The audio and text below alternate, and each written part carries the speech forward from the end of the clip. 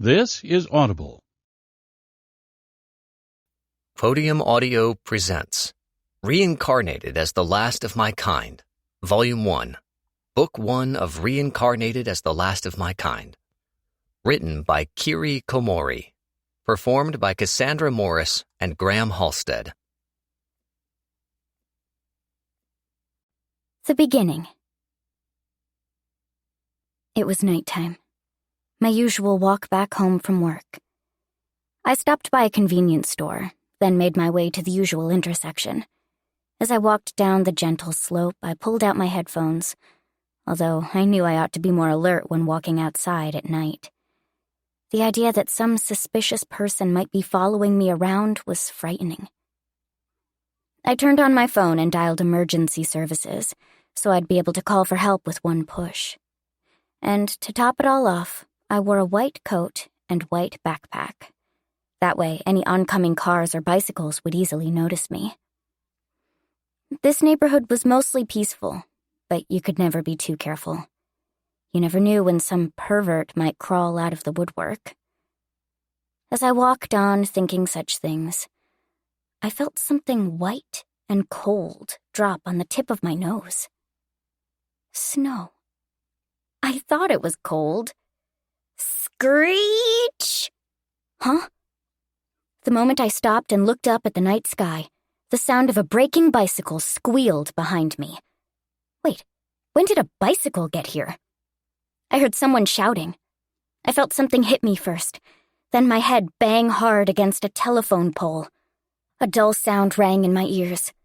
The last thing I saw was a bicycle, with its lights off, sliding to the center of the highway. God, this is the worst. A bicycle with its lights off? Am I going to... The world went dark. It was so cold. So dark. No, not like this. I never even had a boyfriend. I couldn't even repay Mom. Thank her for everything yet. Mom. No, I don't want to go. Mom! Good girl. When I came to, a woman was looking down at me. She had blonde hair and a crystal embedded into her forehead. I couldn't say why, but somehow, this woman registered as Mother in my mind. I reached out to her. My small baby hands reached toward Mother. Mother gladly enveloped my hands in hers, happily mouthing the word, Rubia. Rubia. Yes, that's my name. Good girl, Rubia. There. I couldn't speak. Only meaningless ahs and oohs left my lips. But Mother simply beamed at me. I don't understand. What's going on? Wait, wasn't I, working at the pub near the station? Just an ordinary... Wait, what? This is weird. Why can't I remember? Cindy? I know, Rubia is... A man's voice called out to Mother and made her raise her hand from my head. The smile was gone from her lips. Her brows furrowed sadly, and tears welled up in her blue eyes. The brown-haired, bearded man that approached Mother, that was Father. Rubia, my precious daughter. Our country of Giera is at its end, but you will survive, said Father. May the blood of the stone of daybreak never come to awaken, and may she always be safe, added Mother. Ah! Father, Mother, what's wrong? What is this box? Why are you putting me inside it? What's going to happen now? They placed me in an oval, egg-shaped container of some kind.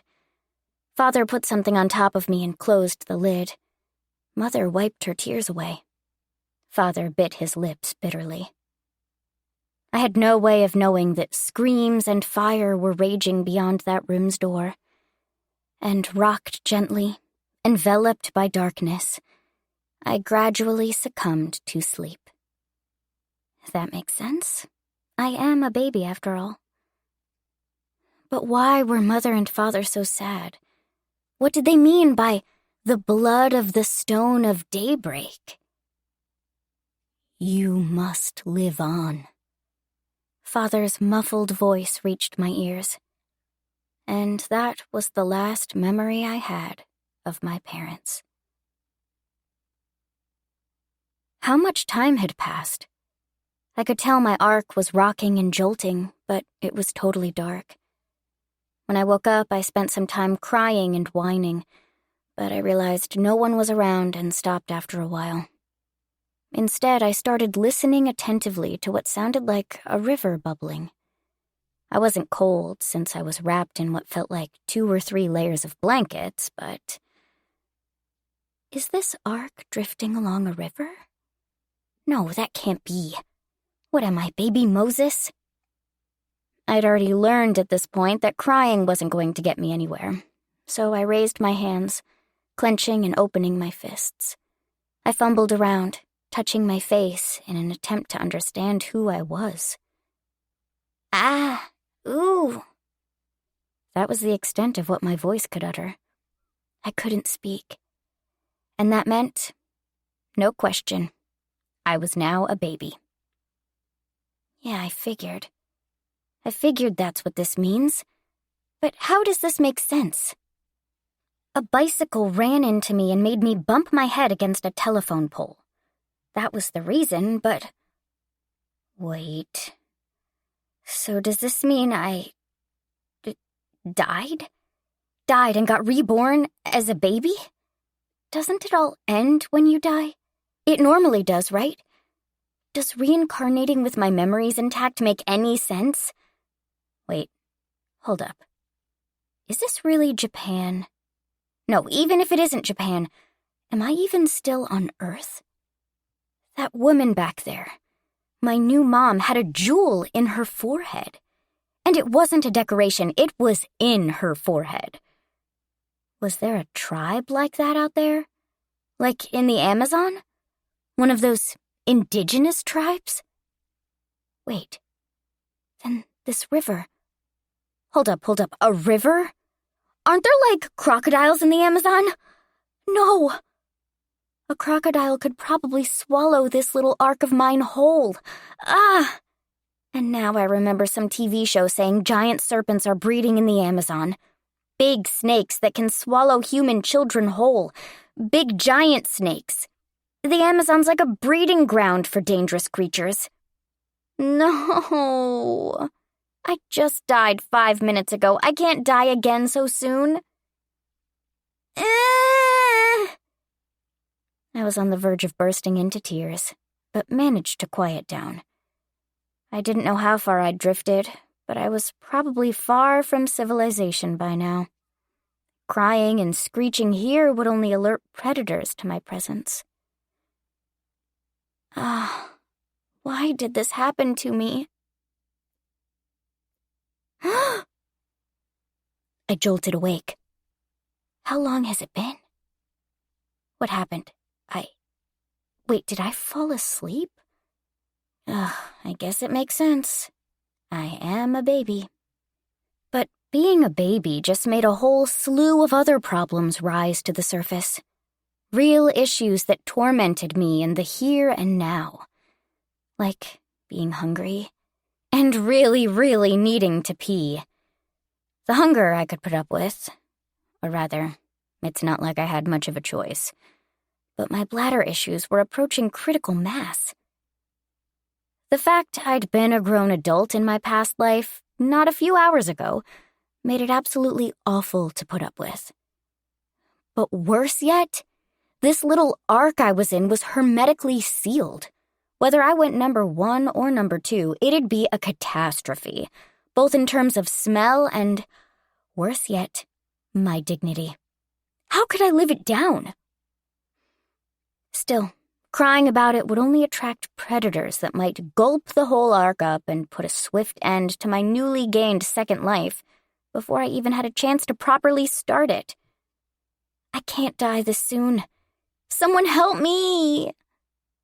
But then, I thought I heard something. Huh? Did I imagine that? Wait, no, I definitely heard it. I could clearly hear someone wading through the water, approaching me. Someone was here to save me. There we go. Yeah, I just heard someone's voice. I opened my eyes just as someone roughly opened the lid to my ark. A dirty, bearded face looked down at me, with a starry sky as its backdrop. He totally looks like some kind of villain. But wait, no, I shouldn't judge a book by its cover. Maybe he's actually really nice? Given the situation, I had no choice but to rely on this person for help. Please help me. Don't send me down the river again. Tch, a baby? With a click of his tongue, the man closed the ark's lid, and I could hear him walking. But this time it was different from the sloshing water.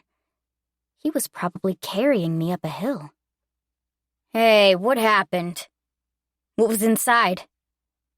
Take a look. I could hear more adults. As I looked up, the ark opened again. Except this time, several grimy, bearded faces greeted me, blotting out the starry sky. They all look like scumbags. No! Gah! Gah!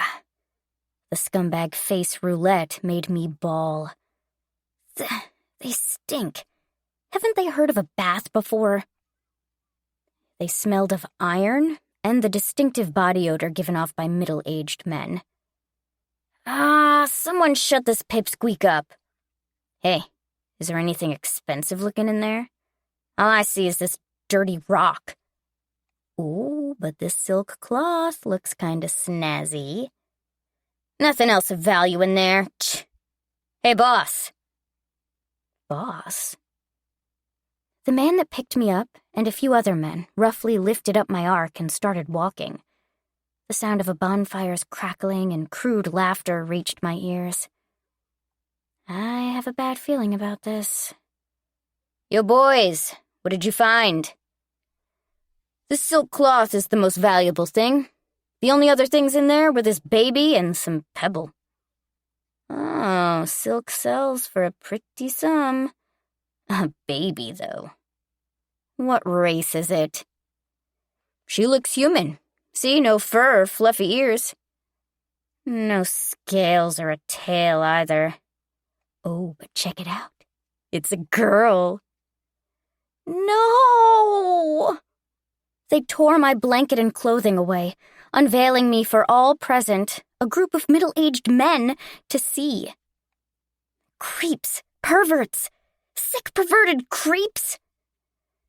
One of them lifted me up by one leg and dangled me upside down in what was probably the worst possible way to hold a baby.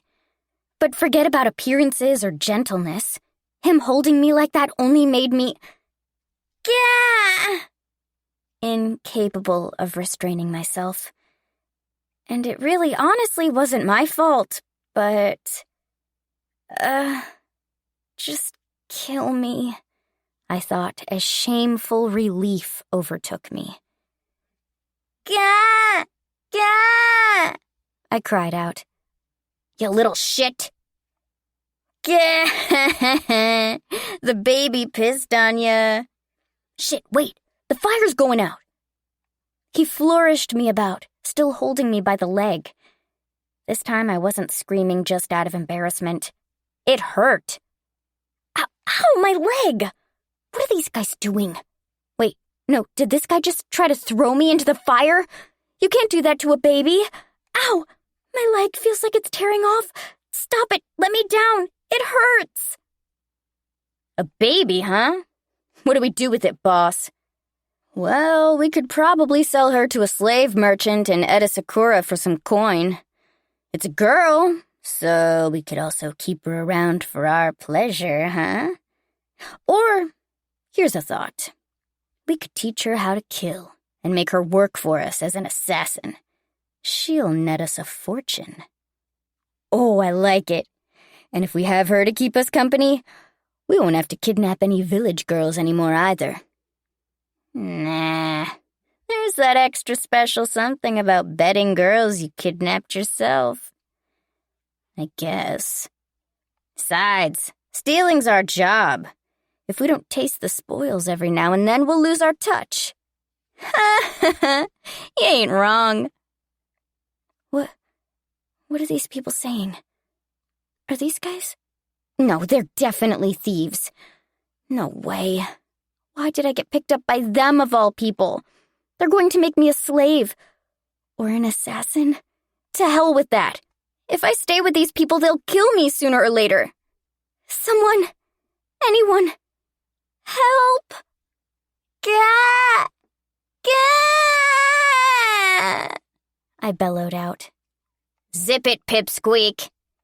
Gah! Ah! Forget it, boss. Let's just flay this tyke. You really think we can raise a kid? Well, I guess you're not wrong there. Though we could just abduct some girl from a village and have her raise the kid for us, huh? Help. Somebody, anybody. I don't want to die here, and I don't want these creeps to take advantage of me or make me a slave. Please. Help, please. The only thing I could do was wail and cry out helplessly. I squeezed my eyes shut and cried out as hard as I could, so I didn't even have the leisure of appreciating the starry sky. But before long, the bandits started fighting something. Apparently, my crying had summoned something they hadn't expected. I could hear gurgling and screams at the ominous sound of something snapping. By the time I'd grown too tired to cry any longer, the sound of an animal's growling had reached my little ears. A distinct gurgling sound. Wait up, I just imagined that, right? This isn't happening. Grrr. Gah! I cried out in fear. Animals! A pack of animals, crimson blood dripping from their jaws, was circling me. And while I couldn't see it, I could clearly hear the sound of crunching and smashing. Boss!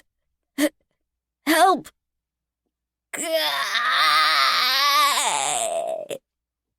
The thief then fell silent, as if the agonized howl he'd let out clogged his throat. I could hear the men screaming and moaning, calling out for help and begging the animals to stop. But little by little, their voices were replaced with the sound of something being torn off, and eventually followed by silence. The only thing I could see was the back of one animal, but I heard the growling of several more. I silently accepted that my life was over. It was short, and its end came all too quickly. My only way of surviving this was for the animals to not notice me and leave, but my arc was wide open, and my gaze was locked with one of theirs. What was that red, blood-like fluid dripping from its mouth? I was afraid to ask and didn't really want to know, so I closed my eyes. Just hurry up and end this. What is this even, a nightmare? I'm probably not going to wake up in a hospital after being hit by that bike, am I? When that thief dangled me in the air from my legs, it really did hurt after all. The animals sniffed my scent curiously. Is this going to be one of those cases where they decide to raise me as one of their young or something? Gah!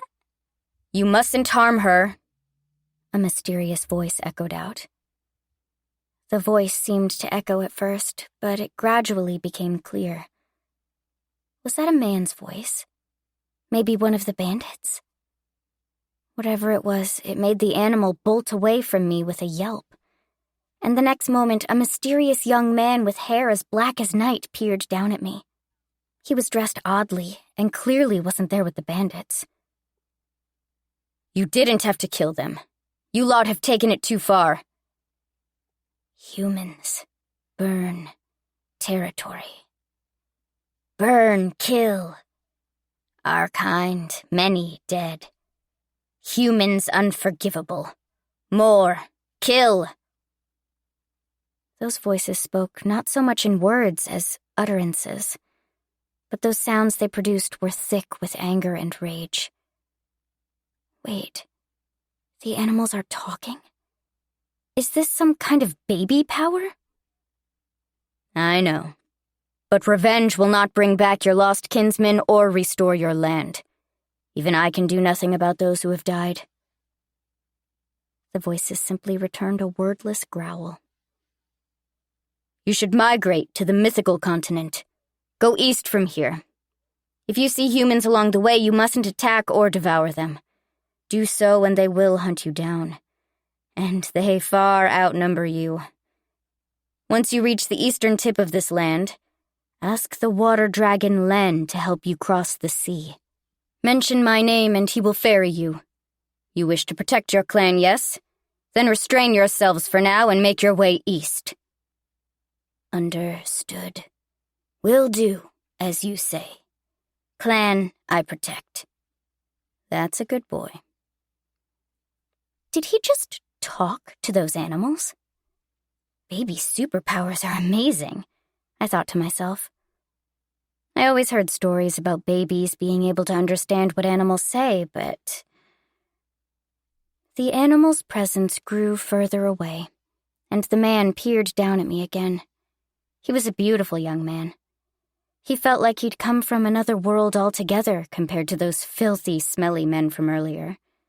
He had black hair and dark eyes, just like a Japanese person. And that figure. He's like a model or an idol or something. I only ever saw people that pretty on TV. But the gaze in his eyes was so sad. Did he come here to save me? Did he tell the animals to come here? Who is he? I went ahead and did it, didn't I? What am I going to do? I can't raise a baby. Wait, what? The young man dropped his shoulders in a spectacular show of regret.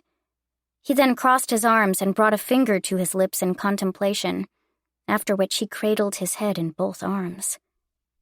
This guy's totally regretting this. Leaving the baby to those beasts is... Yes, I couldn't do that.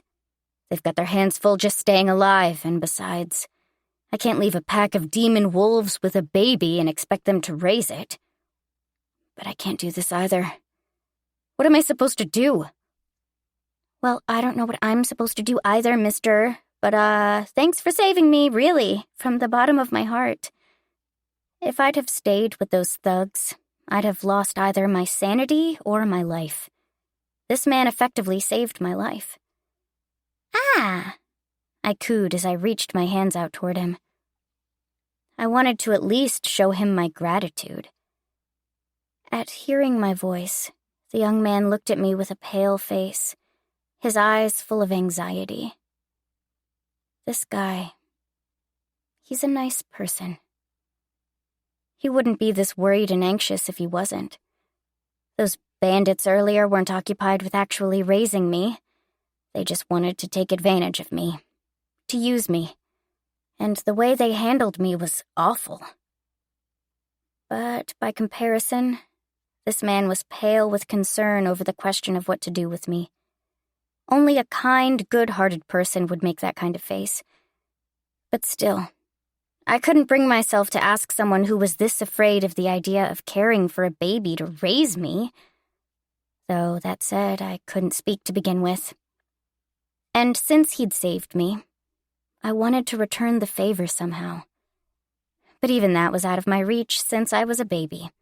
All I could do was coo and babble while I tried to withstand my empty stomach. You'll have to forgive me when it comes to going to the bathroom, though.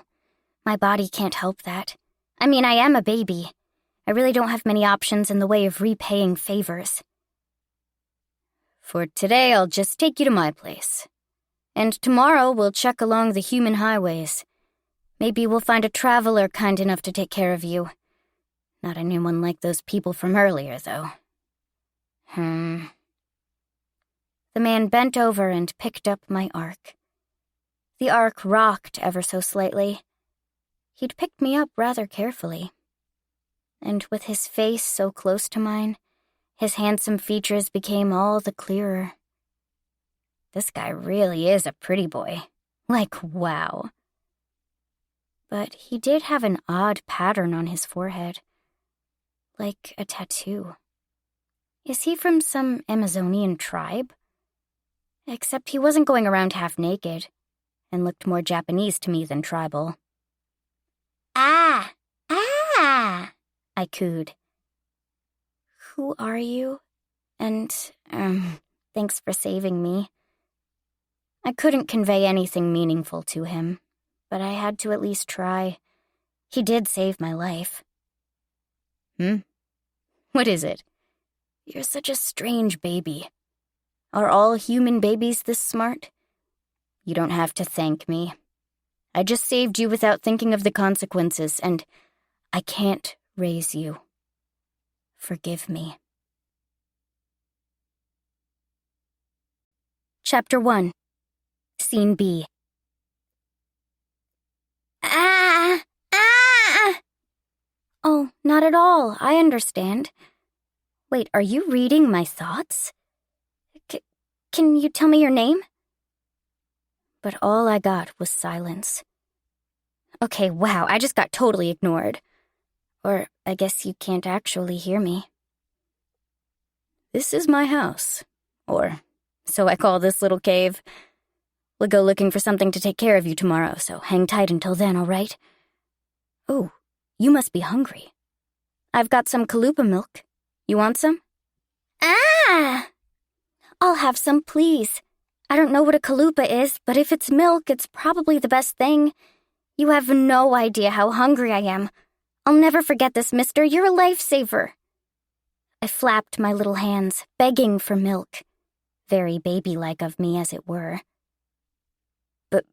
But how do I feed you? Should it be cold? Or maybe I should heat it up, or... Wait, where did I put it again? Ah! I don't know what's going to happen next, but, this guy's really clumsy. The next day, the man disappeared after sunrise. In his place, some giant monster peered down into my ark. As I looked back with wide eyes, the beast spoke with the nice man's voice, saying, "I'll try rocking you a little." No way. Ah! This black monster that makes the demon wolves from yesterday look tiny by comparison is supposed to be that handsome guy? Who is this person? The fact was, though, he saved me. The monster closed its jaws around the handle of my ark and started walking. From my point of view, all I could see were its upper jaw fangs and cute whiskers.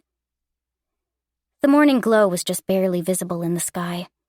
We were off to look for someone who'd adopt me, which made sense. I was a baby, so I needed an adult to take care of me. I could only hope we'd find someone nice. However, I still held on to a strong resistance to all this. I still recalled most of my past life, so I had my pride as an adult, and I felt it all too keenly here. Think this through, damn it. Be realistic. I was a baby. A defenseless infant who couldn't walk or talk on her own. I needed to throw my pride aside and choose life as a baby. After all, my alternative was to die a helpless baby. Ooh, ah. What is it? You need to pee? Poo? The black monster noticed I'd gotten louder and carefully placed me down on the ground. Its big black nose sniffed my lower half carefully. The shame made me wish the ground would just swallow me up. The nice man took off the cloth that served as my makeshift diaper yesterday, then tied a new one in its place. But having that region sniffed was still embarrassing. What is this stone, by the way? I've never seen anything like it. Is it some kind of packed stone? Eh? Oh, I mean the stone inside your room. Well, I guess you don't understand. Can you really call this cradle my room? It feels kind of off. But I guess this is my room, in a way. Also, what's a pact stone? Indeed, I'd no idea what any of this meant. But someday I might need to know, so I begged him to explain. Ah! Ah! You want to know? Ah! Pact stones are produced when some kind of contract or pact is sealed, as proof of the agreement. They hold no meaning for anyone except for those bound in the pact. To that end, I doubt this stone belongs to you. You're far too little. Given what he'd told me, I doubted this was mine too. I couldn't recall anything that grand happening to me. But since you have it, it must mean your parents gave it to you with some kind of wish in mind. Perhaps the fact your voice reached my ears wasn't a coincidence. Really? Well, either way, you chose to come to my aid, and I'm grateful for that. I'll repay you for this debt someday, I promise. Anyway, here we are. We should wait for someone to pass by. If you get hungry or need to go to the bathroom, let me know. Ah! Roger that, sir. I really couldn't express how grateful I was to this person. Normally, I'd at least go to the bathroom on my own if I could. And if I wasn't a baby, I could at least work to earn my own meals. Are there any jobs in the Amazon forest, though? Ah! Incidentally, all I could really do was look up, and my view was just the monster's face and a lot of thick green foliage, which begged the question, just where exactly was I?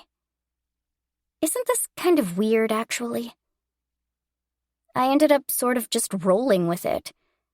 But the idea of this monster actually being the nice mister who helped me yesterday was odd. Is he a man who can turn into a monster? Or a monster that can turn into a man? Huh? Which is it? Can people in the Amazon do that? Is this some kind of hunting technique? I mean, it doesn't look like a disguise. I looked at my small hands as they waved forward. I couldn't exactly fool myself into thinking I was anything but a baby at this point. But even if I could accept this weird turn of events, there were plenty of other things that made no sense. Like, where was I? What corner of the world was I in? Why did my parents leave me? And practically speaking, sending a baby down a river was pretty much tantamount to killing them, right? Was I thrown away?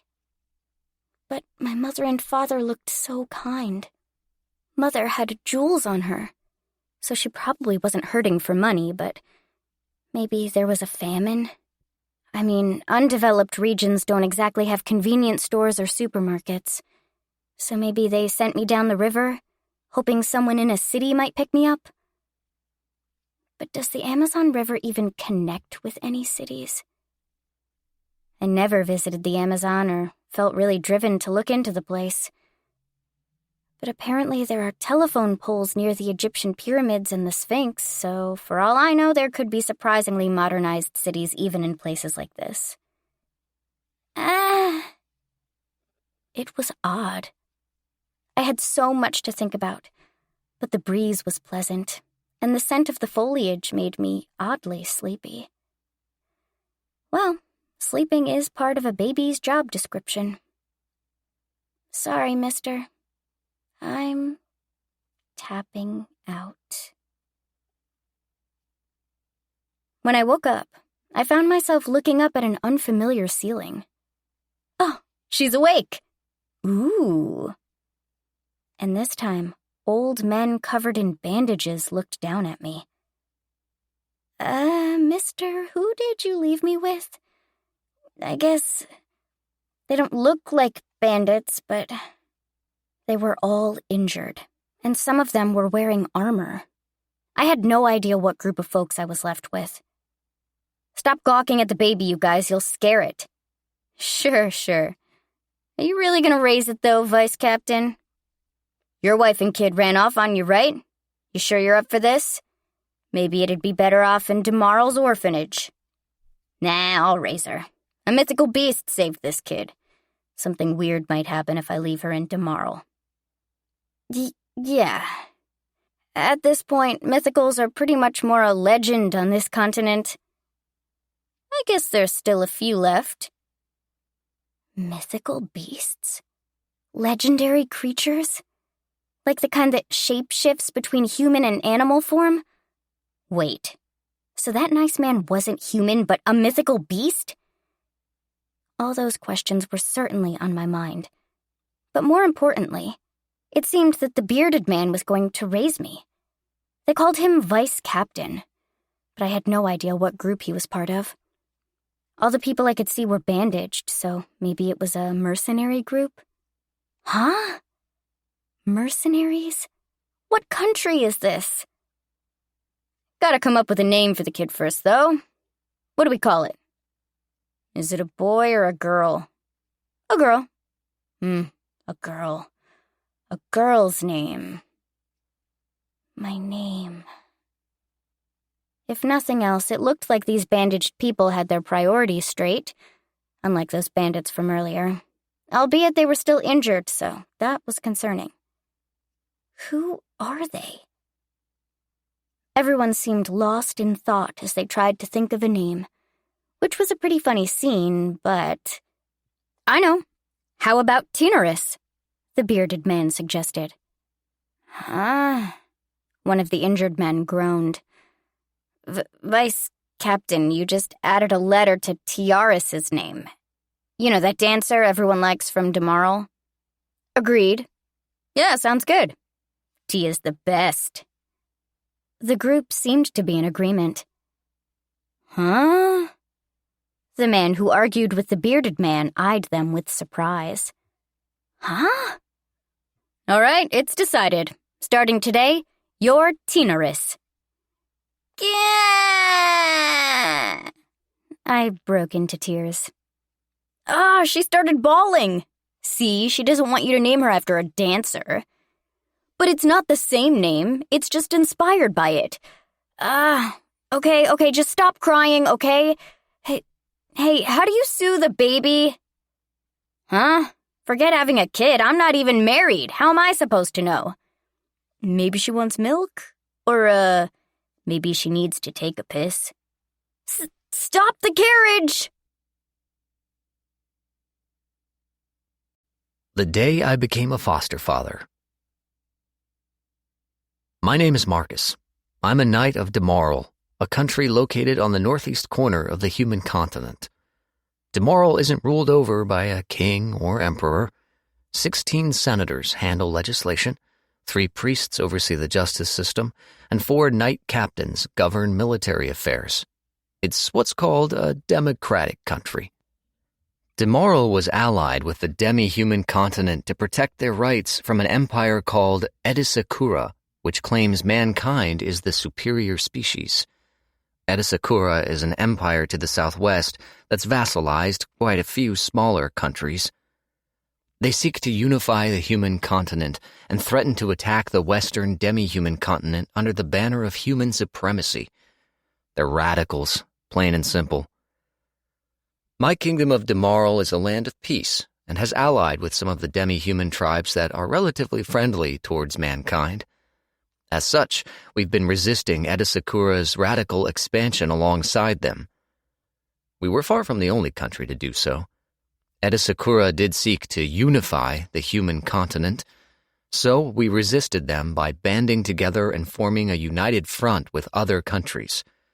In so doing, we hope to stop their ambitions. Drawn by Demaral's peaceful ideals, I became a knight of the kingdom.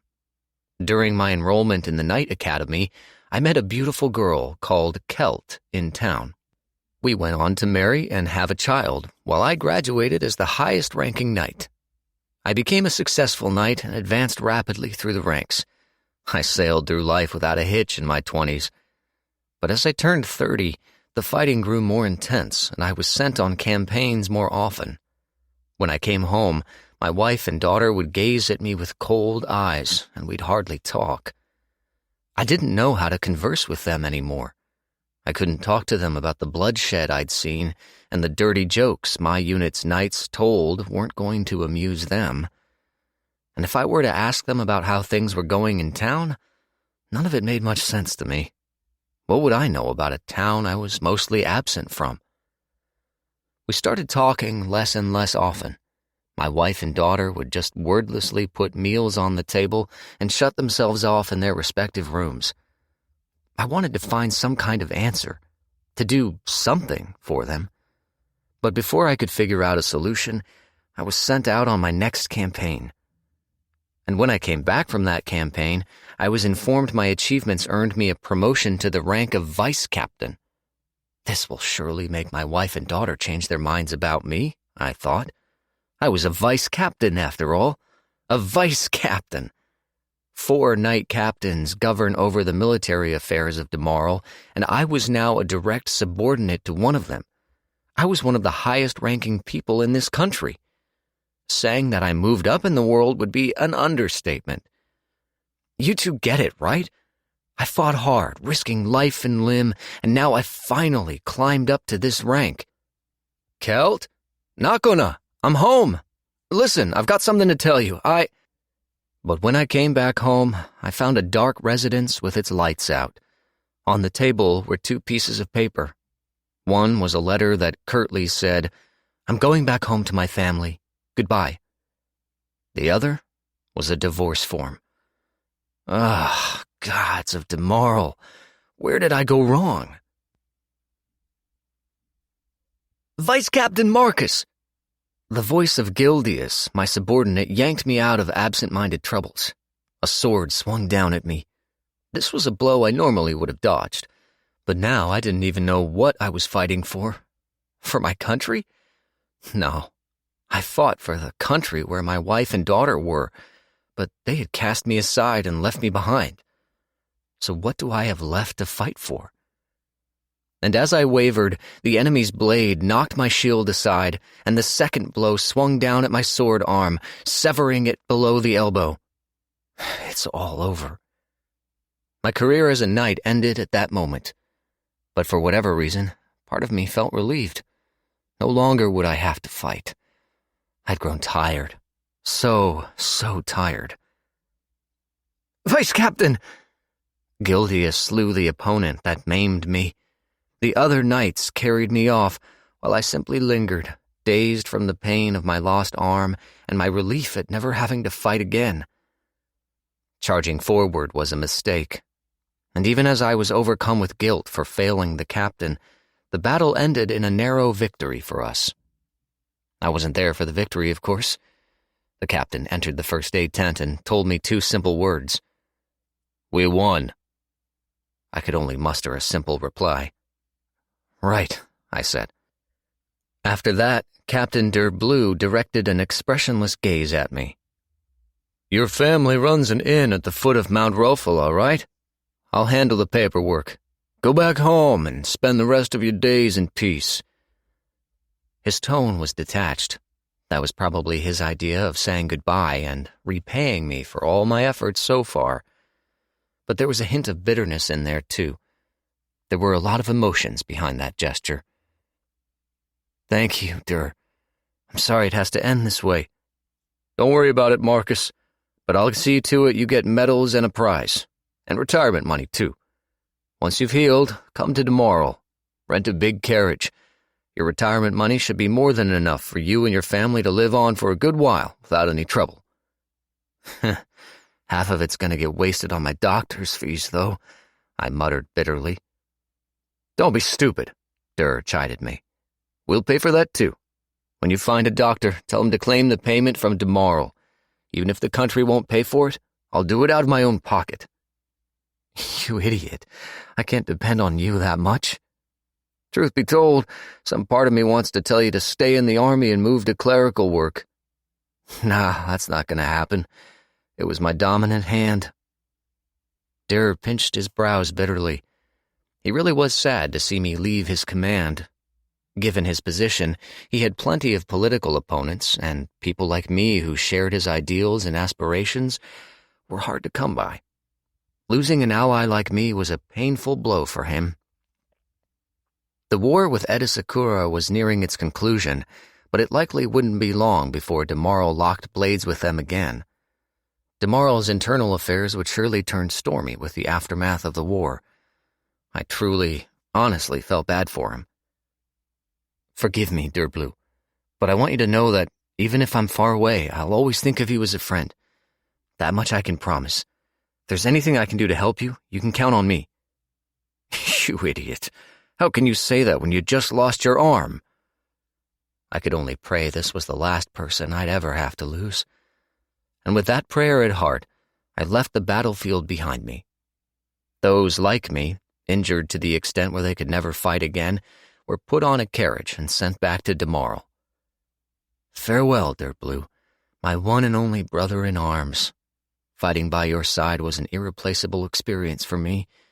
I hope you can tell that these are my true feelings. Vice Captain, does it hurt? Do you need some water or... The painkiller's working. I'm fine. But Gildius, I'm not your Vice Captain anymore. Just go back to calling me Marcus.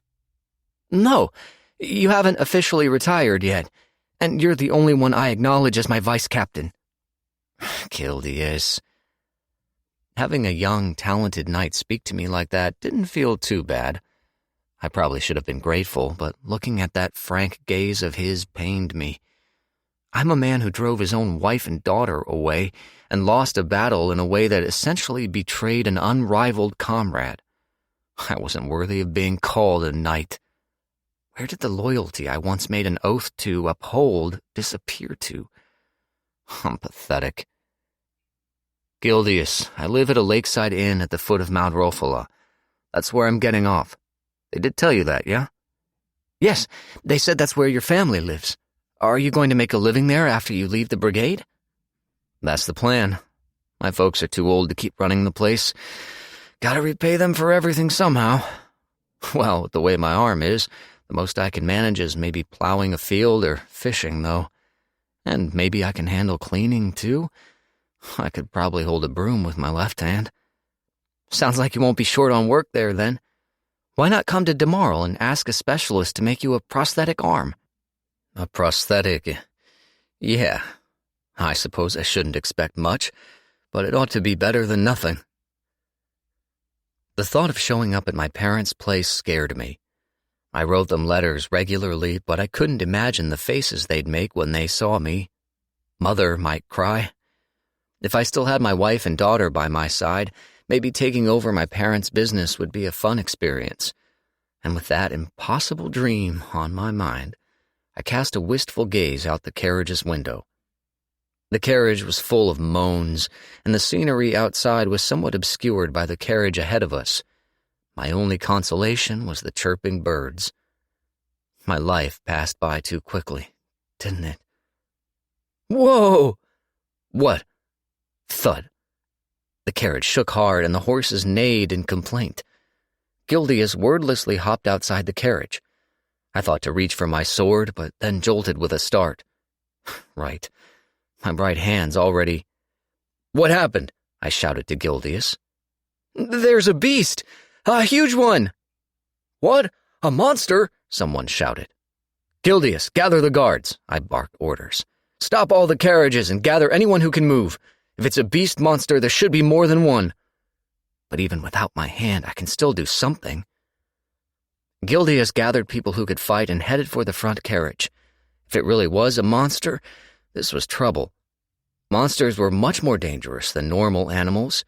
It was said that long ago an evil dragon tainted humans and animals with its wicked mana, and their descendants are monsters.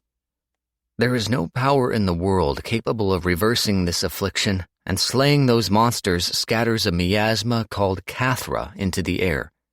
Anyone who comes in contact with Cathra also becomes polluted and turns into a monster. Worse yet, monsters attack other living creatures on sight. The only way to repel them is to weaken them and force them to flee. Is that it? It's huge! A black animal stood in front of the front carriage. It was bigger than we'd imagined and had 3 tails. All 3 of them seemed to swerve and waver on their own as it gazed at us silently, its eyes narrowed. This isn't a monster. What do we do, Vice Captain? Should we have our mages attack? No, that's not a monster. Though it's not a normal animal either. If it was a monster, it'd have attacked by now. Then you're saying that's a... I don't know. It's the first time I'm seeing anything like it, too. Couldn't be a mythical beast, could it? A mythical beast? It can't be. Mythical beasts. To the west was the demi-human continent, where races like the beastmen, elves, dwarves, kobolds, and lizardmen lived. But opposite of it, to the far east, was the mythical continent. There lived races of mythical creatures like dragons, pegasi, and griffins. It was their natural habitat, and only the bravest or most reckless of adventurers would brave that land. Eda Sakura apparently had plans to capture territory in the mythical continent, but how would they fight off dragons? But anyway, this creature looked fundamentally different from a normal wolf. It was that much larger, and there was a glint of intelligence to its eyes as it gazed at us, as if it was trying to decipher our next move. Judging by the fact it wasn't running, implied it wanted something. "You guys stay where you are. There might be more of them, so stay vigilant," I ordered the men. "What are you going to do, Vice Captain?" Gildias asked me. "If it's a mythical, it should be able to understand human speech," I replied. "That's too dangerous." "Just let me do it," I insisted, a hint of desperate urgency in my voice. "Listen, supporting Dur is going to fall to you guys now, so please." "Vice Captain?" Gildias looked at me, confused. I took a step closer, then another. Moving cautiously, as if trying to discern how close it would let me approach, I sheathed my sword to show I had no desire to fight. A mythical should understand. They're said to be even more intelligent than humans. I'm called Marcus," I tried calling out to it. "A former knight. See, lost my arm. A washed-up old man who can't do his job anymore. Could you tell me your name? I figure you're a mythical." "All right. Is it gonna answer?" The beast wordlessly nudged its jaw to the right, its gaze fixed on me. It answered. It really is a mythical. A real mythical. I just met a living legend. "Huh?" It then jumped a few feet ahead, and upon landing fixed its gaze on me again. It then nudged its head in the same direction again, and then sat down on the spot. Is it signaling for me to follow it? This is unbelievable. "Gildias, it's telling me to follow it. Keep an eye on the carriages, will you?" "I'll come with you, Vice Captain. I can't let you go alone." "No, that's a mythical. No doubt about it. It understands what we're saying. If we provoke it too much, it might attack." Ugh. The mythical creatures were the apex species of this world. Dragons were the clearest example, but mythical creatures were all more powerful than even the monsters. Challenging something like that to a battle when 90% of the people here were injured was effectively suicide. We'd probably lose before we even knew it. I approached the creature, which broke into a light sprint once I crossed a certain distance, pausing after a while to let me catch up. It's definitely leading me somewhere. What is it trying to get me to do? Does it want to eat me? But no, I've never heard of mythicals eating other species.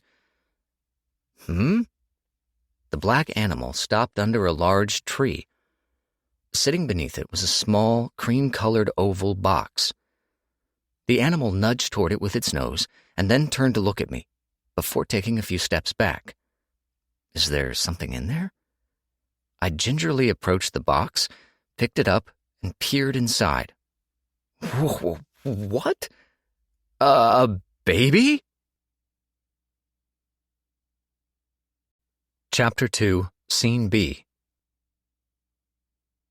The animal howled in response. Ha! And with that howl, the animal disappeared into thin air. At that moment, I realized why they call these creatures mythical. The way they appear and disappear resembles the phantoms people whisper legends about. The only things left in the wake of its disappearance were the gentle breeze, the sound of fluttering wings, the baby sitting in the small box, and me, who'd lost my right arm and everything I held dear to me all at once. For whatever reason, my knees buckled. Placing my hands on the box, I could see its contents clearly. A little baby, without a single strand of hair or any teeth, slept serenely inside it. Did that mythical lead me here so I'd take this baby? What was that beast? What is this baby? An abandoned baby.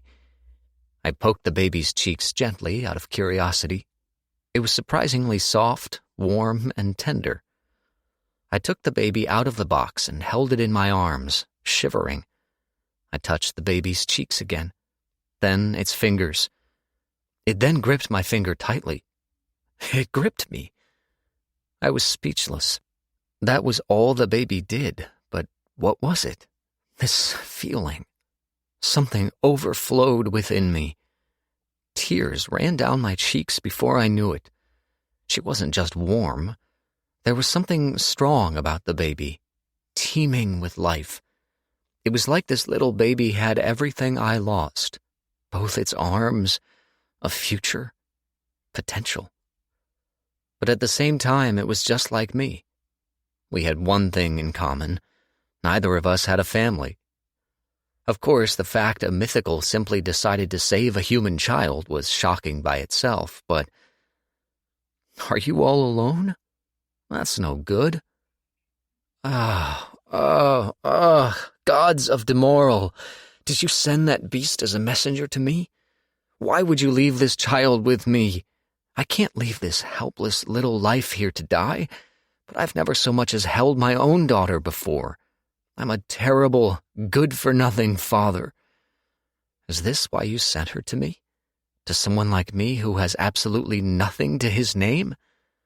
To me, when I was foolish enough to lose my family, my knight's honor, even my own arm. You would grant me another chance? Would you be my family, you little angel? Gods of Demoral, thank you.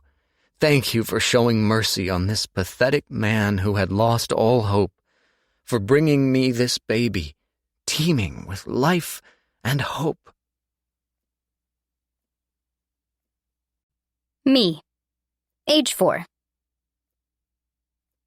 This world, Wisty Air, consists of 50% humans, 40% demi-humans, beastmen, elves, dwarves, and other races, and 10% mythical creatures, like dragons and fairies. It's divided into 3 continents. The biggest and central one is populated by mankind. To the east is the mythical's homeland, while to the west is the demi-humans. As such, each continent is colloquially named after the race that populates it. Of course, the continents have their native names, but unfortunately, I've never heard anyone actually use those. Among the humans and demi-humans, only heroic adventurers dare brave the mythical continent. There was once a peace treaty between the human and demi-human continents, which enabled prosperous trade between the 2 lands. But that all ended a few years ago when a country within the human continent adopted radical human supremacist ideas. They professed to everyone, the demi-human continent included, that mankind was the superior chosen species, and began an armed conflict to uphold their skewed ideals. It goes without saying that this pretty much screwed everything up for everyone involved. Of course, being a child, I didn't quite understand things fully, but I did wish everyone could just get along. "Tina, can you go get me some potatoes from the field?" Dad called out to me from the kitchen. "Okay," I replied. I threw the dust cloth I used to wipe the window into a nearby bucket, which I then carried and placed next to the counter. I worked in a bar during my past life. I'd also worked part-time in a barbecue restaurant, so I was used to scrubbing windows whenever customer traffic was slim. So long as I had a chair to stand on, this kind of work was easy peasy for my current self. Putting the bucket in its place, I stood on my tiptoes and turned the front door's knob with my fingertips. Then I leaned against the side rail, climbing down each step carefully, and hopped down the last one. Our field was diagonally right of our house. It was surrounded by a fence to keep out animals. I opened the gate, which I could do even with my meager strength, and went to the back left of the fields to pull up some potatoes, a vegetable similar to potatoes. Looking around the field, I spotted some ciarrots, onions, and cabbages, all the same as I remembered them, and also letapods, lettuce-like vegetables, totomos, which were like corn, and timates, basically tomatoes, among other vegetables.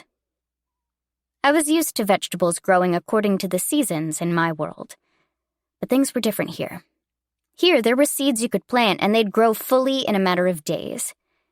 I thought it was pretty strange, honestly. I forgot to ask how many he needed, I muttered to myself. Thinking back, I recalled our guests for today were a group of 4 adventurers, 2 men and 2 women. And if both men eat about 5 potatoes, I should probably take 10 to make sure there's enough and head back home. Deciding to do that, I jumped and caught a small basket hanging on the fence and placed some newly harvested potatoes.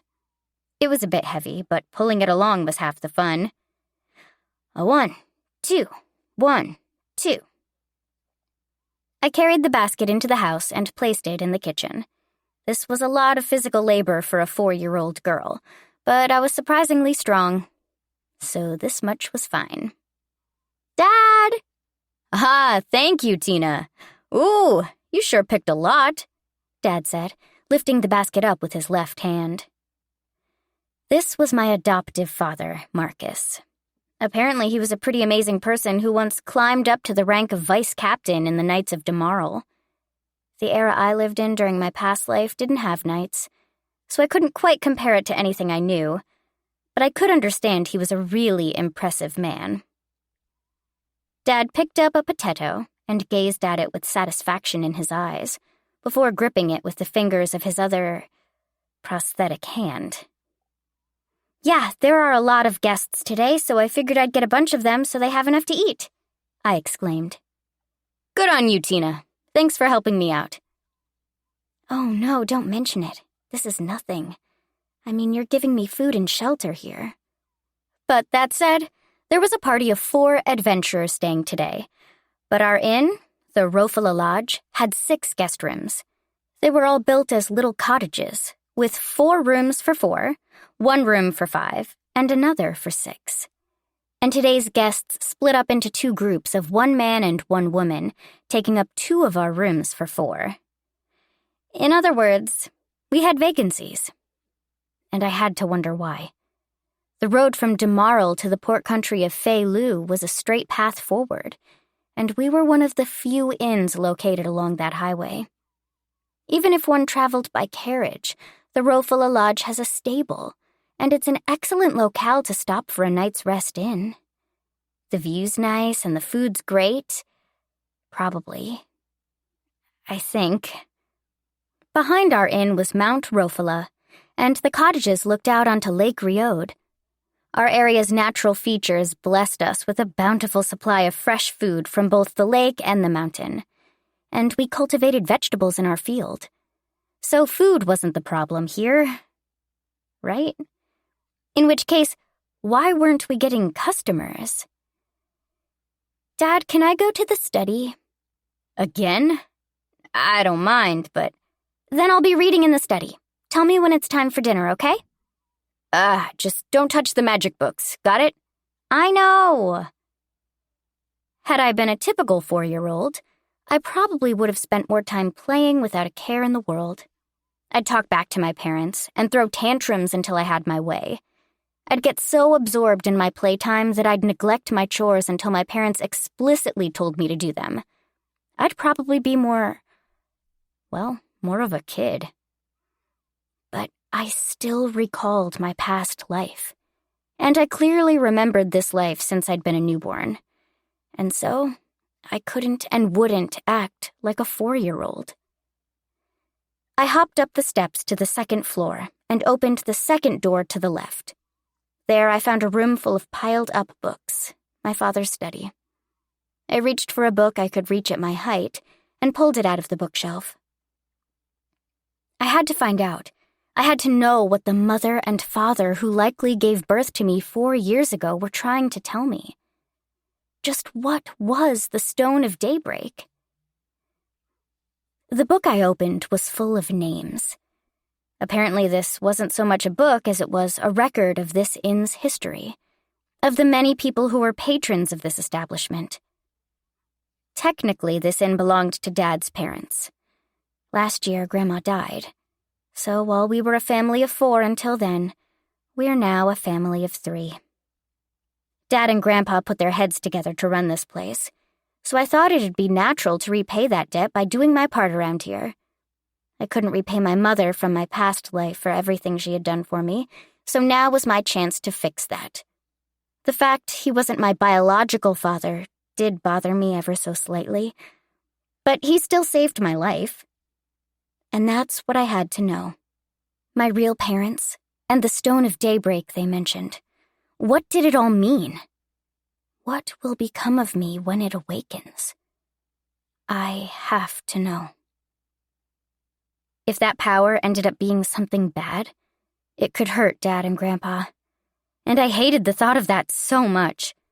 I'd left my past life without repaying my mother for all she gave me, and that wasn't the kind of person I wanted to be. But even so, after another day spent in the study, I once again walked away with 0 findings. Maybe I should ask Dad? But it's not normal for someone to remember things from when they were a baby, is it? In fact, the somewhat dubious statistic was that 10 out of 10 guests would raise their voice in surprise upon seeing me. What? Your 4-year-old daughter is helping out with the inn? That's amazing! If I started acting even more suspiciously, it would end up hurting the inn's reputation. I mean, if I saw a 4-year-old help run an inn in my past life, my only reaction would be wow, too. But I was a grown woman on the inside, so I didn't remember what being 4 was like. In fact, I couldn't remember my name or how I looked before being reincarnated. Oddly enough, I could remember facts about my jobs, and about Mom. I probably couldn't forget due to those lingering regrets. Out of my desire to repay Mom for everything, I decided to forego college and instead looked for work. But I ended up overexerting myself and falling sick from exhaustion, only troubling her even more. I then decided to change my attitude and moved out on my own, to not burden Mom anymore. But it ended the same way. I couldn't handle multiple jobs, and the doctor ordered me to stop. So I went back to Mom's place, cut down my jobs to just 2, and then that bike crash happened. It's not fair. Who gave you permission to ride around with your lights off, you jerk? I had a white coat on so I'd stand out at night. So how did you not notice that and crash into me? What, were you on the phone or something? I was livid. Not only did that person ride around with their lights off, but they also weren't watching where they were going. To hell with them. They got someone, namely me, killed. I demand that bicycle licenses become mandatory from this day forward. And, well, I got reincarnated with my memories intact, but why'd I have to end up in another world? I sighed. If I'm in another world, I can't repay Mom for anything. Mom. Teenerus! A voice suddenly talked to me from behind. Ah! I jolted and turned around. Standing there was Grandpa. His hairline was clearly receding, but what was left of it was gray, as was his beard. He was, well, what you'd expect a grandpa to look like. Dad's father, and the ex-proprietor of this inn. As of late, he'd always stayed on the 2nd floor and hadn't gone down to the inn. I think losing Grandma made him age that much faster and left him sad and spent. Sadly, Not being blood-related made it hard for me to innocently love him as my grandpa and happily play with him. I kept thinking to myself that had I been a normal 4-year-old, maybe that wouldn't be the case. Maybe I'd pay his sadness no mind and play with him blindly, pulling him out of his rut a little with my cheerfulness. But I couldn't act that way. Or rather, I'd tried doing it, but it just felt off. And Dad noticed I wasn't being my usual self. "Don't push yourself too hard," he said, with concern in his eyes. But it frustrated me. I wanted to repay Grandpa for everything too, but I just couldn't. What could I do to make him happy? And as I grappled with that question and remained silent despite him calling for me, Grandpa simply squatted down to look at me at eye level. My eyes locked with his kind gaze, leaving me confused. He looked at me with affectionate eyes and patted me on the head. It felt awkward for me, and I didn't know what to do when... "Tina, dinner's ready," Dad called out to me from downstairs. Grandpa turned his gaze downstairs and rose to his feet. Grandpa, do you want me to, bring you dinner?" "Please do." He beamed at me, but I could only answer with an awkward, stiff smile. I headed in the direction of the stairs, but when I turned around to look at him again... Grandpa! I found him kneeling near the door, clutching his chest in pain. "Grandpa, hang on!" Tina... I'll call Dad up. "Dad! Come quick, Grandpa's..." I could hear something falling downstairs, and Dad hurried up in a panic. "Pops!" Oh no. What do I do? He'd been depressed ever since Grandma died, but he was sick, too? Why didn't I notice when I'm living in the same house as him? How stupid could I be? My chest. "Why didn't you say something sooner, you stubborn oaf?" Dad complained, helping Grandpa to his room and leading me downstairs so Grandpa could rest. "I'll call a doctor over. Tina, keep an eye on Pops, will you? And tell the customers we're sorry, but we need them to check out as early as tomorrow." "All right." But even the closest country was days away by horse. Demarl was to the northeast, but the countries of Uraki and Derurua were closer. Feilu was another big country to the west and was about the same distance from us as Derurua. But on the other hand, Feilu was that much larger. Or so I'd heard. "Dad, which country are you going to head for?" "Feilu. A doctor there took care of me once. I'll be back, in 5 days at the soonest. Can you manage on your own until then?" I fell silent. After swiftly gearing up for the journey, Dad kneeled down to look at me. I'd probably look very cool and dependable if I could just say, "Sure, I'll handle it just fine."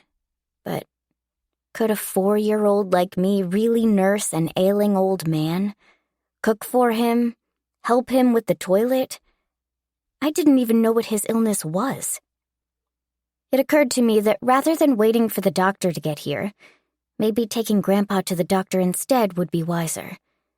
But we didn't have a means of transporting Grandpa, did we? "Right.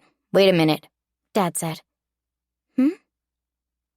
I wasn't sure how Dad interpreted my pensive silence, but he got to his feet and went outside the house. After I stood there for a few moments in perplexed silence, I heard a few sets of footsteps climbing up the steps outside. What? Guests at a time like this? "Tina," Dad said. It's fine. The guests said they'll help." Huh? I exclaimed in surprise. "Hello," a voice greeted behind Dad. The adventurer party that was staying at the inn today walked inside. 2 men, 2 women. Their leader was a young man. The other male was a wise-looking, middle-aged man. One of the women was a girl carrying a staff who looked adept at magic, while the other was a muscular, bulky lady who carried a large axe.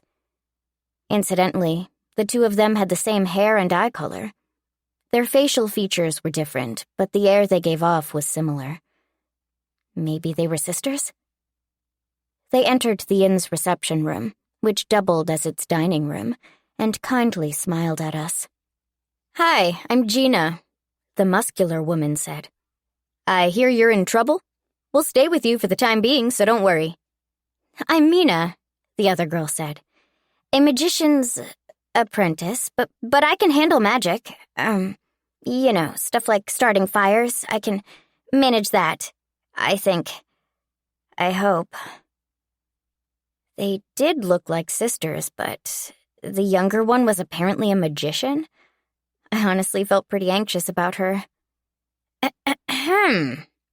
The older sister, Gina, cleared her throat. "It's fine. Mina's just a bit awkward with her magic. Actually, her physical attacks are probably stronger, but she'll learn how to do it properly soon." "You're not helping her case here." "But all you need is someone to help you take care of the place, right?" the young leader ventured. "Don't worry, we'll do it. I'm Erin, by the way." Right, but that's a bit too easygoing, mister. Grandpa's sick." "We'll handle the food, okay?" Gina offered. Oh. Sure, you can use the kitchen. Take care of Pops and my little girl, all right? You can cook, right?" Dad sounded as apprehensive as I felt. "Yes." Gina nodded resolutely.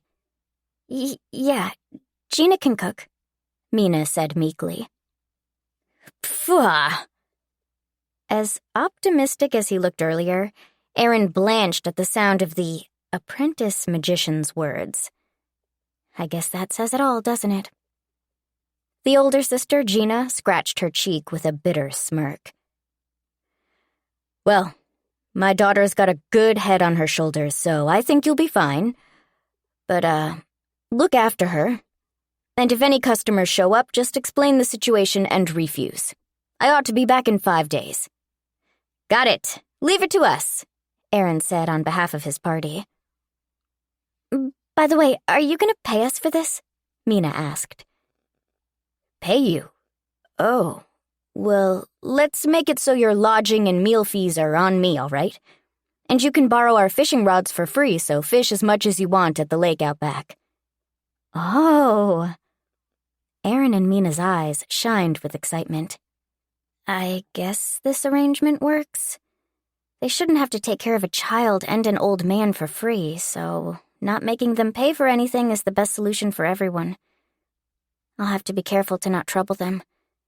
After all, with Dad gone, I'm the only member of the household who can work. Cleaning, laundry, taking care of Grandpa, cooking.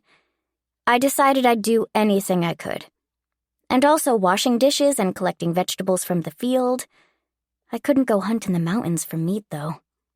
Also, I'd need to clean the cottages and take care of the ukokes, this world's version of chickens, and gigias, basically goats.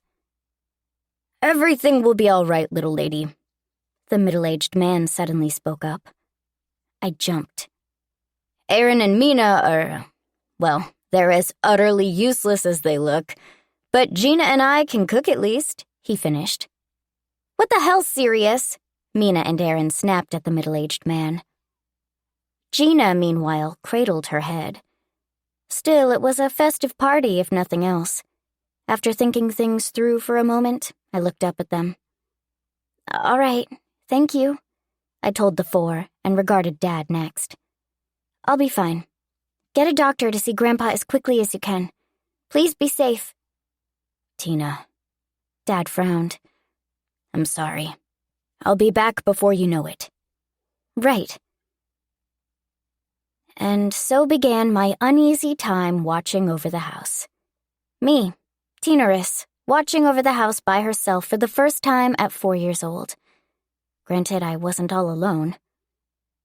It's at this point that it'd probably be best to officially introduce the party members. Like I've said before, there were 4 of them, 2 men and 2 women.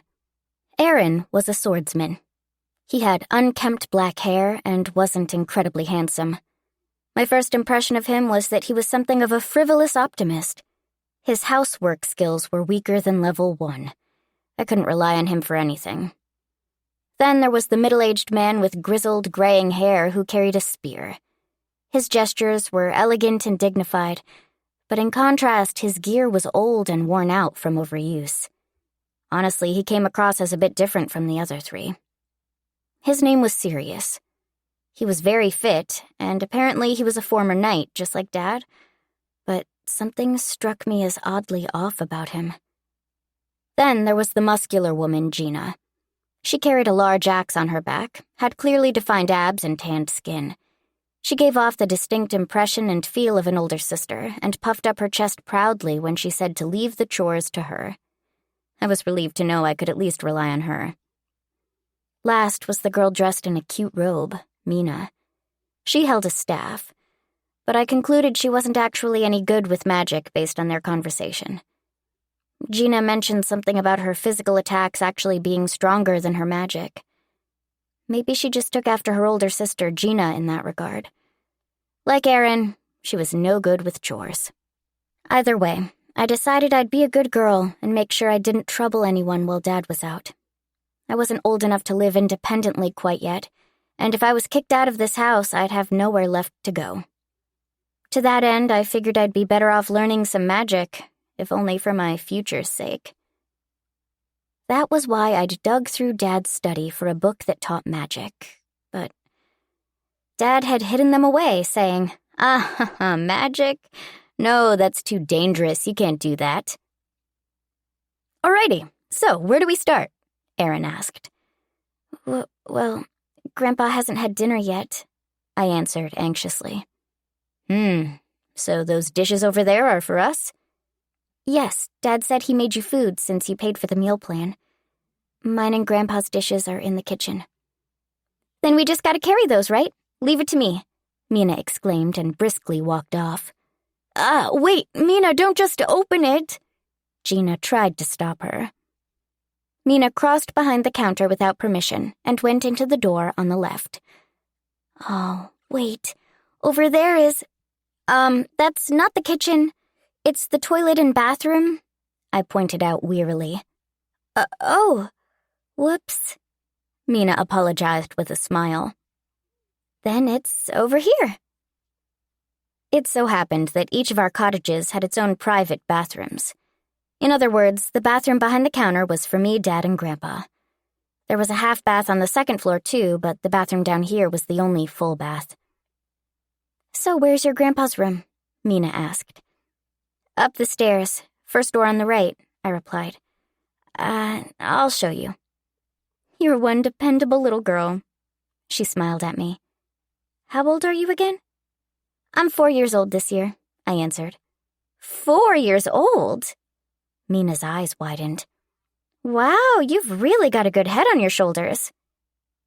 Erin could take a page out of your book, Sirius remarked, crossing his arms. Definitely, Gina nodded. Wow, mean!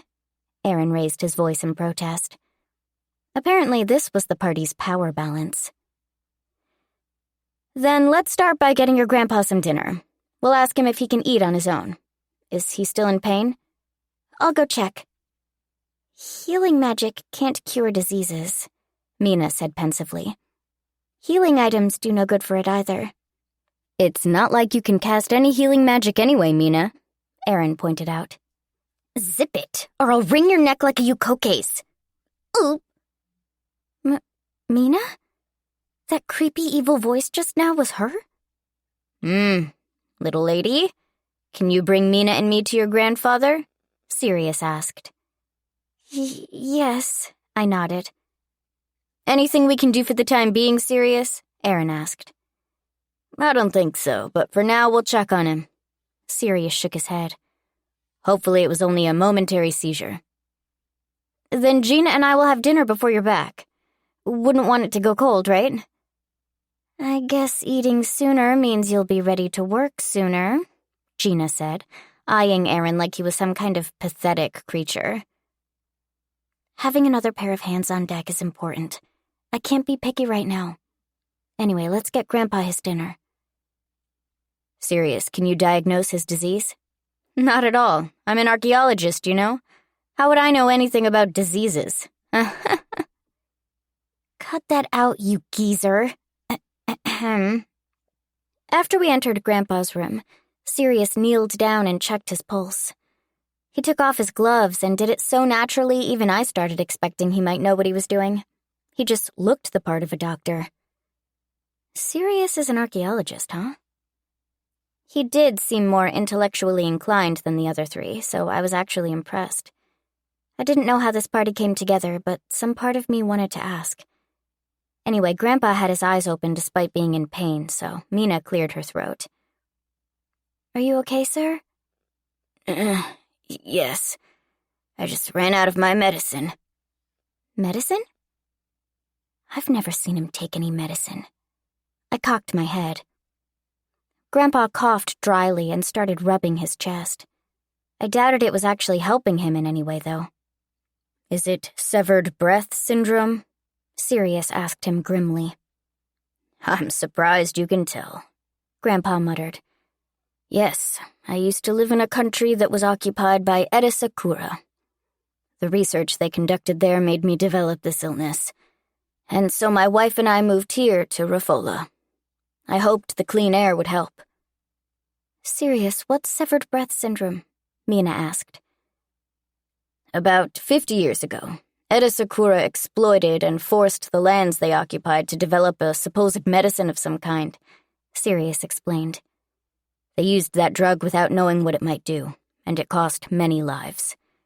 Those who didn't die developed the same kind of illness as this gentleman. Severed breath syndrome is a rare disease that stops at a certain stage. Once one is afflicted with it, there's no cure. There's only one antidote available that can alleviate its symptoms.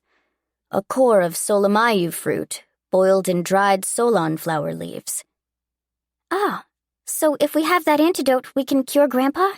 I asked expectantly. I'm afraid it'll only relieve the symptoms temporarily, little lady. Sirius shook his head. A definite cure for severed breath syndrome hasn't been discovered. Solon flowers have been used in antidotes since ancient times and are mildly effective against respiratory diseases. So it won't completely heal him. Grandpa sunk back into bed, clutching his chest. He looked like he was in so much pain. There should be solon flowers and solamayu fruits on the mountain. I'll go look for them, I said. Do it tomorrow, little lady. Sirius stopped me. It's too late to go out today. But... And besides, the solon leaves need to be dried properly. That's not something you can do within a day or two unless you're good with alchemy. Alchemy. Alchemy was an art similar to magic. It used mana to transmute materials, fusing them together to create and refine matter. It was said that advanced users of the art could mix together materials to create something completely unlike the original ingredients. Alchemy was created by humans, but only a select few people could use it in the larger nations. Ordinary people could use it to a very basic extent, but only experts in the craft had the advanced skills to actually create medicine. Demi-humans and beast-men were skilled with magic, so they hardly ever tried using alchemy. Wait, but it's fine if I can just use alchemy, right? I think there were alchemy manuals in Dad's study, I exclaimed, hopping to my feet. No, little lady. I don't think you can learn alchemy just by looking at books and imitating what they say to do. I want to do anything I can. Dad found and raised me, and this man is his father. Not only did he not object to Dad raising me, he even helped him. And now, after Grandma fell ill and died, Grandpa might die too. I haven't repaid him for everything he did for me. I can't let him just die. I knew alchemy was a difficult art to learn, but humans were better at alchemy than magic. And there should be a few elementary alchemy books in Dad's study. I actively avoided those books until now. Some part of me always thought that if this world had magic, I was better off learning that than trying to pick up something as complicated as alchemy. If I don't open these books now, then when will I? There, I found them. I rushed into Dad's study and looked at the far right side of the third shelf from the top, where I found the alchemy manuals. Above them were books for beginner and intermediate magic. So that's where he hid them. Yeah, with my height, I wouldn't normally be able to reach that high. But I was lucky. Dad, being a former knight, meant he had access to these kinds of books. He'd said that ever since he lost his arm, he was learning various arts in order to lead an ordinary life. As improper as it was, I used the lower shelves as footholds to climb up and pulled out an alchemy manual for beginners. I hopped back down and squatted on the floor to open the book called Elementary Alchemy. It started with the very basics, such as the way the world was made up. Oh. Wait, how the world is made up? That's where you start? That's going into some pretty deep territory, isn't it? I chose to skim over that part. Firstly, all living things are born with mana in their bodies. However, compared to demi-humans or mythical beasts, humans have a smaller capacity for mana. As such, humans have created the art of alchemy. Alchemy is capable of producing feats that rival magic while requiring significantly less mana to perform. By mixing ingredients together, one can produce entirely unique substances. This is most commonly used during cooking. Wait, cooking? Really? Describing cooking as mixing ingredients together wasn't wrong. The book claimed that alchemy was similar to cooking on a basic level, and that made me feel a bit stupid for being so taken aback by the prospect of doing it. I mean, if it's like cooking, there's no reason I shouldn't be able to do it, right? The book recommended a simple healing potion as an elementary alchemy exercise. It required mixing water with one of 3 flowers: the Lilith, Duana, and Solon. Oh, I think we have some Duana growing in the backyard. Where did the girl go? A voice snapped the thread of my concentration. It was Gina's voice. I picked up the book and hurried down the staircase, pretending to have not heard her shout. I headed outside and picked a couple of Duana flowers. I then went out to prepare the ingredients.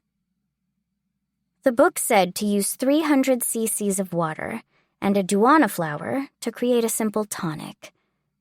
I also needed a pot, a wooden spoon to stir the concoction with, and small bottles so I could preserve and carry the tonic with me. I got those by washing some empty potion bottles adventurers often threw away at the inn.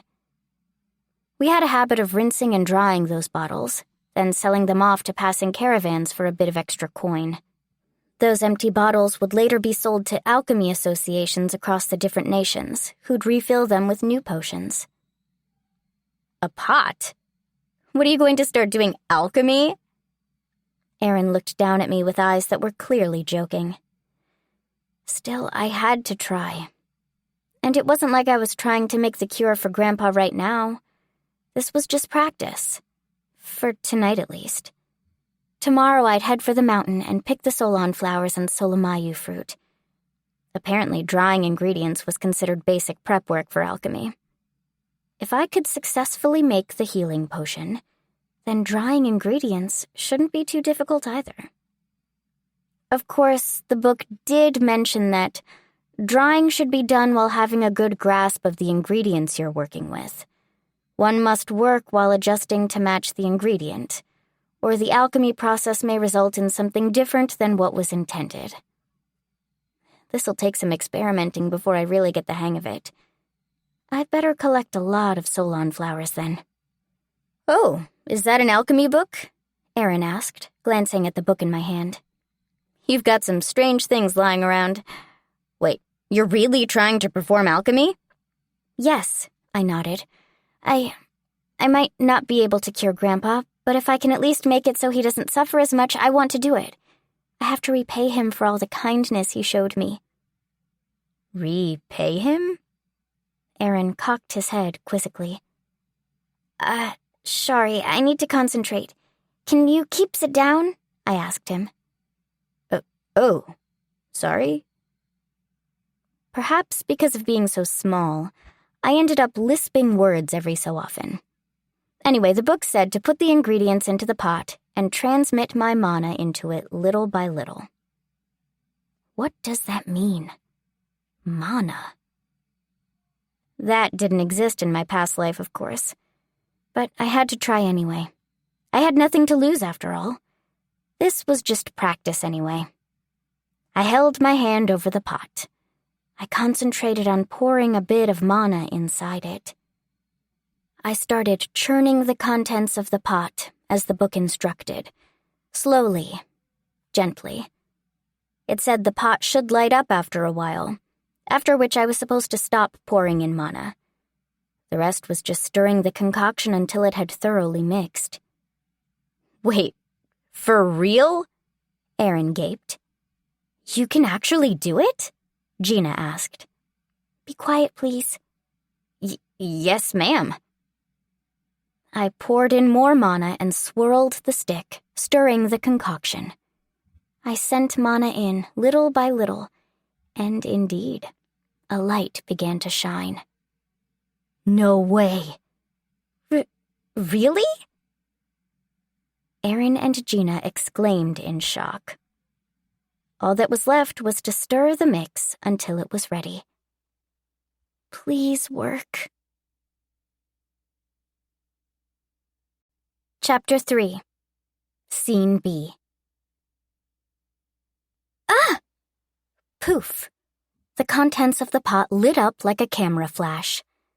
I can't see. Did it work? I can't believe it, Gina whispered, her face stern. A light pink liquid had formed inside the pot. Wait, I did it? It worked? A success? This is the same color as our low-grade tonics. She seriously made a tonic. That's amazing. You can use alchemy? Is it actually ready? I wondered aloud. Is this really your first time doing this? Yes, it's the first I've made something with alchemy, I admitted. So I'm not sure if this tonic actually works. Let me see. To my surprise, Gina took a small knife and nicked her own finger. Ah, what are you doing? As I panicked, she took a spoon and dipped it into the pot, scooping up a bit of the tonic I made and applying it to the wound. The cut zipped shut immediately. It had healed her. In other words, it's a success. You're amazing, girlie, a genius. Wow. But I thought alchemy tends to fail if you don't know how to handle mana properly. You're definitely a genius. You just whacked that magic in there. Yeah, like boom, poof. Yup. Really? I asked, bothered by their odd choice of words. For whatever reason, despite being praised, the feeling that, wow, I'm amazing, didn't really register for me. Whacked mana in there? Boom, poof? What does that mean? But either way, I did create the tonic. So with that in mind, I tried to dry the other Duana flower. The end result would probably be like a dried flower, but I needed practice for drying the Solon flowers tomorrow. Before I did that, I put the contents of the pot into a few little bottles. As I did, I was surprised by the amount I produced. It looked like there was enough for 3 or 4 bottles in there, and indeed, there was just enough for 3. I guess it makes sense. These were bottles for the same kind of potion. Hey, little miss, just an idea, Aaron spoke up. Could you sell us these tonics? What? We just saw how effective they are. If you could sell them to us, it'd be a huge help. We'd understand if you want to keep them for the inn, but what do you say? 200 colts a bottle? Huh? That much? 200 colts. Colts were this world's primary currency. 1 colt was worth about 1 yen. Dad taught me how to calculate money, and apparently there were 4 kinds of colt coins: gold, silver, bronze, and iron. Each kind was respectively less valuable. Iron doubled the value by 1. In other words, 1 iron colt was worth 1 yen. Bronze coins doubled the value by 10. Silver coins doubled it by 100, and gold coins by 1,000. There were apparently even higher value Colt coins than that, but Dad hadn't taught me about them yet. What metal would be more valuable than gold, though? Platinum? I doubted I'd find out the answer to that question anytime soon. But all that was inconsequential compared to the reality before me. What was a little kid like me supposed to do with 200 colts? A tonic's market value is 200 colts. I don't think it's particularly cheap or expensive. What do you say? But I just made it for the first time, I stammered awkwardly. You can have it for 100 colts. Ah, that's a bargain for us, Gina smirked. But really, no jokes. If that's the case, give us some kind of work to do in return. It won't feel right otherwise. Oh no, I was about to politely refuse when something occurred to me. Actually, there is something. If they insisted on it that much, some part of me felt that maybe I should just take them up on that offer of 200 colts. But Dad always told me to never go back on something I said. That was part of his credo as a former knight, apparently. But then he said, "Not like it's convincing coming from me, which only just made it feel all the more convincing. With that man as my father, I couldn't go back and change the price now. Gina's expression was so serious, so I decided to make my request. Then, could you go to the mountain tomorrow and collect some Solon flowers with me? There are wild animals living out there, so I can't really go on my own. Sure thing. That's simple enough for us, right, Aaron? Yeah. 300 colts for 3 tonics is a great deal. And we even get to stay here for free. Wouldn't make sense for us to not work for it. Thank you very much. I bowed my head. All right. I've got bodyguards now. Now I can collect ingredients from the mountains safely.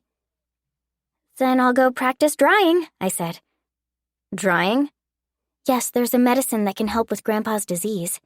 It needs a mixture of dried Solon flower leaves and Solomayu fruit cores. That's what I want to make. So that's why you're doing this, huh? Gina wiped a tear. Good on you. You're a good girl. Yeah, you're exaggerating. Isn't drying complicated, though? Apparently not. The degree of dryness influences the mixture in the end, but the book said the process of drying itself is simple. Really? Aaron peeked over my shoulder at the book as I flipped through it. The pages that dealt with drying said the process required a pot, a wooden spoon, and a cloth for absorbing the moisture. The method involved wrapping the ingredient with the cloth and placing it inside the pot, sending in mana like before, and then tapping it gently with a spoon over and over.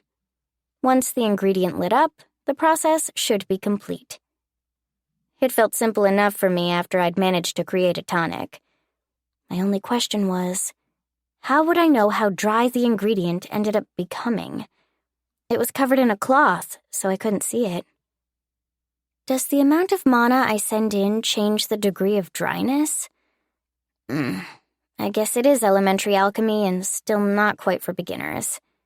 Oh, such a good girl. As I was pondering the process, Gina had been reduced to sobs. I'll, go get a cloth, I murmured, desperate to get out of her line of sight. Is she drunk or something? Or just emotional and quick to cry? The book said I'd need a thin cloth, and I quickly found something that fit the bill. A shirt that had bloodstains on it, thrown away by some adventurers. I doubted anyone would mind me taking some old shirt that was going to be burned anyway. I tried to cut out the dirty parts of the cloth, but my hands were too small to handle the scissors, so I asked Aaron and Gina for help. Aaron, Gina, can you help me with something? I want to use this part of the cloth. Can you cut it out for me? Wait, what is this? They exclaimed at once upon seeing the bloodied shirt. Some adventurers who stayed here before threw it away. It'd just be burned with the rest of the trash either way, so don't worry and cut it up." "Then, let me do it," Aaron said. He cut off the clean parts of the shirt. I took the cloth scraps and wrapped them around the last duana flower left. I cleaned up the pot and placed the bundle on the bottom. I then poured in some mana and started tapping it with my wooden spoon. Is it working? If I open it, will the drying process fail? Wait, I didn't read what happens if it fails. What if it explodes? But is it okay for me to just stop halfway through? No, enough. No more negative thoughts. Focus. Focus. This is practice, so if I have to fail at some point, it should be now. I kept tapping the bundle and spilling more mana into it time and again. As I did, Gina and Aaron watched me work with quiet seriousness. And then, the cloth bundle lit up. Prod, prod, mana. Prod, prod, mana. Ah! A light flashed from the pot. It was done. Hoping it would be nice and dried out, I opened the bundle of cloth. However, it looks rotten. It looks like I failed. I hung my head. Oh well, I guess I can't make everything work on the first go. "It says use a clean cloth here," Aaron suggested, flipping through the book. "Maybe that's why it failed?" You're right," I said, checking the page. Yeah, scraps from a bloodied shirt probably didn't fit the bill, Gina pointed out. Right. The book gave a hint. Make sure to use a clean cloth. Using a cotton handkerchief or a gauze is advised. A gauze? Like the one they use for first aid? Ugh, but I'm out of ingredients. I'd already picked everything that grew around the inn. Oh, you guys are still awake? Mina walked down the stairs, carrying a plate. How's Grandpa doing, Mina? I asked. I looked at the plate, only to find the food was mostly untouched. Apparently, he didn't eat anything. He said he can't eat. Swallowing makes it hard for him to breathe, apparently. She frowned. Anyway, what are you guys doing? Why is there a pot sitting on the counter? Oh yeah, listen, Mina, this kid's amazing. Aaron and Gina excitedly told Mina about how I'd performed alchemy and crafted a tonic, like they were bragging about a younger sister or something. It was a fluke, and it only worked because I had the right ingredients. Don't hype me up so much. Wow, really? Mina gazed at me with round eyes. Can you teach me how to do it too? Huh? I mean, if I could just make us tonics, we won't need to haggle with merchants anymore. If anything, it could even make us money. It sounds awesome. Wow, grown-up greed. I'm sorry, I used up all my ingredients already, I said apologetically. Oh, I see. Mina dropped her shoulders in disappointment. We're going to collect Solon flowers tomorrow, Gina said. Why not look for some duana while we're there, Mina? That's what you need to make a tonic, right? Yes, I answered. To make a low-grade healing tonic, you need duana flowers. Solon flowers are for antidotes, and antipyretics need Lilith flowers. That's what the book says. Wait, you can make antidotes and fever medicine too? Mina asked. You can probably sell tonics and antidotes to adventurers, and most people need fever medicine. Why not start selling them? Gina suggested. I don't think they'll sell. We lived far away from any towns. Behind our house was the mountain, and ahead of it was the lake and our field. We were miles away from the highway. It was an odd place for an inn. But of course, having the mountain and the lake a stone's throw away was convenient because it offered a gorgeous view. And it meant we had plenty of nature's bounty to live off. And we had fresh vegetables in our fields. So long as one ignored the fact it was a long trek to get here, it was a pretty idyllic place. Well, Dad's cooking skills were probably average at best, I think. It was tasty to me, but average likely summed it up. Anyway, if I could sell anything, it'd only be when a caravan stopped by. Maybe I could produce medicine, build up a stock, and sell it all at once. But I decided to think about it some other time. There were more pressing issues. "I'll go check on Grandpa," I said. "Oh, all right," Mina nodded. For now, the most important thing was to make sure Grandpa got better. There were still 5 more days until Dad returned home. "Dad, do your best." The next morning, I left Grandpa in Sirius's care, who simply grumbled a bothersome in response, and went hiking up the mountain with Gina, Mina, and Aaron. I never went too deep into the mountain when I came with Dad. The flower field where the Solon flowers bloomed was near the foot of it. It was a spot I'd been to often. If I recalled, Solon, Lilith, and Duana flowers all bloomed year-round, which was also true for vegetables. I had to wonder if this world even had seasons, or if Mana simply explained away all oddities. "Whoa, this place is so pretty!" Mina exclaimed upon seeing the field. I couldn't blame her. All these flowers were beautiful. There were actually beehives scattered about in the trees, and bees collected nectar from all the flowers. The trees around here were cut for kindling and construction purposes, after which the stumps were removed. The ground was then plowed so these flowers could be planted. If someone were to climb halfway up the mountain, they could find natural flower fields, unlike this one, but those were full of herbs. I'd like to see it someday, I thought. "Hey, there are swings and a slide here too," Aaron exclaimed. "Oh, Dad and Grandpa put them up, I think," I replied. I always helped out at the inn, so I rarely had the time to assist with outdoor projects. It made me a little sad, but there was no one else left to handle the laundry and cleaning after Grandma passed away. Dad was bad at it to the point where I decided I'd be better off doing it myself. I guess that's not his fault. Doing it with a prosthetic arm must be hard. We didn't have too many customers, so it didn't take too long for me to clean. But if we ever get a lot of customers, I couldn't see myself keeping up. Though apparently laundry was a cinch with magic. I wanted to learn magic because of that. But Dad said it's really hard and dangerous. "Wow. Hey, want to swing for a bit?" Mina asked. "Yeah, let's." Aaron was all for it. "What are you, kids?" Gina asked. "Don't forget what we came here for." I don't mind," I said. But, Mina, how do you use magic?" Magic? Mina looked taken aback. She said she wasn't very good at it, but she technically knew how to use it, didn't she? So I asked her, but she only twitched nervously. Why are you asking?" she blurted out, each word running into the next and not making much sense. Dad said magic is a very hard technique to learn," I said, lisping on one of the words. "But you can use magic, right? So I wanted to ask."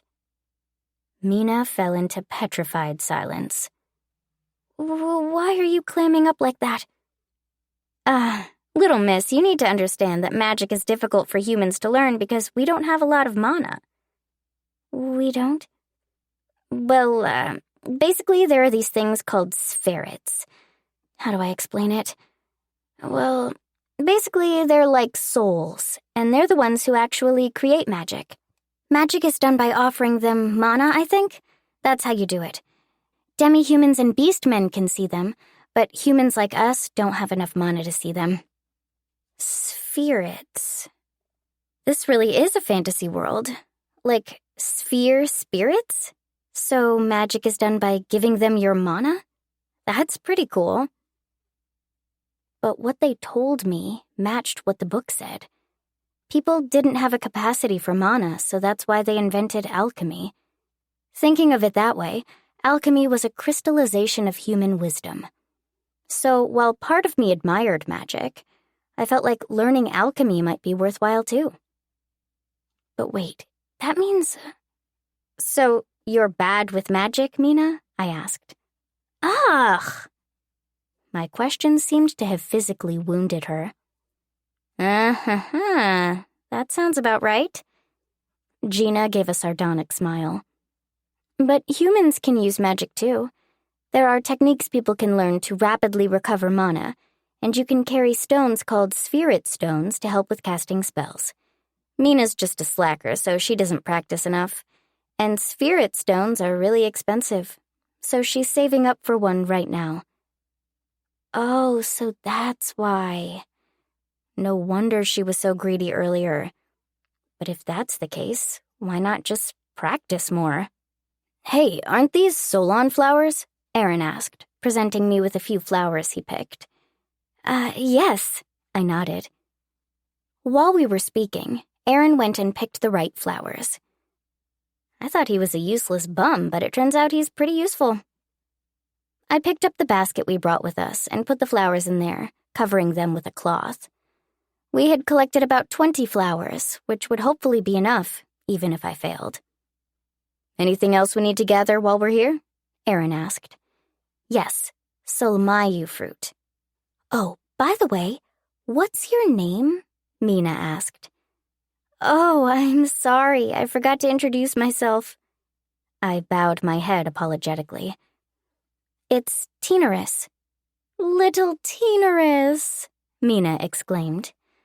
Okay, Tinaris, let's take some Duana flowers too. You can make some more tonics and we'll sell them. Since the ingredients are pretty much free, we'll just take a handling charge, but you'll get most of the sum. They'll sell for sure, so come on, let's do it. Cut it out, Mina. Gina griped at Mina, grabbing her by the scruff of her robe. Aw, come on, it'll go well. Sorry about her, Aaron said with a sympathetic smile. It's all right, I muttered. They were an easygoing group, that was for sure. But I really didn't mind, since this wasn't anything too serious. But with that money-oriented attitude of hers, maybe she was better off being a merchant than a mage. Maybe I should actually learn from her. I mean, I am an inn proprietor's daughter. Let's go look for a solmayu tree, then. You know where to look? Yes, we use solmayu leaves for cooking, so I've helped pick them every now and then. Solmayu trees were pretty short. Their leaves were said to have healing properties and were often used to apply fragrances, too. Their aroma wasn't very strong compared to other herbs, but they had a faint, vanilla-like scent. Its fruits were dark red and small, about the size and shape of a walnut. If I'm going to use their cores, I guess I have to split the fruit. They were also as tough as walnuts, so splitting them was pretty hard. I think it was around here. There, that's the tree. We left the flower field behind and climbed a bit higher up the mountain to where solmayu trees grew. But on closer inspection, it seemed there were mostly only flowers blooming on the tree. Small, dark red flowers similar to lilies in shape. This was a problem. I needed the tree's fruit, not its flowers. There's some fruit under the tree, Aaron exclaimed, swiftly picking up a small fruit. Oh! Amazing. He actually had some talent for foraging. What a surprise. So, how many are we gonna need? As many as we can find. I didn't know how long it'd take me to properly dry the Solon leaves, and Grandpa and Sirius didn't tell me how much of the medicine we'd need. Having a lot of ingredients on hand couldn't hurt.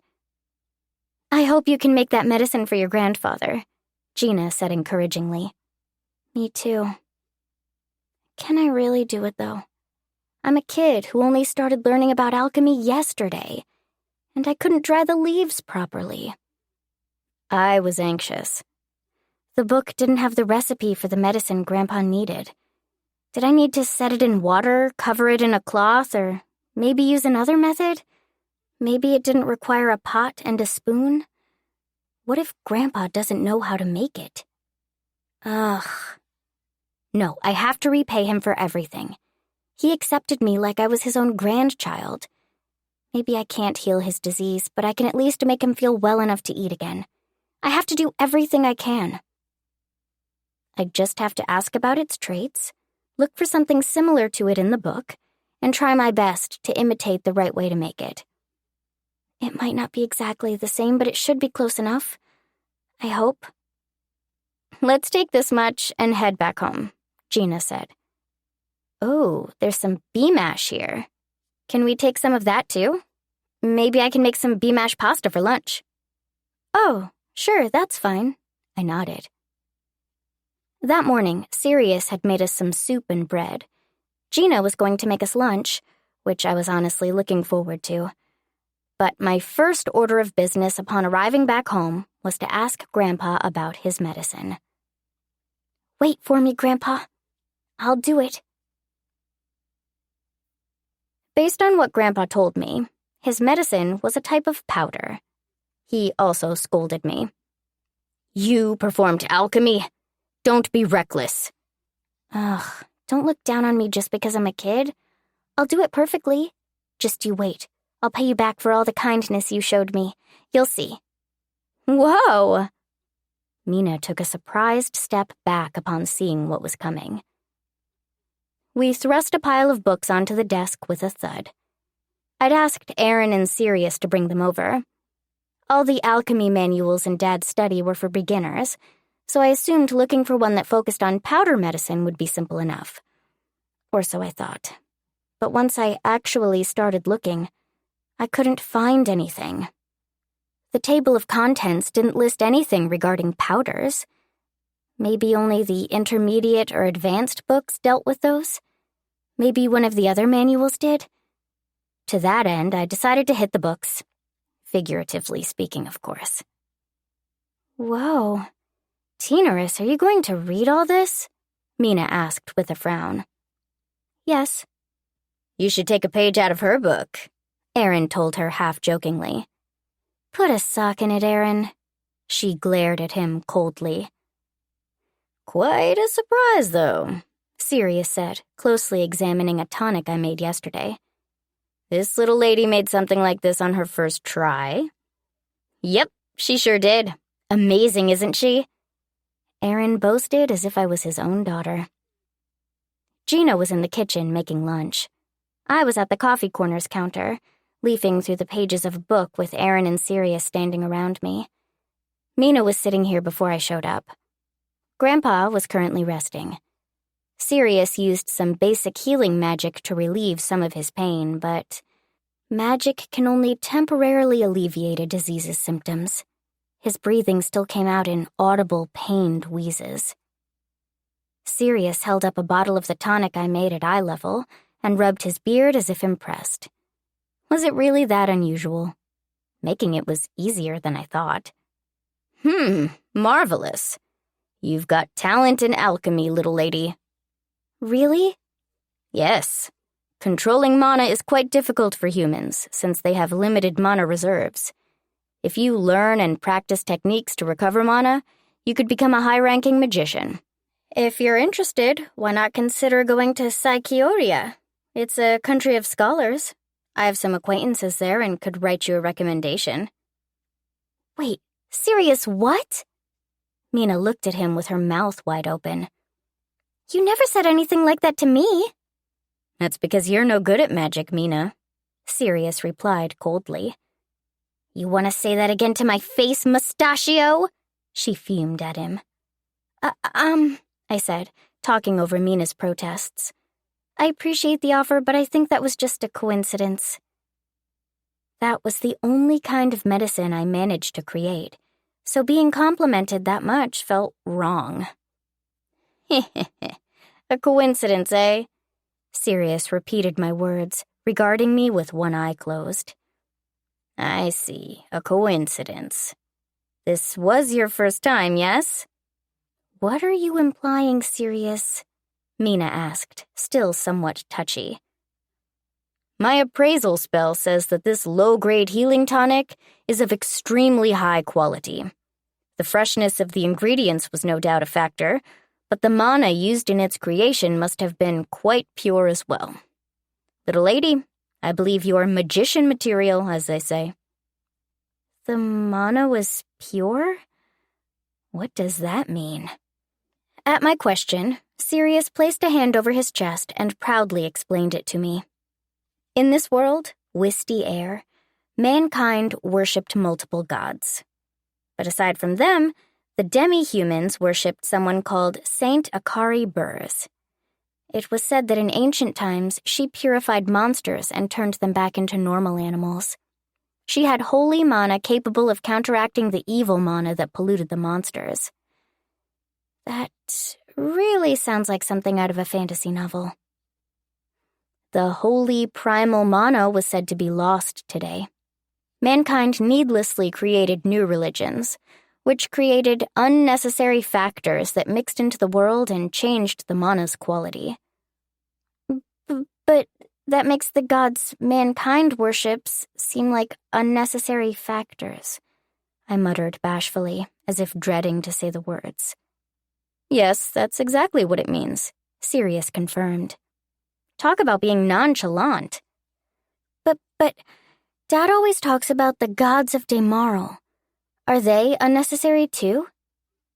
All the gods made by humans since the time of Saint Akari Burrs, including the gods of Demaral, caused the building blocks of the world, the primal mana, the air as it is called, to change. That made the saints' holy mana stop functioning, and because of that, any who are polluted by evil mana, humans included, cannot be purified anymore. I fell into pensive silence. Something that was there to begin with had changed and stopped functioning. New information made something old useless. It's like a software update ruining an old feature. So maybe there's an update that can fix the holy mana function again? So if the holy mana were to adapt to the current age's air, we'd be able to purify monsters? Wonderful! That's exactly right, little lady. Sirius praised me. I see. I beamed. Calm down, geezer. Aaron pulled Sirius back by his shirt collar. Right, Sirius is an archaeologist. Is this what he's looking into? He explained it like a teacher and said he knows people in that scholar country. Maybe that's his real job. My apologies. Sirius broke into something of a sheepish smile. But a girl of your talents is hard to come by. At least that's what I think. That said, the purity of one's mana is indeed quite important. You understand, yes? The quality of this world's air itself is degrading. The quality of this world's air? Huh?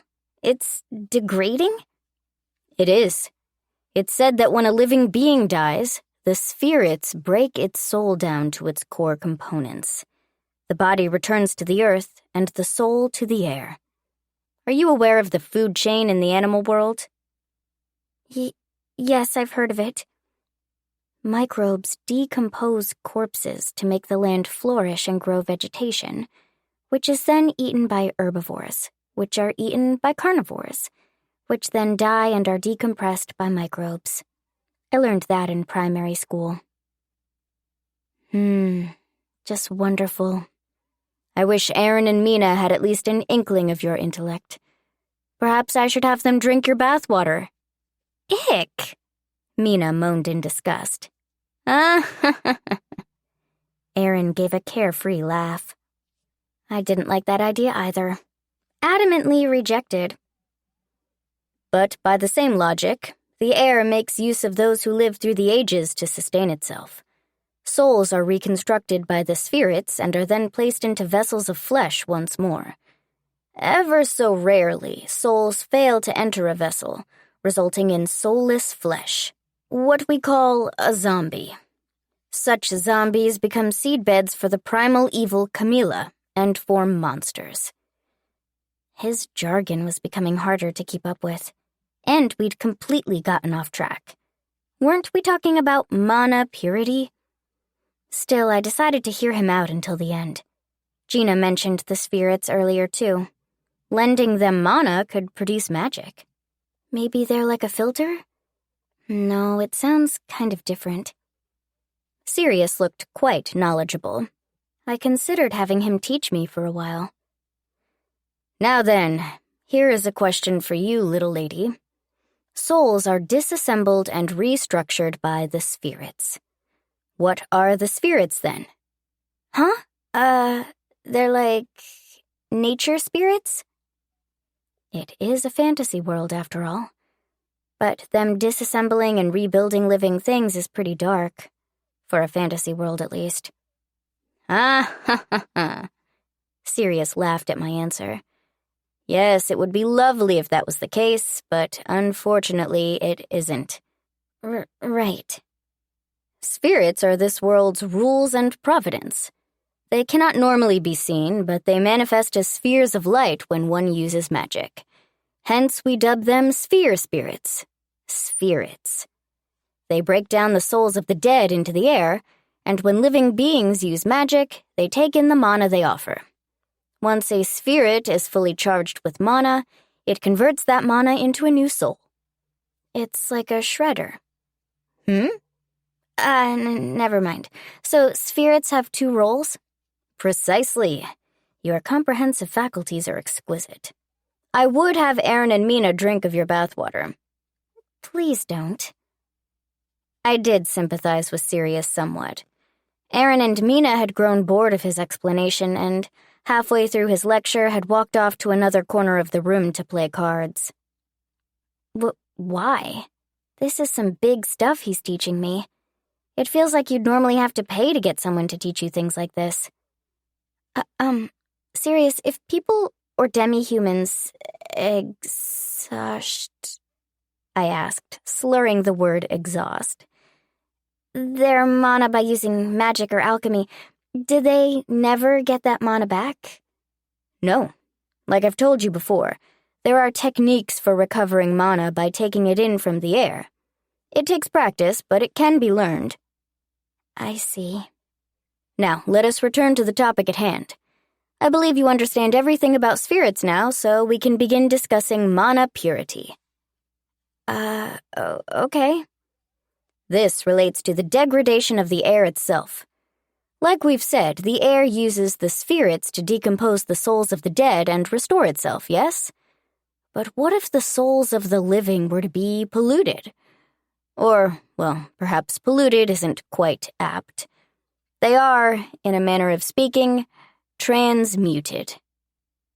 But, if the air is only being changed or transmuted, isn't purity a strange way of putting it? You truly are a genius, are you not? To realize this much at such a young age. Once the owner returns, I ought to recommend he send you to Kiri as soon as possible. No. It's an interesting idea, but I'm only 4 years old, so... He'd stopped treating me like a 4-year-old. And trying to act like one now wouldn't work. This was becoming more troublesome than I thought. I was interested in learning more, but it meant going to a land to the east. The Far East, even. And this inn was close to the westernmost side of the continent. It'd take months to get there. But yes, describing the air in terms of purity does come across as an odd choice. But the demi-humans, especially the elves and dwarves, use the way things were during the time of the saint as their standard. Humans can't sense the air's quality, but the demi-humans claim its purity is certainly in decline. Humans can't sense the air's purity? Yes, they cannot. But Sirius, you... Didn't he comment on my mana's purity? Wait, so that means he's... Your eyes are quite discerning. I am a half-elf. While I can't see purity as well as a full-blooded elf can, I can sense it to some extent. Oh, really? Wow, a half-elf. A child between a human and an elf. The more I hear about this person, the less I understand what he's doing in this party of ditzes. Humans care little for the air's purity, since they can barely use magic as it is. But to those who use magic, the air's purity is essential. Among mankind, some become capable of using magic through rigorous training. As such, these people sense that the air is filled with unnecessary factors. Even after using techniques for regaining mana, The rate with which it returns grows slower. There is, of course, research being done in Kiri into the cause of this, but many among the elves and dwarves are convinced this is due to the faith humans offer up to the vague, meaningless gods they've created. Do you think so too, Sirius? As sad as I am to admit it, I've traveled through the human countries, and the change in the air's quality is quite noticeable there. By contrast, in the demi-human lands, the degradation is much less noticeable. It's believed this discrepancy is caused by the different gods being worshipped.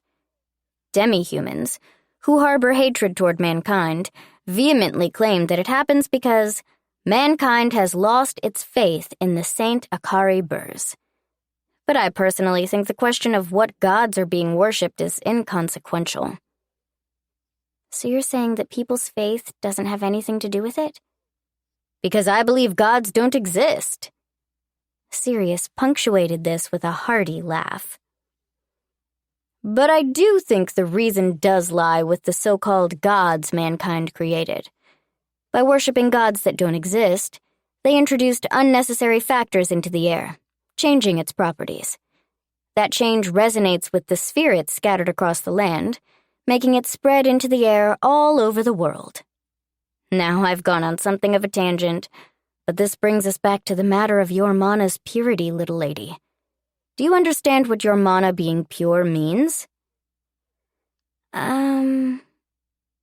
The air had changed in quality, but my mana hasn't gone through that change. Huh? So that means, maybe it's because I'm still little? That could be one reason, yes.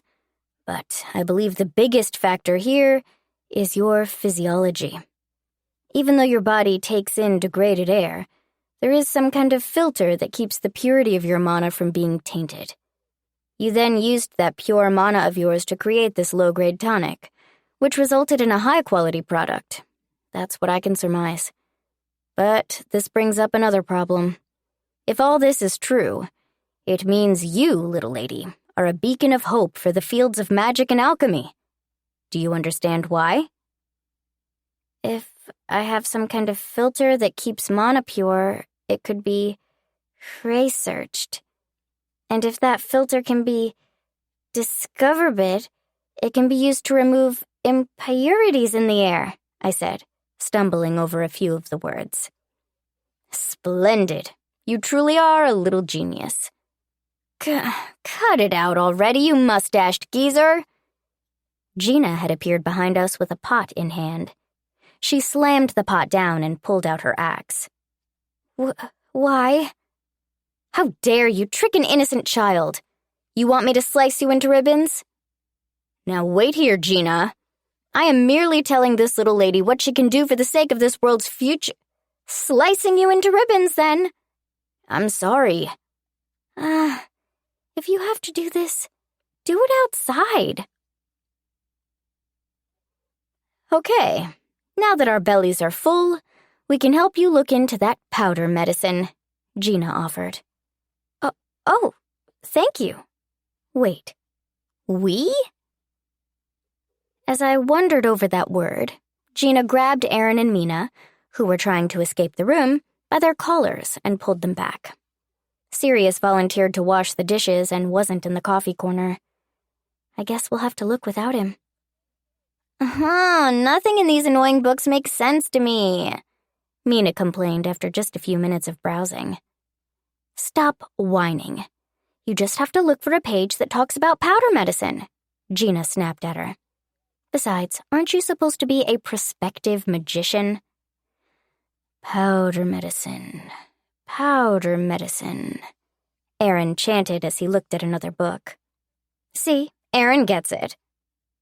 But he's been stuck on the same page for so long. Maybe powder medicine isn't listed in the beginner manuals? I wondered aloud. The second book I checked didn't mention anything about how to make them in its index. We were checking all the pages to be sure, but it was similar in content to the first book I read.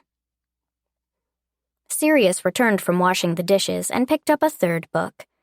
This one was larger than the rest and was so heavy that turning the pages was a bit hard for me. Where did he even find this huge book anyway? Incidentally, you can read and write, little lady? Sirius asked me. Dad taught me how to read. I'm still practicing writing. Outstanding.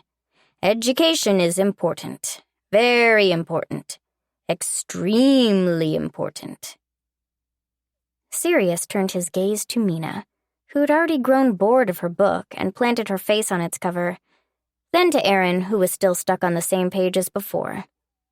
Finally, it settled on Gina, who was repeatedly flipping through the same book. You too, Gina? Don't you know about alchemy, Sirius? I asked him. I'm a half-elf, so I wield magic instead. Sirius shook his head. Alchemy is very much a human specialty. Why don't the demi-humans use it too?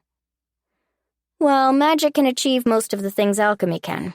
Cooking and medicine are unique to alchemy, I suppose, but demi-humans mostly see alchemy as a degraded, inferior form of magic. You can cook with alchemy? Apparently. Well, I don't use alchemy, so this is only based on hearsay. That said, most everyone seems to be in agreement that meals cooked by hand taste better. Even alchemists acknowledge that. It's hard to ensure the taste when cooking with alchemy. I also hear that if the process fails, the results can be quite terrifying. Dad only had one functioning hand, so I thought that I could lighten his load by cooking with alchemy. But the fact that there was no way of ensuring the taste was pretty scary. The thought of guests complaining after eating a screwed-up dish sent shivers down my spine. Suddenly, it felt like I got something different from what I signed up for when I decided to get into alchemy. But alchemy's better when it comes to creating medicine, right? That's true, yes. But demi-humans have very durable bodies, and they're long-lived. By comparison, humans are weak and fragile. That's another factor that contributed to alchemy's creation, I believe. I see. Elves were said to live over 1,000 years, and dwarves had a lifespan of several centuries. And Dad told me beastmen were also more durable than humans and less susceptible to diseases. They had less need for medicine in general. Incidentally, little lady, did you finish drying the ingredients you gathered? They say making sure the ingredients are fresh is an important part of brewing medicine. You're right. I was so caught up in researching the recipe, I forgot. Grandpa couldn't tell me about how to make the medicine, so I became fixated on researching it. But after being told that the freshness of the ingredients was important, I decided I'd be better off drying them first. I decided to ask our 3 bored partners for a favor. Hey, Gina, Aaron, Mina, I've got something to ask you. A request? Ask us for anything, Gina said. Could you crush the solmayu and put their cores in this plate? The medicine requires the fruit's cores. Oh, yeah, that sounds like our area of expertise. Aaron grinned. Yeah, got it. Leave it to us, Teenerus. Mina nodded. My word. Perhaps you'd be better off giving up on being a magician, Mina, Sirius uttered in exasperation. Zip it, Gramps, Mina snapped back at him. I have to agree with him. Of course, I didn't say it out loud. Thanks, I said. Leaving the research to Sirius, I focused on the drying process. I looked into how to do it yesterday. The alchemist wraps the ingredients they wish to dry in a clean fabric like gauze. This time I tried drying solon flower leaves. Then they need to be placed in the bottom of a pot where the alchemist is to flow mana into it while prodding it with a spoon. Doing this extracts the fluids from within. Yesterday I'd failed because I used a dirty cloth, but I used a clean one this time. I concentrated so as not to send in too much mana and gently tapped the bundle. Tap, tap, mana. Tap, tap, mana. The cloth lit up, and when the light died down, I checked the result. I did it! I opened the bundle, revealing a bunch of dried, rustling leaves. I did it! It worked! Fantastic! A voice boomed near my ears. Ah! I staggered back in shock. It was Sirius. When did he get this close to me? You really are a genius, little lady, he exclaimed. To think you'd successfully perform a drying recipe despite being a beginner.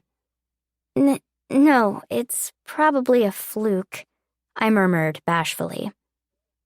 And I have good news to celebrate your success. Sirius smiled with a triumphant glint in his eye. I've found the recipe for the powder medicine. You did? I jumped off my chair. I approached Sirius in a hurry, and he handed over a sheet of paper. It wasn't from the book. I found this stuck between the pages. Your grandfather or grandmother likely kept it as a memo. Apparently they both had the same illness. Oh, thank you so much. Oh, I can't take any credit for this. He shook his head. It was stuck between the pages of the book you gave me. You very well could have found it yourself. But forget that. Hurry, you have medicine to produce, do you not? Hey, we got the Solmayu fruit cores. Gina showed up with the fruit cores in hand. Thank you. I'll try making it. I didn't have that many leaves to dry, but the required amount was 2 grams of dried leaves and 2 fruit cores. It required surprisingly little of both. The process required placing a sheet of paper in the bottom of the pot, upon which the ingredients were to be placed. However, the paper had to be miha paper, made from the miha root. Ah, so there's another ingredient. Sirius, do you know what miha paper is? I asked him anxiously. I believe this right here is miha paper, he said, handing me a sheet of paper. But this is a paper towel. No, this is miha paper. Ah, right, sorry. So miha paper is just paper towels? I had it the whole time. That said, paper, even just a paper towel, wasn't exactly cheap, so Dad didn't get it very often. But Grandpa's life was hanging in the balance, so I decided I'd use it without any hesitation. So I have to spread out the miha paper and put the ingredients on it. And then I send in mana and squash the ingredients, mashing them together. I crushed the ingredients, grinding them together. In between grindings, I sent in some mana and then repeated the process. I assumed it would light up once it was ready. Grind. It's not lighting up, I commented after a few minutes. You sent in a lot of mana, right? The tonic yesterday lit up really quickly. It probably takes some time for the ingredients to become a fine powder, and the more time it takes, the more mana it consumes, Sirius speculated. Alchemists who aren't proficient with mana recovery techniques likely can't hope to make this. I see that this is a more challenging recipe than we first suspected. This might actually be an advanced recipe only skilled alchemists can make. Oh no, Mina exclaimed. Is Tinaris gonna be okay? Go, Tinaris. Gina pumped her fists. You can do it. Go, Tinaris, Mina joined in. I'd do my best even without you cheering for me. I have to do this for Grandpa. I may have been a daughter who never repaid the debt she owed her mother, but I didn't want to repeat that mistake in this world, too. Grandpa always kept me at a distance, but I couldn't just let him die. The inn became my home when Dad brought me here, and Grandpa and Grandma accepted me. I couldn't repay my debt to Grandma, but I could save Grandpa. Such an astounding amount of mana, Sirius muttered, looking into the pot. Your mana capacity is extraordinary, little lady. Go, Tinaris! I'm sure it's almost ready. Keep going. You could do it. The other 3 cheered for me, too. Grandpa, yesterday when you patted my head before you fell sick, was that your way of saying goodbye? If so, then I'm sorry. I'm not gonna give up on you yet. I can't believe it. Grandpa drank the gross green powder I presented him with a cup of water while he pressed his fingers against the corners of his eyes. He then swallowed and took a deep breath. He placed the cup back on its tray and used his free hand to pat me on the head before saying, I can't believe you actually made the medicine. Yes, it is shocking. Your granddaughter is quite the genius, mister, Sirius remarked. Yes, there's no doubting that, Grandpa said, overcome with emotion. You're a genius, Teenerus.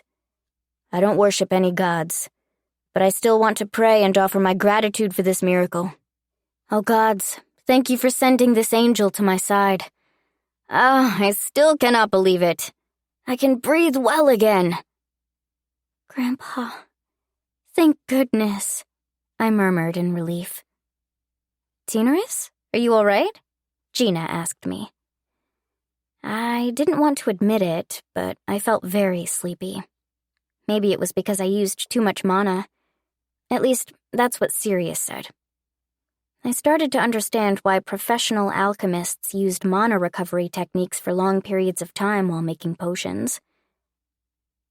I guess that's why they're professional alchemists. Oh, she fell asleep. I can't blame her. She was pouring out mana for over 30 minutes. Sir, where's her room? In the attic. Turn right in the corridor and the stairs should be right ahead of you. That's her room. Please carry her there. You got it. It feels warm. Is someone carrying me? Rocking and swaying.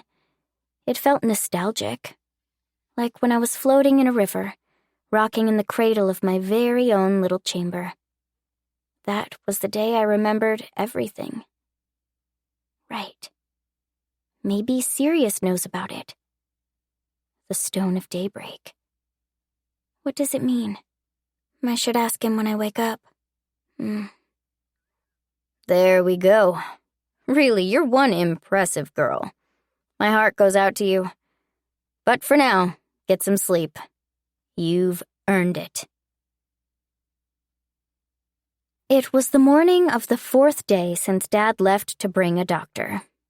Apparently, I'd slept through the whole day. I can't believe a whole day went by. Good morning, I greeted everyone as I headed downstairs. Good morning, Teenerus. Morning. Oh, you're awake. Good morning to you, little lady. The adventurer party greeted me, all of them gathered around the coffee corner.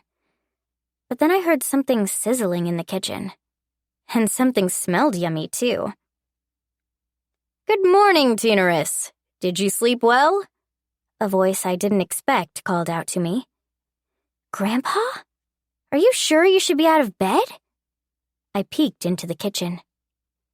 There Grandpa stood, a frying pan in his hands. And there were 6 plates ready on the table, loaded with food. Breakfast for 6. Grandpa's cooking? He's hardly gone down to the first floor over the last few months, and now he was cooking? And his bacon and eggs smelled and looked better than Dad's. Going down the stairs is still a bit hard on my legs, I'll admit. But as the owner of this inn, I can't let my guests handle the cooking, can I? Now carry these plates over. Just be careful, they're heavy. Oh, okay. I put the plates on a tray and carried them out to the dining area, where Gina welcomed me with a grin. Was she that hungry? When I put the tray on the table, she patted me on the head. Stop treating me like a kid. Thank you, she said. Whoa, it looks great, Mina exclaimed with a smile. Your grandpa's a better cook than the innkeeper, Aaron said, his mouth already full. You're eating already? Wait, is it really that good? I had a feeling that was the case, but Dad really was average at best when it came to cooking. Honestly, he always cooked the same dishes, too. It wasn't his fault, given his arm, but it made me think that I ought to help him out with it once I got older. But then again, I also had my hands full with the laundry and cleaning. Then again, considering the size of our inn, having just Dad and me as the only workers here felt wrong. So we made do just fine because we didn't get that many customers. Some days we didn't get any customers at all. We could live off the land, making money a non-issue. But what's the point of running an inn then? No, this isn't good. We have to do something about it. Little lady, if I may make an offer? Sirius approached me. Yes? We didn't usually eat breakfast with the guests, but Gina said join us, so Grandpa and I decided to eat together with the adventurers in the dining area that day. We took some bread and dipped it in the soup. It was then that Sirius lifted up his index finger and proposed that I learn the mana restoration technique. I'll do it. An immediate answer. Splendid. I should have a certain magician apprentice drink your bathwater. I'll throttle you, you old coot. Mina glared daggers at him. But Sirius, don't they teach this in the national colleges? Grandpa asked with a frown. We don't have that kind of money. You've nothing to worry about, owner. Your granddaughter is a genius, Sirius said merrily. You should come to my homeland, the Elven Empire of Forestria. I would love to accept her as my son's wife, and that much would be an investment. Everyone present glared at him with cold silence. Gina drew her axe and aimed at his neck. Chapter 3. Scene C. What? Did Sirius just drop a bizarre comment? Sirius, you have a son? Aaron exclaimed. That's the first I've heard of it. Mina joined in, shocked. Forget that, you two, Gina said furiously. This creep just said that he wants to have Tinaris marry his son. We should beat the stuffing out of him. You're right, Mina said stiffly. Trying to take such a cute little girl for yourself is awful. Hey, Gina, I think Mina just called her a moneymaker. Mina? Eek!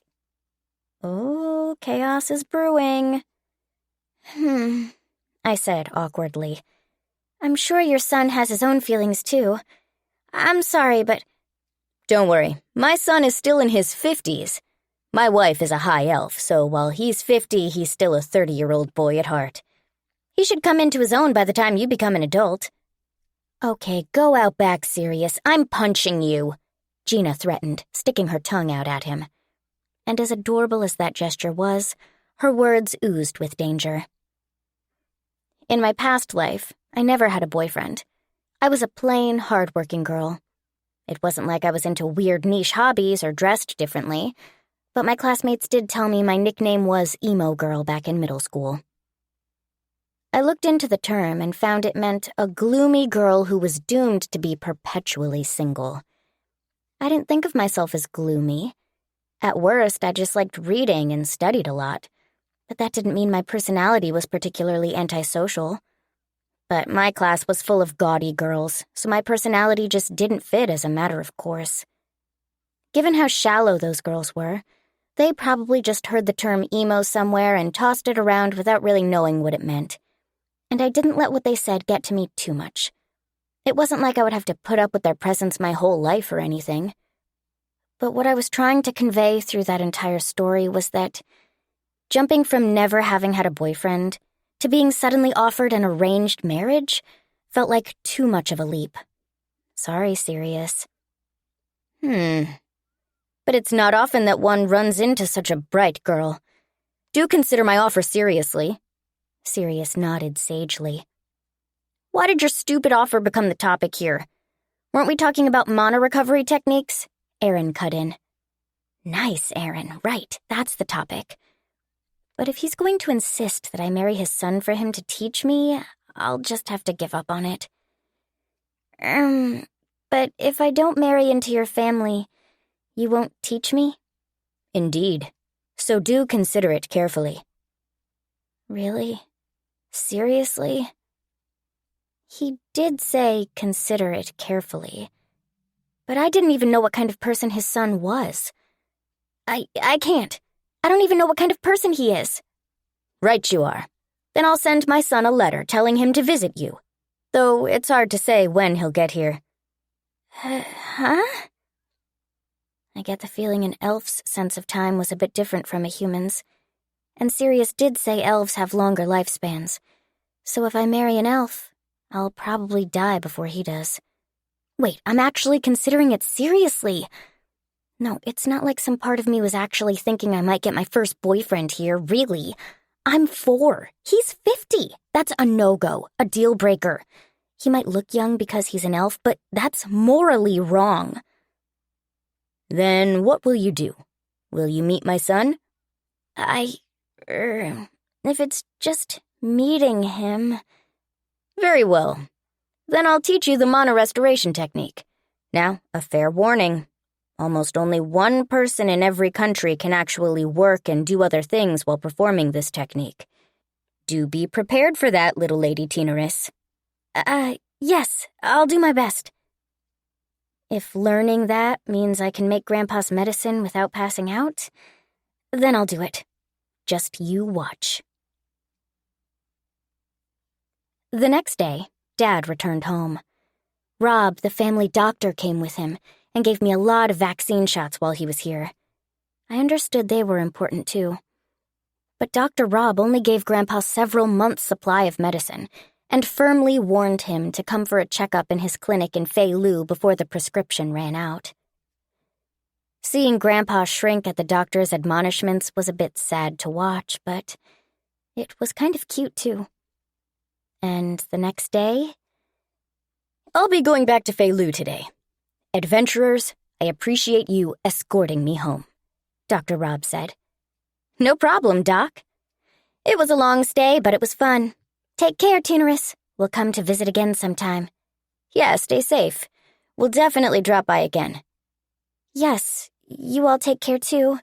Thank you for everything. I thanked the adventurers. They were all a great help to me, but especially Sirius, who taught me the mana recovery technique. It involved focusing on the air in the area and taking it in. I tried doing it, and indeed, the air seemed to be constantly all around us. Taking it in was simple, but doing it while performing alchemy really was difficult. I could understand why it took so much practice. Owner, Master, I have something to ask you two. Sirius spoke to Dad and Grandpa. What is it? I hear the Rofula region is home to some ancient ruins. Do you happen to know where they might be? Ruins? Dad rubbed his chin. I haven't heard anything about any ruins around here. Do you know something, Pops? I hear there's an old well at the peak of Mount Rofula. Maybe that's what you mean? Grandpa suggested. Some people did come to investigate it before, but all they said is that it's just an old dry well. All they discovered was one dry well? Sirius asked. That's what they said. Apparently, long ago, a mythical creature grew enraged, lifting up a slab of earth and forming it into this mountain, Dad said. I've tried using this as a rumor to attract more customers to the inn, but I don't really know if it worked. But you're in the business of investigating things like that, yes? Grandpa asked. If you don't believe other people's assessments, maybe you ought to check it for yourself. I should warn you that Mount Rofula is quite precipitous, and the climb is quite difficult. If you intend to make it, you should prepare. Thank you for your advice, Owner. Come on, Sirius. Aaron waved at Sirius from the door. I walked out to the terrace as well to see them off. I didn't quite hear what Sirius was talking about with Dad and Grandpa, but I could hear it was something about Mount Rofula. Now then, little lady, don't neglect your training, and I hope you will greet my son auspiciously when the time comes. Right. That's what you have to say before you leave? Sirius, why do you have to be like that all the time? And so, my long period of watching over the inn ended, and I started practicing the mana restoration technique while mixing tonics in the pot. Doing both at once really was a little too hard on me, though. Well, whack me over the head and call me a Yukoki. You really did make a tonic, Dad muttered. The pot flashed, signaling the process was complete, and I started pouring the faint pink tonic into bottles. Dad picked one up and said that while rubbing his chin. He examined it from a few different angles, and then shook the liquid inside it. Appraisal, he said, activating his magic. It's definitely a tonic, and its quality is good. On the market, something like this would cost 230 colts. You can tell that much, Dad? Sirius used appraisal magic, but apparently Dad could use it too, despite claiming he was terrible with magic. Well, I was a knight once. I couldn't afford to waste money on counterfeits, you know? But wait. This purity. I can see why that old guy recommended I send you to Kiri. Really? Even Dad seemed to think I had talent. And I was interested too, studying in the land of scholars. But it was so far away. I couldn't go there when we needed to run the inn. Maybe we should close up the inn and move to Kiri? Grandpa suggested. Pops? Hey, isn't that a bit... Dad's eyes widened in shock. We can't do that, I stammered. Grandpa and Grandma tamed the woods around here to make the Rofala Lodge. We couldn't just close this place on a whim. True, we didn't get a lot of customers, but Grandma's grave was here. Well, we're hardly getting any customers, given the location. I'd much rather see my smart little granddaughter grow up to become a distinguished alchemist in Kiri. I can't. It wasn't that I wanted to become an alchemist in particular, though admittedly being told I had talent made me happy, and capitalizing on that talent sounded terrific. But this blue lake, the field with its green leaves, the winding forest, the lush hills and mountains, travelers who waved goodbye, promising they'd come again, and the graves on the other side of the lake. One for Grandma, and one I didn't know. We were going to cast all of this away and move to a different country? Just for me? We can't, I exclaimed. Oh my, Grandpa said. Grandpa, I can study anywhere. I love living here, so I can just practice here. Tina, Dad said. Could Dad find a job in a country of scholars with just one arm? And Grandpa had his respiratory disease.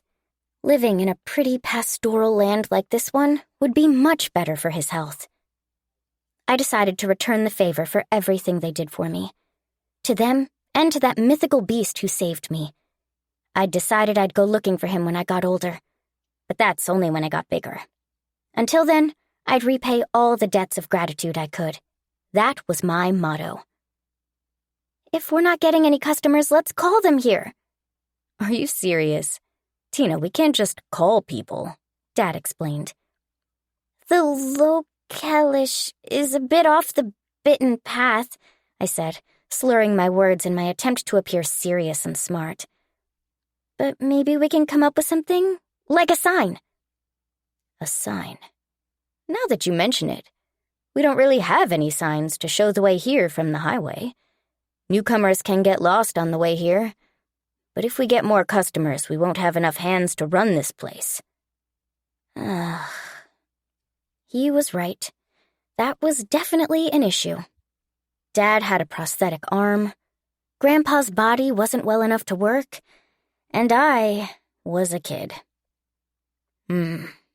Marcus, maybe you should teach Tina how to use magic, Grandpa suggested.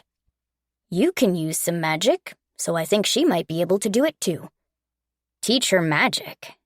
Dad furrowed his brows. Magic, eh? But it's dangerous if it fails. Even a simple spell can cause an explosion and hurt other people. There's no telling how it'll go until she tries. Tinaris made an advanced alchemy recipe, and I think we can have faith in her talents. Pops? Magic. Magic. I want to learn magic. Dad, I want to learn magic. Dad fell into silence, after which he said, "Fine. I'll teach you some simple magic. But I'm more trained in combat magic. There's a lot of spells I can't teach you. And if you don't understand something or feel like you're in danger, I want you to quit at once." Yes. At age 4, I, Tinaris, learned basic alchemy and the mana recovery technique. And now I was about to learn magic. As it turns out, my 4-year-old daughter is a genius. The thing I liked best about my country, Demarl, was its harmonious ideology. It decisively strove for friendly relations with its neighbors and repeatedly held Edisakura's human supremacist ideals and violent aspirations in check. In many ways, it was the conscience of the human continent. But I probably also wanted to take revenge on Edisakura. I hated that country from the bottom of my heart. And it wasn't only because I'd seen my friends die fighting them. It went deeper than that. My parents had to live through their country being torn apart and their land being occupied by Edisakura. In the process, the militant country afflicted them with an illness that would torment them until the day they died. Thankfully, my parents fled that land because of the disease and built our inn at the foot of Mount Rofala. They lived peacefully and brought my brother and me into this world. Our lives were good for a while after that. But when Edisakura launched what it would later call the Giera Blitz, though we called it the Giera Defensive Campaign, I lost my arm in battle. And on the way back from that campaign, I met the person I would devote the rest of my life to. A mythical beast led me to a container where I discovered a small foundling, a baby I would go on to call Tinaris and take back home with me. I'd lost all my purpose in life, but holding that baby, that little bundle of potential and hope, made me feel as if I'd been granted a divine revelation. Put another way, touching that baby was like touching the endless possibilities of the future, and it left me breathless. Thinking back on it is nostalgic. When I came home, Ma latched onto me, weeping. Apparently, they'd brought back my brother Romulus's body.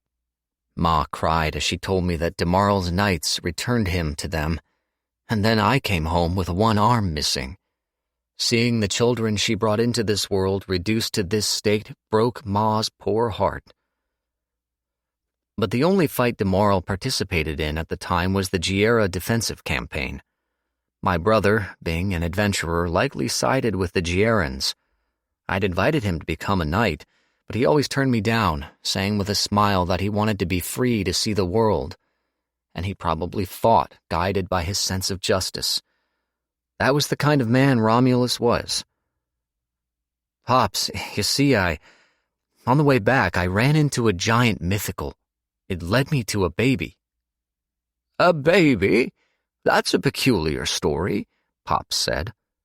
But I suppose people have all sorts of problems nowadays. The state this world is in. Yes, it's a pity, Ma said. We're blessed to have Mount Rofala and the lake, so having another mouth or two to feed isn't going to change much. The poor thing.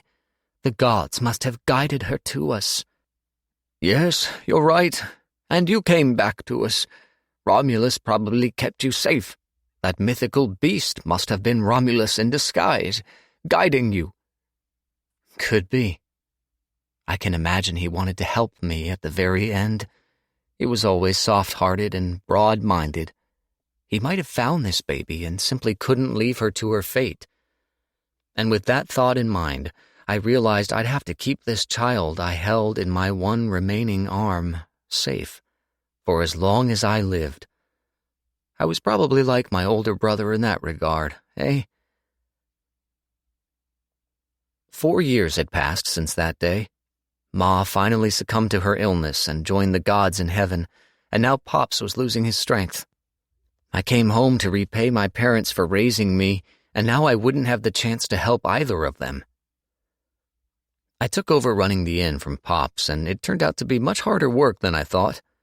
Our family home doubled as the inn's reception area, and we had 6 cottages for the guests. Cleaning, washing the sheets, making sure each occupied cottage had hot water for bathing, and cooking what the guests asked for were just a few of my responsibilities. Keeping the water hot meant I had to go chop wood in the forest for kindling. The meals meant I had to go hunting, fishing, and plow the fields. Managing the ledger, maintaining the stock for consumables.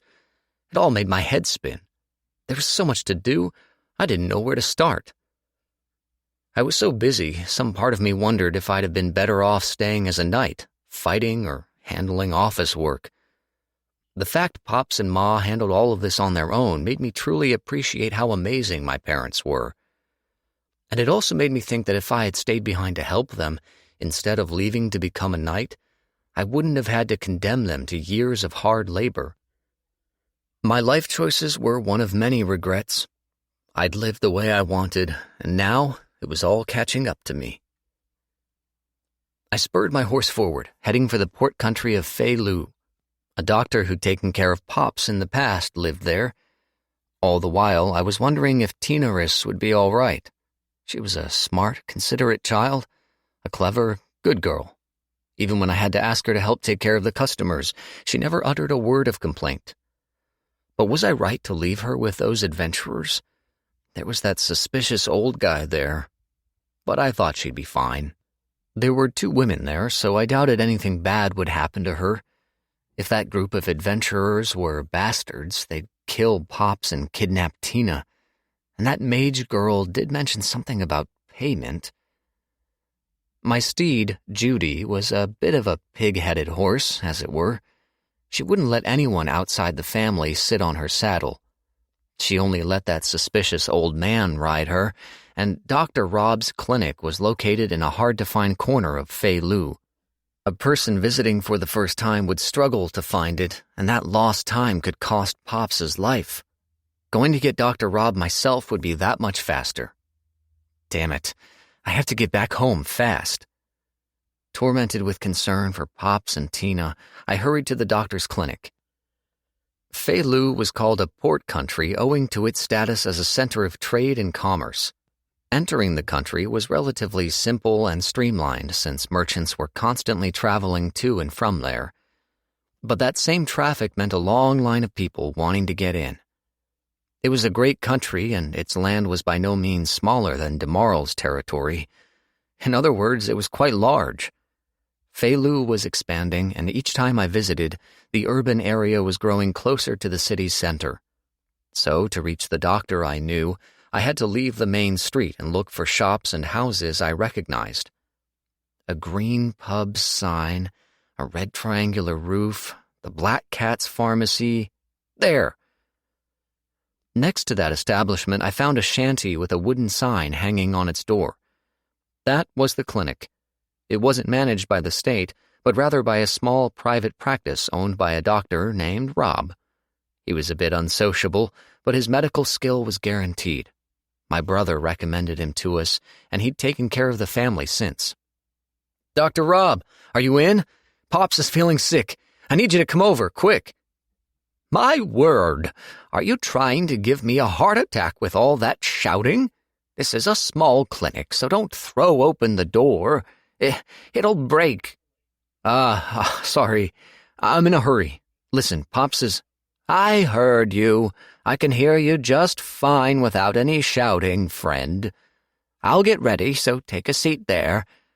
You really are Romulus's younger brother, aren't you?" I regarded his comment with silence.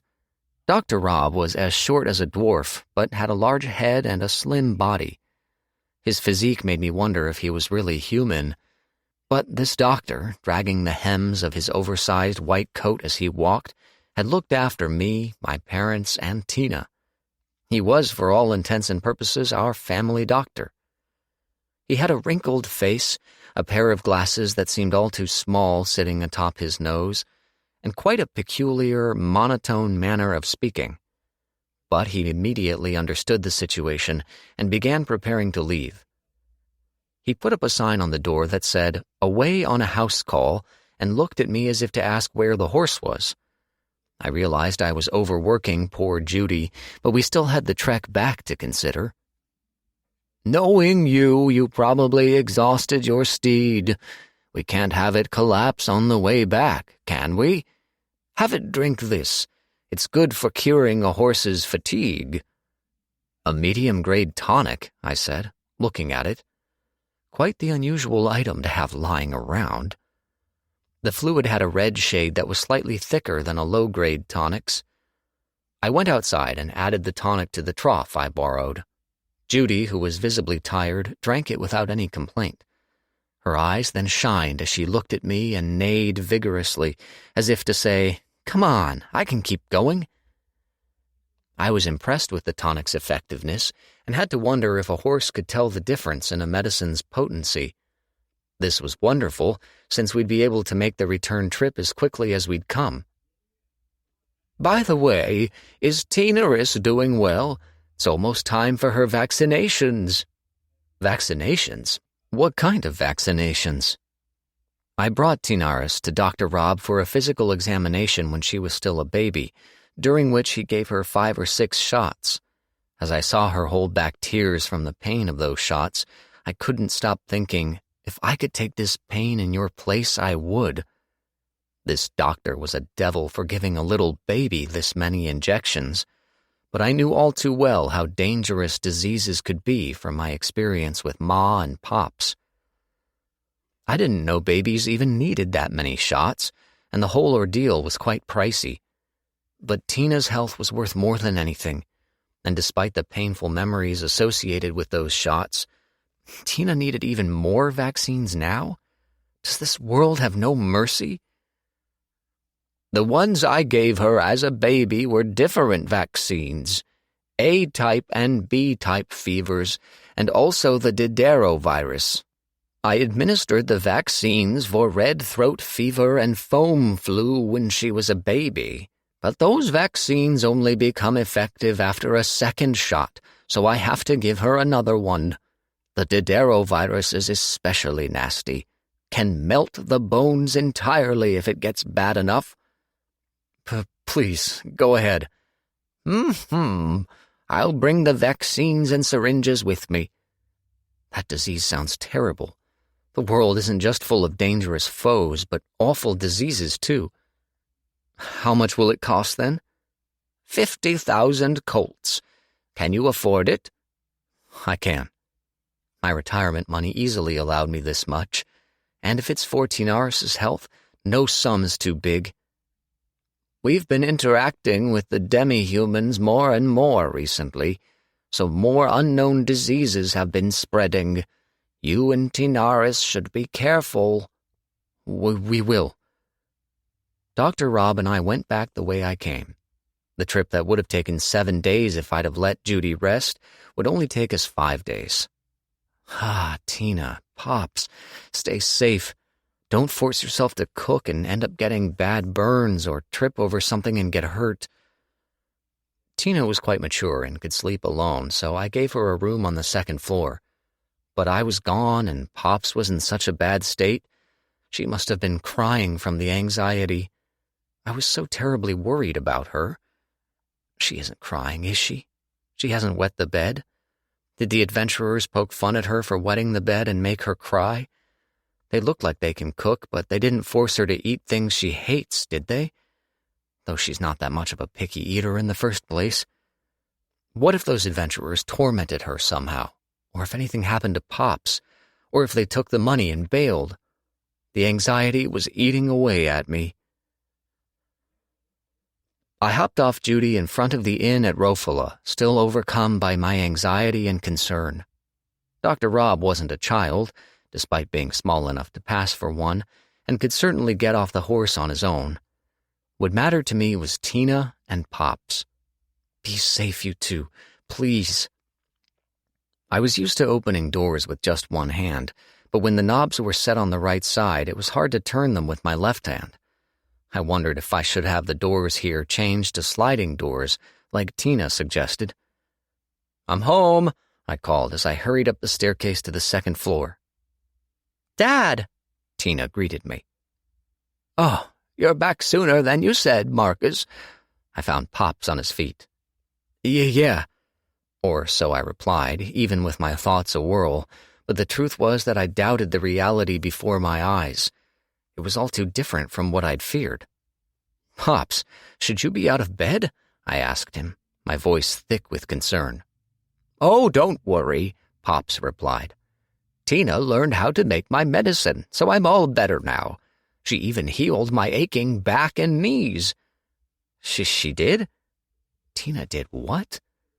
Pop's legs are weak because of his old age, and Tina healed it? She made his medicine. How? "It's been a long time, Morrow," Dr. Rob said, walking in behind me.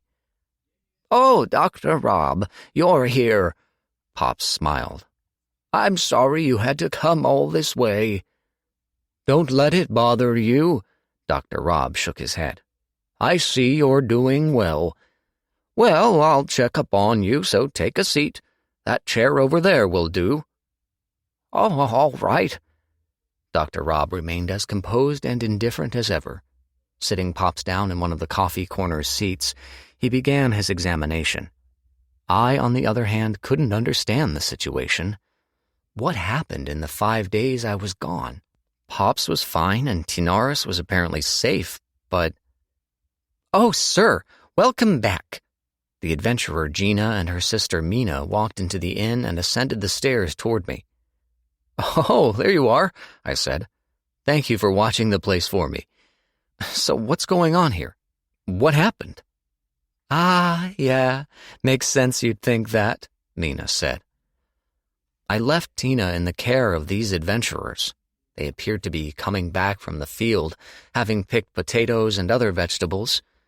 The other 2 adventurers were apparently out hunting a boar in the mountain. I wondered whether they could pull it off, given how large the boars could be. They were too dangerous for amateur hunters to handle. Well, whatever, those guys can handle themselves.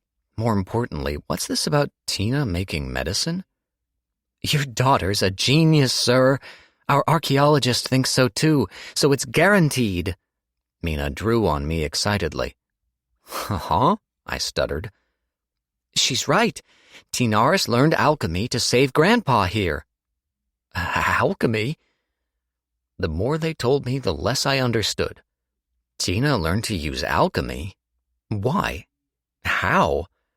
Beginner alchemists have to learn all the basics at a state-funded institute to even get started. It's not something one can just use. I learned the basics myself during night training, but using mana required so much subtle attention that I couldn't really pull it off. Magic had wider applications than alchemy, but it was too complicated for me, and I could only use the kind of magic applied to my sword.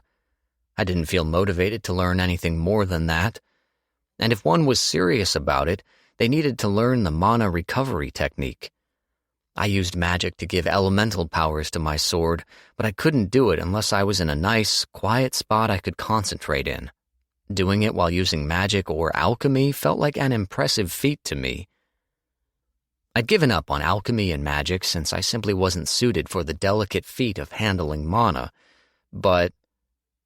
I read the alchemy books in your study," Tina told me, handing me a small bottle full of pink fluid. "They had instructions for making this." "That's a low-grade tonic." "Huh? All you did was read the books and you made this?" "Yes." I couldn't believe it. That's... Tina, you're a genius," I stuttered. "Isn't she?" Mina piped in. "She is," Gina nodded with a smile.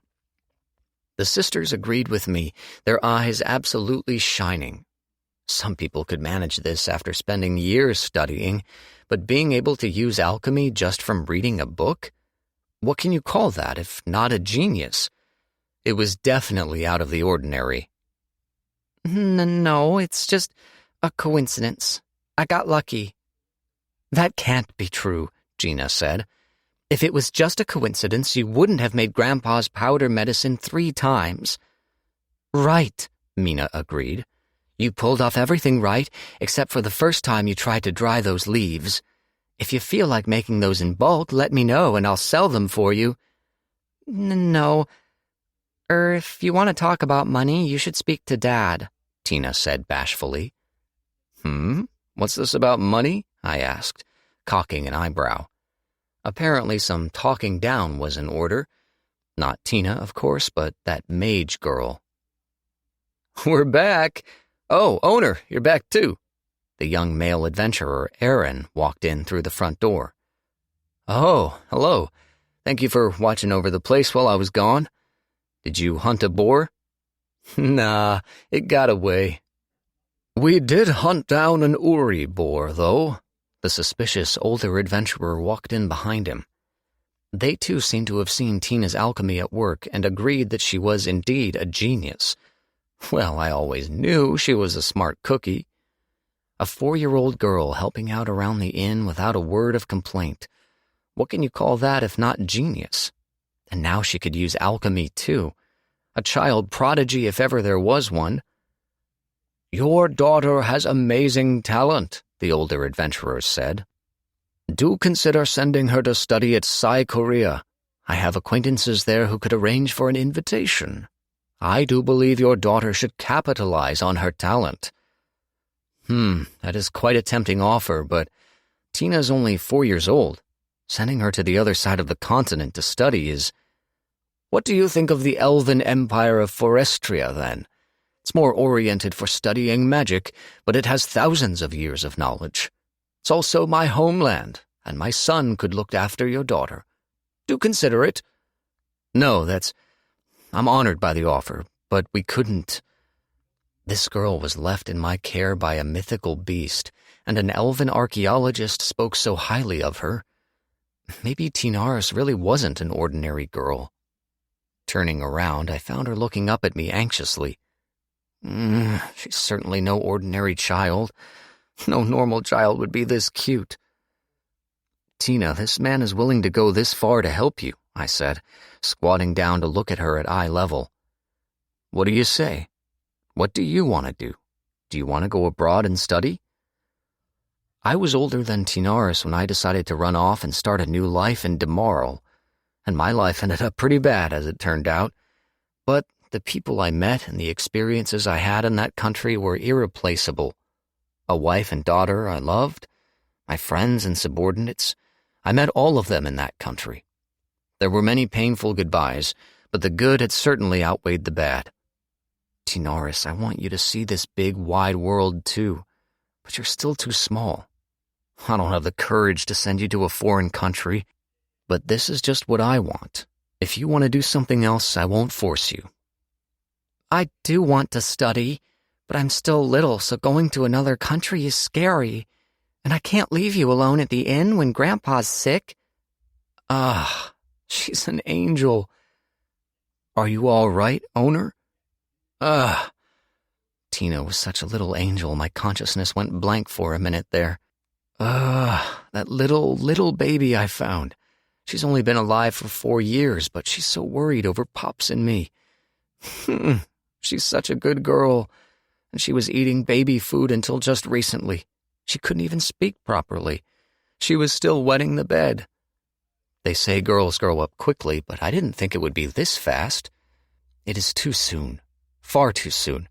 At this rate, she'll get married before I know it. Oh, stay a baby for a little longer, Tina. Fascinating, Dr. Robb said. Tinaris, if you're really learning alchemy, I'd appreciate it if you could make some medium-grade tonics and sell them wholesale to my clinic. Cheaply, if possible. Dr. Robb, I said, somewhat bothered. That man never lets anything faze him. But that aside, I need to give you some vaccines too, Tinaris. Come now, sit down and hold out your arm. Huh? I'm getting shots too? Tina cried in a mixture of surprise and fear. Of course. Getting your vaccines while you're still young is important. I'll give you 6 different shots this time around, And don't worry, I've brought some low-grade tonic. It shouldn't even leave a mark. Tinaris's voice tapered off gloomily. Fine, I understand. That probably wasn't the problem, Doctor. But being the obedient girl she was, Tina sat down in the chair Pops vacated and extended her arm just like she was told. That little dainty arm is going to be poked by a needle 6 times. If I could take your place, Tina, believe me, I would. But me taking these vaccines wouldn't help you any. Marcus, you're thinking that you'd take those shots for Tina if you could, aren't you? Dr. Rob asked, seemingly reading my mind. Well, I forget that. Did Tina really make Pops's medicine, though? I hear only experienced alchemists can make it. That's true, but she really made it, Pops insisted. See, I'm doing fine, and drinking the tonic she brewed made my legs all better. He wiggled his legs to illustrate. Don't do that, you could hurt yourself, I chided him. The tonic only temporarily takes away the pain. Well, yes, but Sirius here says Tina's tonic had very high mana purity, so it's several times more effective than a normal low-grade tonic. Her using alchemy is impressive, but the fact her mana purity is high is just as important. Huh? Her mana purity is high? What could this mean? Is it possible she's... It couldn't be. Is Tina actually an angel? You must be tired, Dr. Rob regarded me squarely. You should go rest in the hot springs or something. Ooh, you've got hot springs here? The magician girl asked, her eyes positively sparkling. I wouldn't get your hopes up. We do, but they're not in a good spot, Pops said. It's halfway up the mountain and the road isn't paved, not so much as a trail leading up there. Some guests tried heading there, but they tripped and got themselves dirty on the way back. Others just couldn't find it. We could show you the way if you're dead set on it, I added. We could go with you too, but there's no partition to separate men from women. I'll pass then, the magician girl said, dropping her shoulders. But the expression on her face didn't hurt my heart as much as my daughter's when she had to suffer through those shots. I'd take your place if I could. How many more, Dr. Rob? I asked him desperately. 2 more, was his deadpan reply. Did you hear that, Tina? Just 2 more. Hang in there. Dad, could you stop shouting like that? Tina demanded, her cheeks slightly flushed. Yes, ma'am. She got mad at me. Me at age 5. It's ready! I mixed in all sorts of herbs useful for alchemy that I'd gathered from the garden, like milsim grass and boos flowers. I'd found a recipe for manure in my alchemy recipe book and tried making it, and the result was a resounding success. It was simpler than I thought. All right, let's check if it works. 5 years had passed since I was adopted by the Rofala Lodge. 5 years since I began my life as Tinaris. In other words, I was 5 years old. I was sure I'd die when I'd floated down that river and was found by bandits and beasts. But 5 years later, I was alive and well. I owed it all to the man who saved me. But I still couldn't bring myself to trust men that easily, which may not be the nicest thing to say, given that I still lived with my dad. To that end, I was working on my alchemy so someday I could live independently. Alchemy certainly was useful for everyday life. 1 month had passed since my family became just my one-armed dad and me. We both had to run the inn by ourselves now, so I strove to make more advanced items. That way, with my help, Dad wouldn't have to work as hard. Hi, Dad. How are the crops? Huh? Tina, what's that black soil you're carrying there? Where did you get it? It looks heavy. Dad went from one question to another without taking so much as a breath. Listen and be amazed, I thought to myself smugly. It's nowhere near as heavy as it looks. Honestly, it was, though. This is manure I made with alchemy. Using it on your crops should increase the quality and yield of your harvest, and it'll even make the crops grow faster. Manure? Alchemy can make manure? Yes. Oh, but this is my first time making it. It might not do anything if I messed up. Well, hand it over. I'll use appraisal on it. Ah, right. Appraisal. Dad can use magic to assess the quality of items. Work your magic, Daddy-o. How does it look? Produce manure pua. Good quality. Impressive work. All right, I'll put it to use. Yay! He's putting it to use already? Thank you. I should be the one thanking you. What are you thanking me for, Tina? Dad asked, patting my head. Oh. Was thanking him that weird? But he looks happy. Thank you, Tina. A good harvest means we can have more stored up in the pantry sooner. Can you come help me spread the manure? Yes. Taking a pair of gloves, I went with Dad to spread the manure in our field. It was just after a harvest, so there were a lot of spots with nothing planted. Dad used his wooden arm for support as he plowed the fertilized soil. Forming ridges in the field, he planted potato seeds. This looks about right, he said as he concluded his work. Ah, Dad, I think guests are coming, I said, spotting silhouettes in the distance. What? Dad asked, straining his eyes. Oh, you're right. Looks like there are 2 of them. Tina, go get a room for 2 ready. On it. My body grew stronger with age, and I could move a lot better, though I still wasn't very good at running. But being a kid, it felt like I had endless stamina. And, well, my body was definitely light. Compared to how I was in my past life, I felt as light as a feather. But, just like in my past life, running was not my strong suit. So I simply broke into a light jog and checked one of our cottages for 2. There was no trash, the sheets were clean and ironed, nothing was left in the closet, and the bathroom was clean. Ah.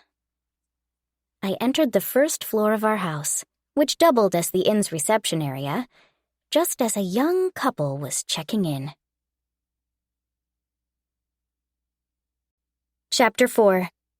Scene B. Wow, they're so pretty. It was a man and a woman, and they were both gorgeous. The woman was dressed in a rather revealing outfit, while the man had emerald hair and eyes. He wore a purple cloak and carried an instrument that reminded me of a ukulele. The woman had long, light pink hair and violet eyes. She had heavy makeup on, which gave her something of a gaudy impression, and her breasts were quite large. The oddest part about them, though, was that they were traveling too lightly. Most travelers usually had at least an overcoat, so their things wouldn't be stolen so easily. Bandits had been going around the roads for some time now, so not having a weapon to defend yourself would invite them to attack. The country of Feilu sent knights every now and then to deal with the bandits, but they always seemed to crop up time and again. To that end, merchants often hired bodyguards. Did they only travel a short distance? They didn't seem to be carrying any weapons, so they didn't look like adventurers, but... Oh, who's this girl? The woman asked upon seeing me. Oh, that's my daughter, Tina-ris. Tina, is the room ready? Yes, everything's set. Right, thanks. Here's the key to your cottage, then. Thank you kindly. The man accepted the key. Do the other guests eat here, too? Yes, but you're the only guests we have today, so you have the place all to yourselves. Oh, that's a pity. The man gave a forced smile. We thought we could liven the place up with our song and dance. Song and dance? I accidentally said aloud. The lady squatted down in front of me, looking at me at eye level. Yes, that's right. Royn and I are performers. He's supposed to be a troubadour, and I'm a dancer. Traveling performers. So there are people like that in this world too, huh? I guess that's why they're traveling light. But the man looked pretty weak, so I had to wonder how they weren't attacked by bandits. And people as pretty as them traveling unprotected felt like a recipe for trouble.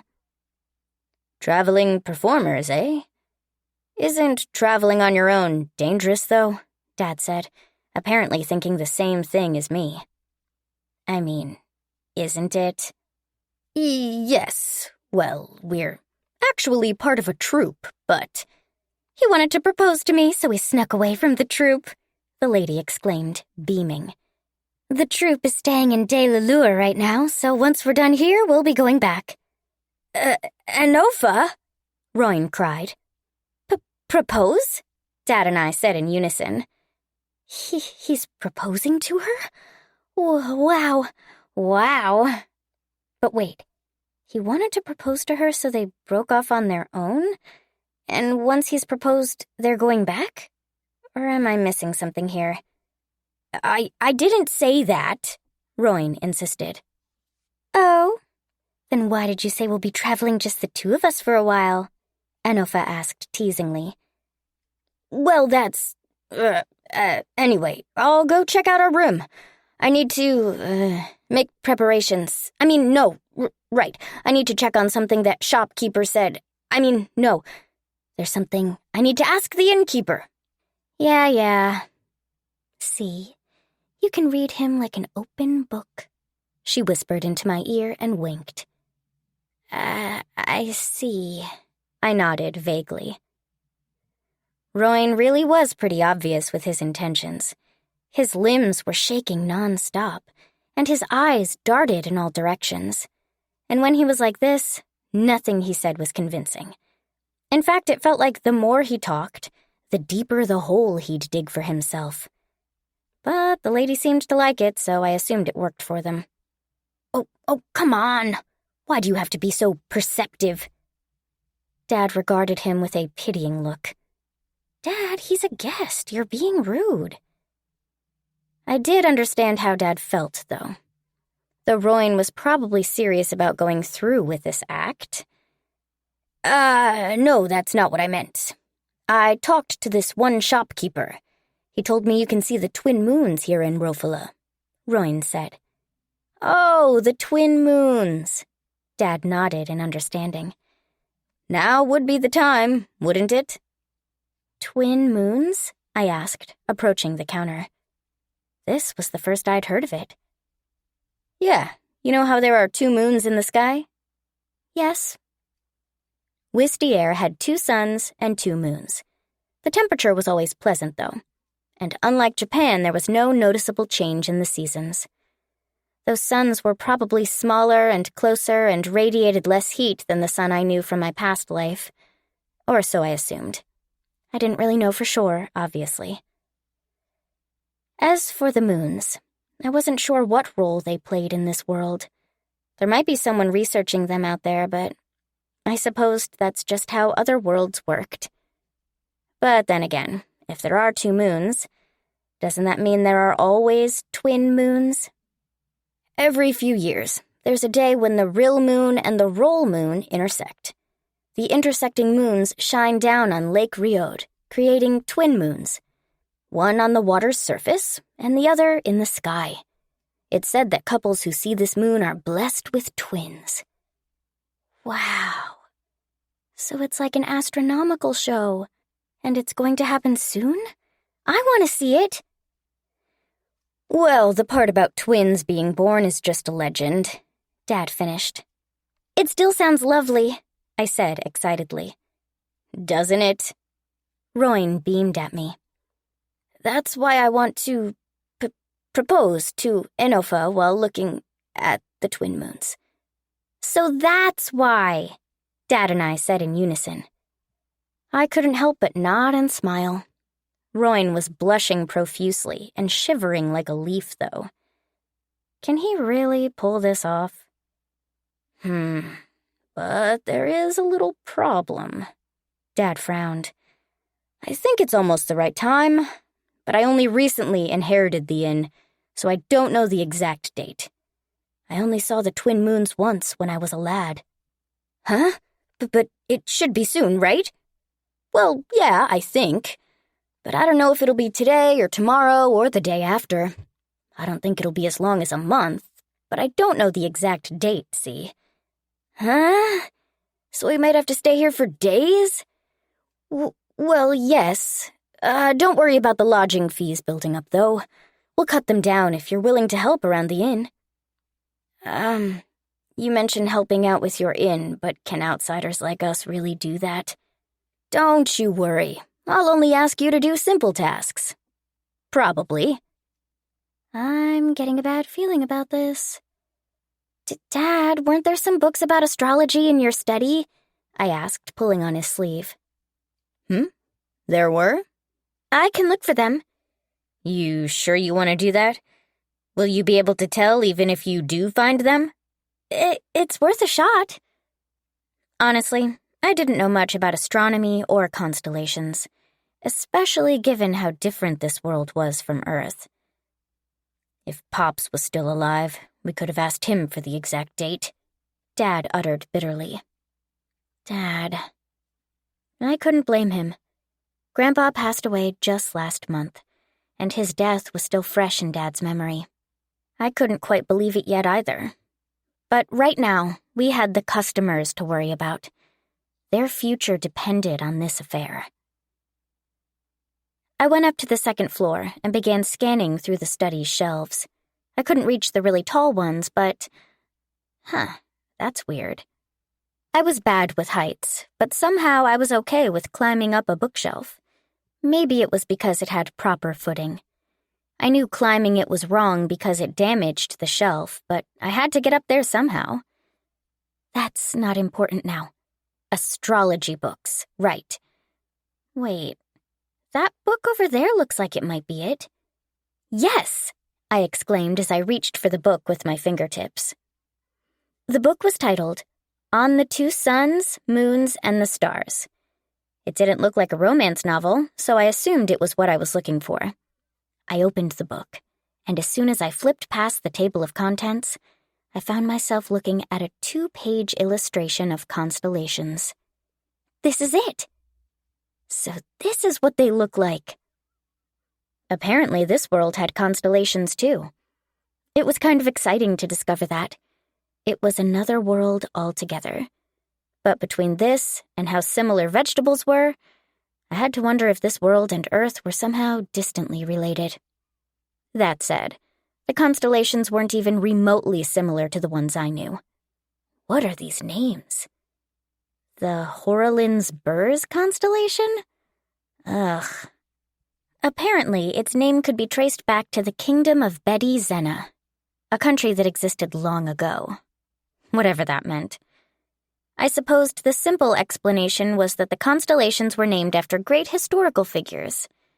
I didn't know what these people actually did, but it seemed important people were inclined to leave their names down in history no matter the world. This wasn't what I was looking for, though. Oh, there it is. At least, it looked right. One line in the table contents was titled, Twin Lunar Eclipse. Flipping over to the page it listed, I started reading. Apparently there were 2 moons because someone called the Elf of the Sun deflected a falling meteor back into the sky. The meteor became the second moon, and the fire magic the elf used to fling it back became the second sun. Or so the legend went. I checked the book's front cover and the table of contents again. Is this a romance novel after all? All it's got is illustrations and commentary. Is this seriously an astrology book? Because if it is, I'm in trouble here. Maybe astrology just isn't as developed here. Well, I just need to figure out when the twin lunar eclipse takes place. The twin lunar eclipse happens in 18-year cycles. It takes place at night during the Doden migration period. It's preceded by the distance between the 2 moons beginning to shrink during daytime. Daytime? So there was no real way of finding out. I knew it. Dodons were essentially buffaloes. They were as large as rooks, cows, as fat as pigs, let out bird-like squeaks, and were as strong as a boar. A strange animal, all told. Some animals out there were pretty savage, but Dodons were especially ferocious. They had sharp horns and, when faced with vivid colors, would break into an enraged sprint to ram it.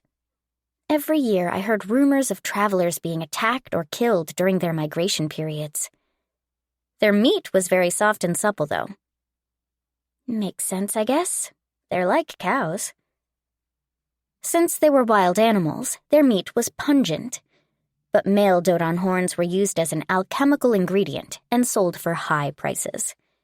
To that end, adventurers actively hunted them. And as one might expect, each year there were stories of adventurers killed while trying to do so. I guess we'll know it's time when the moons grow closer during the day. I guess it's better than knowing nothing at all. Yeah, better than nothing. I picked up the book and walked down the stairs. Dad and Royne were sitting at the coffee corner, discussing work that needed doing around the inn. It was probably necessary, since they didn't know exactly how many days it would take. I carried the book over to them and read out the explanation. "So we'll know it's time when we see the moons getting closer during the day, huh?" Dad said, sipping his tea. "That's clear enough." "But it doesn't say the exact date." Royne dropped his shoulders in disappointment. "Yep. What are you gonna do, though? Just give it up." "Oh, no use complaining about it," Dad said with a shrug. "Why not rest for today? I'm sure you're tired from your trip. Why not take the missus out fishing?" "Fishing? Yes, there's Lake Riode behind us. We can rent you a fishing rod for 200 colts, and we'll cook any fish you catch for free." "But renting the fishing rod costs money." "Well, we are running a business here." I thought I saw sparks flying between Dad and Royne. "How about this, owner? I make my living as a minstrel. If any guests show up, I'll entertain them with my songs for free." This was his attempt at haggling for a discount. But didn't Dad say he'll cut down on their fees if they help around the inn? "Come on now, Royne. Put yourself in my shoes, will ya?" Dad regarded him with exasperated eyes. "I don't know how long you're going to be staying here. Just give up and help me out with cleaning and working in the fields. Keep complaining and I'll have to ask your fiancé for help." Ugh. Dad easily took the upper hand. But I didn't like the idea of Royne working the fields. "Dad, if you let someone who isn't used to farming work the fields, it could drop the crop's quality," I told Dad. "And that could affect how our meals taste. Maybe you could just let him handle cleaning, laundry, and chopping wood?" "Gah, chopping wood?" Royne exclaimed in clear displeasure. Chopping wood." Dad considered my suggestion. "Yeah, I guess that's probably the safest option." Chopping wood was the most taxing task for Dad. He was missing an arm, so he had to do it almost entirely with his left hand. And when he had to do the laundry, handling some of the big sheets made his wooden prosthetic wet, and it took a long time for it to dry out. Soap wasn't common in this world, so one had to rub things by hand to wash them. It was so hard for Dad that he often offered guests discounts for handling the laundry on their own. He also provided a wood-chopping discount and offered to cook any game guests brought back from fishing or hunting for free. Can our inn really grow with all these discounts? And instead of relaxing here, it feels like Dad's working the guests to the bone instead. I'm not sure if this is something an inn should do. It's not like we're advertising outdoor camping as a part of the stay package or anything. "Chopping wood and handling the laundry is already part of your lodging fee discount." "Right. Are you that short on hands here?" Royne asked seriously. Ugh. Dad frowned and then sighed before explaining. "See, the former owner passed away last month. My daughter's turning 5, and I only have one arm. Can't handle all the work, so I have to ask the guests for help." "Oh, that's a prosthetic arm." Royne's eyes widened in realization. "Right, that does sound rough. I'm no good at manual labor, but I'll try to help out. For a discount, yes? Right. This was how our inn was operating right now, by relying on the goodwill of our guests. I looked forward to getting older and shouldering half that burden, especially when it came to the laundry. Those big sheets will be no match for me. Wait, can't I just use alchemy to make soap? Dad! You startled me, Tina. What is it? I want to try making soap with alchemy, so can I have some time off from the chores? Soap? Dad repeated the word. Isn't that what nobles and royalty use to wash themselves? Royan asked. Yes, I nodded. With soap, laundry and washing the dishes will be easy. And I could probably make it with alchemy. Oh, the two of them uttered at once. Back to the study it is, then. Like I suspected, the alchemy recipe book did have instructions for making soap. If I recalled correctly, it required chemicals, like sodium hydroxide and glycerin. Back when I was unemployed, I was overcome by this odd sense of having to do something with myself, and ordered a make-your-own-soap kit online, so I remembered the ingredients. But in this world, or rather when it came to making soap with alchemy, apparently it required 2 transmutations. The first one was to create the ingredients for the soap, and the second was to mix them together. It was considered a medium difficulty item to create.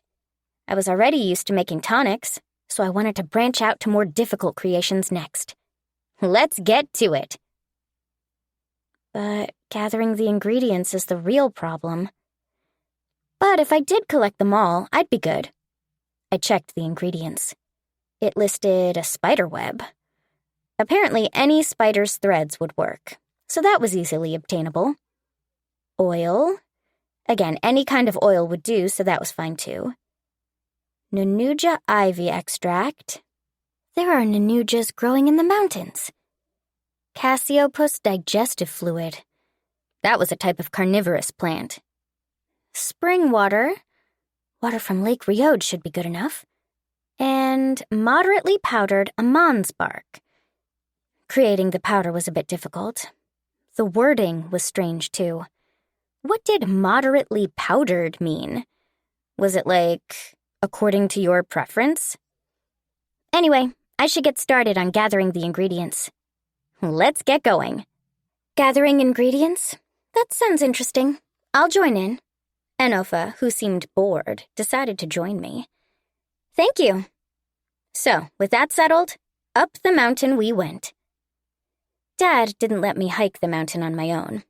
His exact words were, "Going there without an adult is dangerous. What if you get lost?" I felt he was a bit overprotective, but then again, I was 5 years old. A 5-year-old girl going up a mountain on her own seemed like a bad idea if there ever was one. But that said, most of the ingredients could be found near the foot of the mountain. If the ingredients are easy to find, I could mass-produce and sell them alongside my medicine. I could put one in the bathroom as a sample and have guests try it. And if they like how it feels, they could buy some for their journeys. But that said, the question of if they'd like it remained to be seen. Still, even without selling it, having soap handy would mean we wouldn't have to spend hours washing sheets by hand. One issue, though, was that soap meant Dad was even less reliable when it came to laundry. He wouldn't be able to use it with his wooden hand. And this world had nothing in the way of rubber gloves. "There are lots of plants here. What do we take?" Enofa asked me. "This and this." I pointed at the ingredients I'd need. The vine on this tree is a Nenuja ivy. We squeeze it and collect the extract. And then we need the Cassiopeus digestive fluid. They grow in the underbrush here and have a unique scent that draws in insects. Then they eat them. Huh? This plant eats bugs? Yes, it does.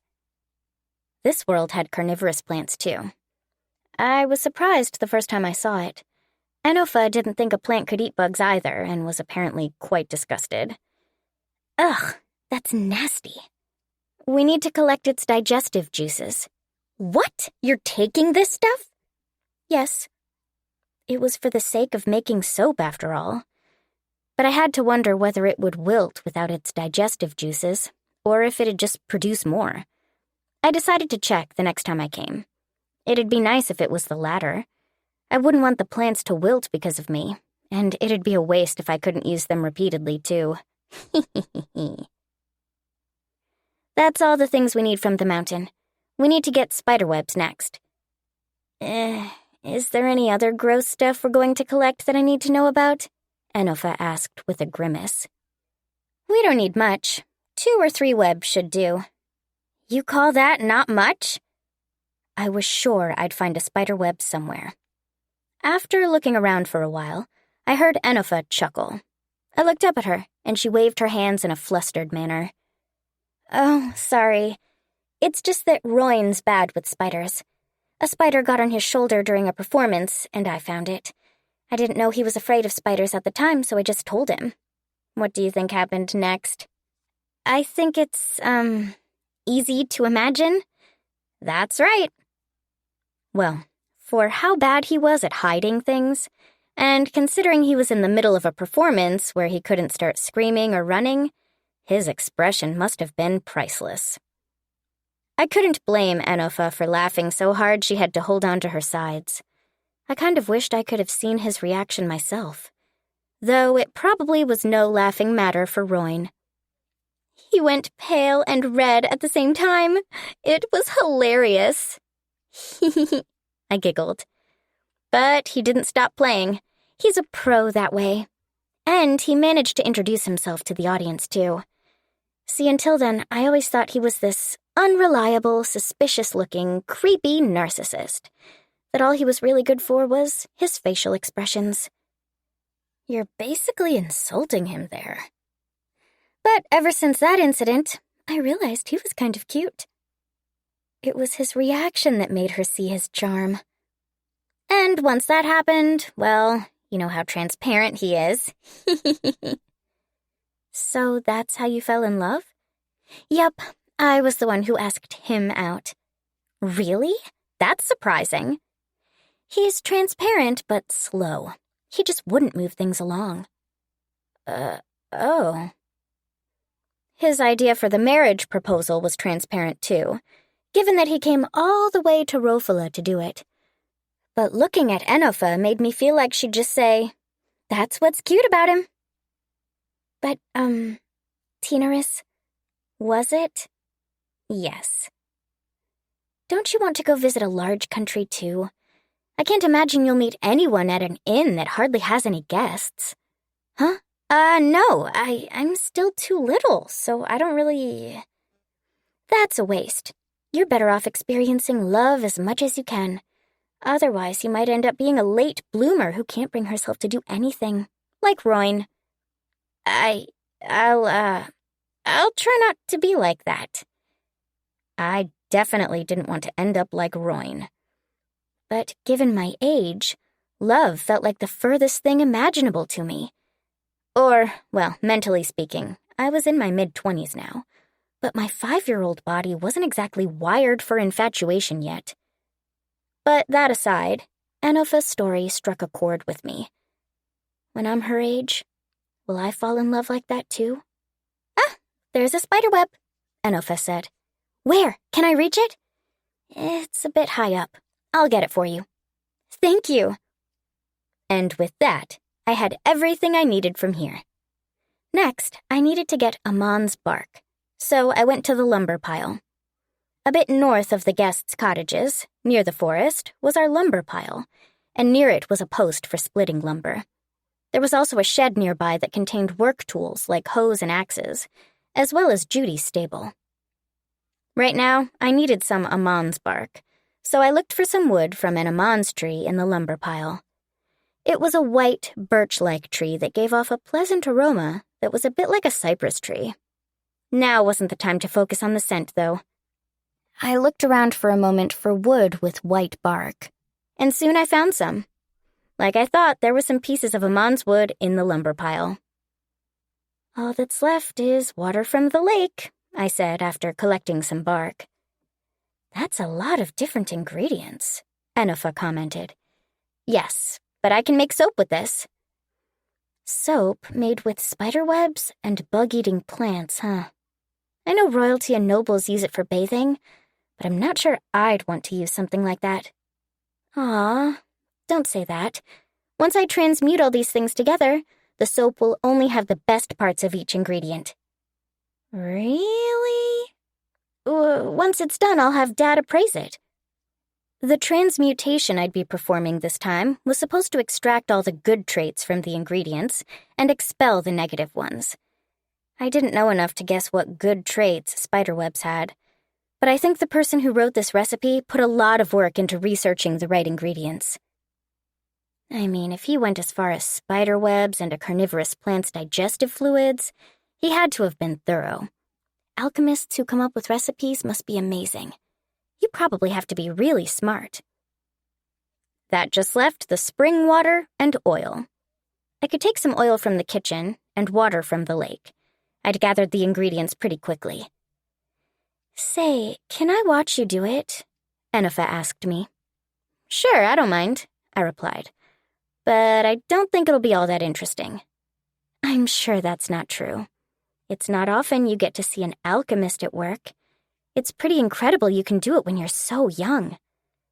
I guess. She was pretty sincere. I read that alchemy was developed by people a long time ago to make life easier, I said. So a lot of the simpler recipes use things that are easy to come by. Really? Healing tonics, antidotes, and fever potions use water and herbs that grow everywhere, like Lilith, Duana, and Solon flowers. They do? People didn't seem to know that. Medium and high-grade medicine required all sorts of ingredients, so their prices and effects were that much higher. I hoped I could make them someday. That way I'd make a whole lot of money. I'll get started then. Good luck, Tinaris. Thank you. The tools I needed were a pot and an alchemy spoon.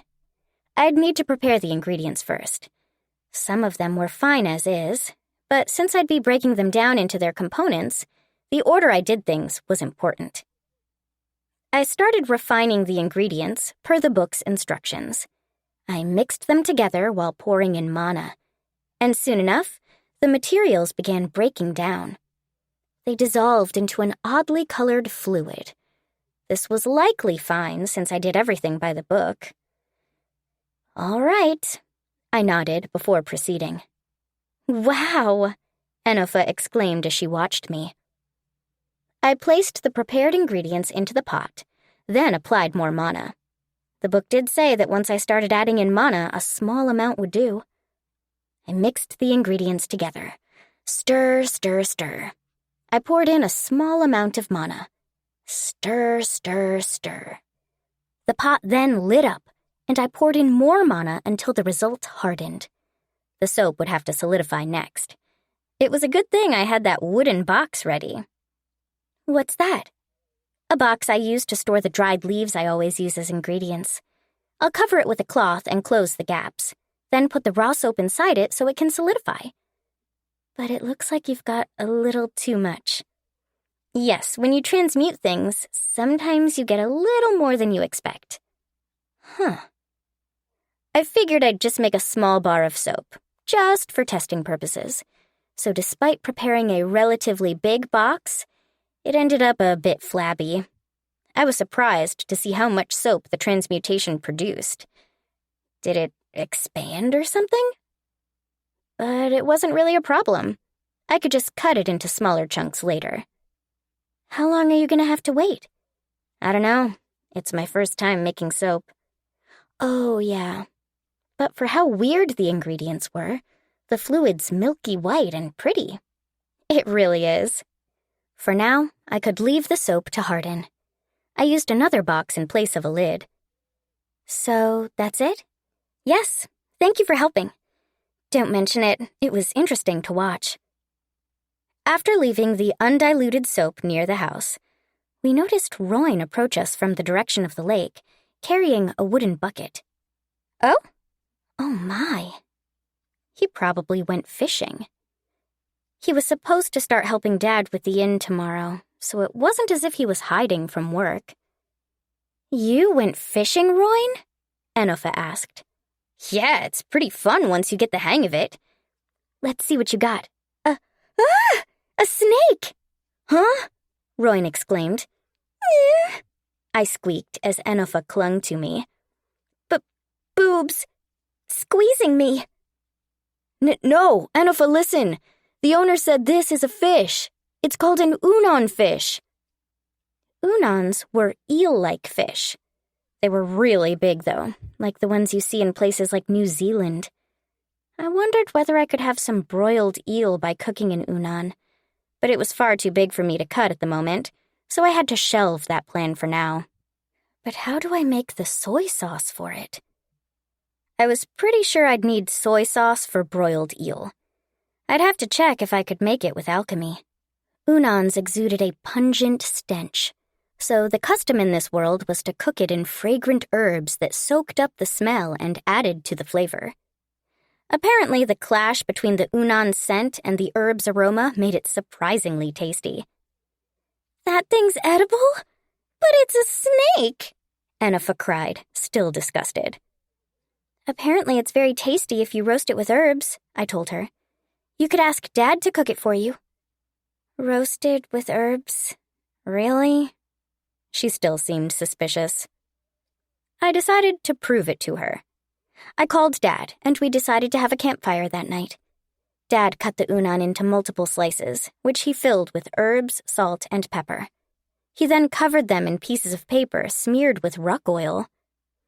We surrounded the campfire with rocks and let it cook slowly in the residual heat.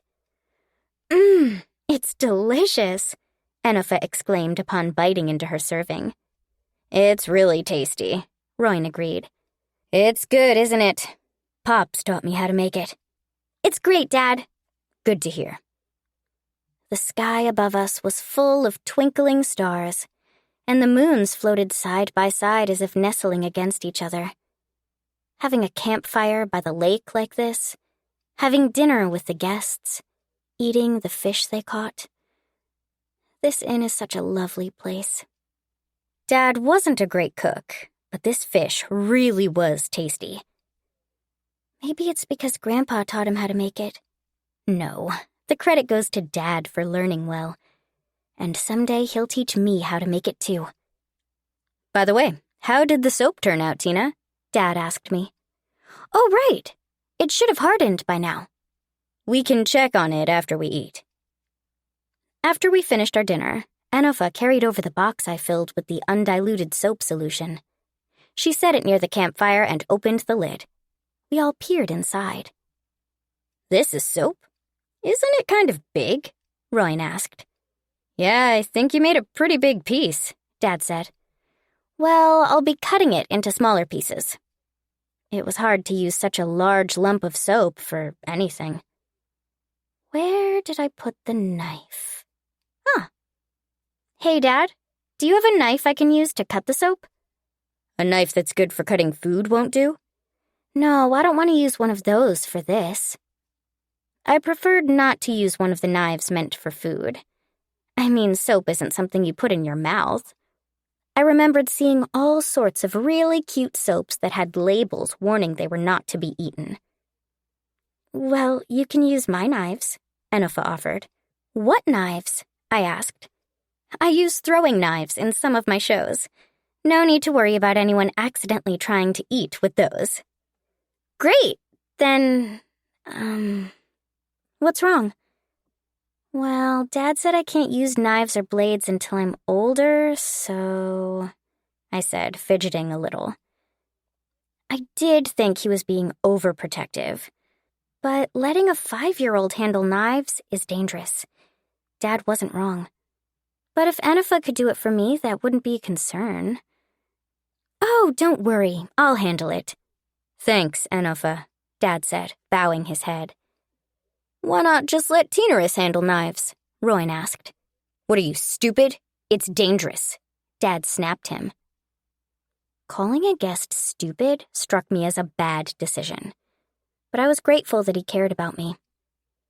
Enifa sunk the knife into the wooden box and cut into the soap. She turned the box over, and once a bit of air entered the cut, the soap slipped out. "Oh, it looks better than I thought," Dad said, impressed. "Now I just need to add in some scent. I guess I should mix some flowers with strong aromas. I wonder if there are recipes for essential oils. I could apply some scent if I had those." "What's that?" Enifa asked. Nothing. Never mind. Could you cut it into smaller pieces?" "I don't mind. How small?" 8 pieces that are this size." "Like this?" "About 2 inches vertically, 3 inches horizontally. The pieces weren't too big, and with this, my soap was ready." I handed 2 pieces to Enifa and Roin, who looked at them with amazement. "Please, use them. They're samples. You helped me make the soap, Enifa, so please have some." "Oh, can I? Thank you." I know what you used to make it, so I'm a bit torn about it. But looking at it now, it's pretty. I'd love to have it. "What is this made out of?" Roin asked anxiously. "You're better off not knowing," Enifa replied coolly. "What?" "Yeah, I think it's for the best if Roin doesn't know how this sausage is made."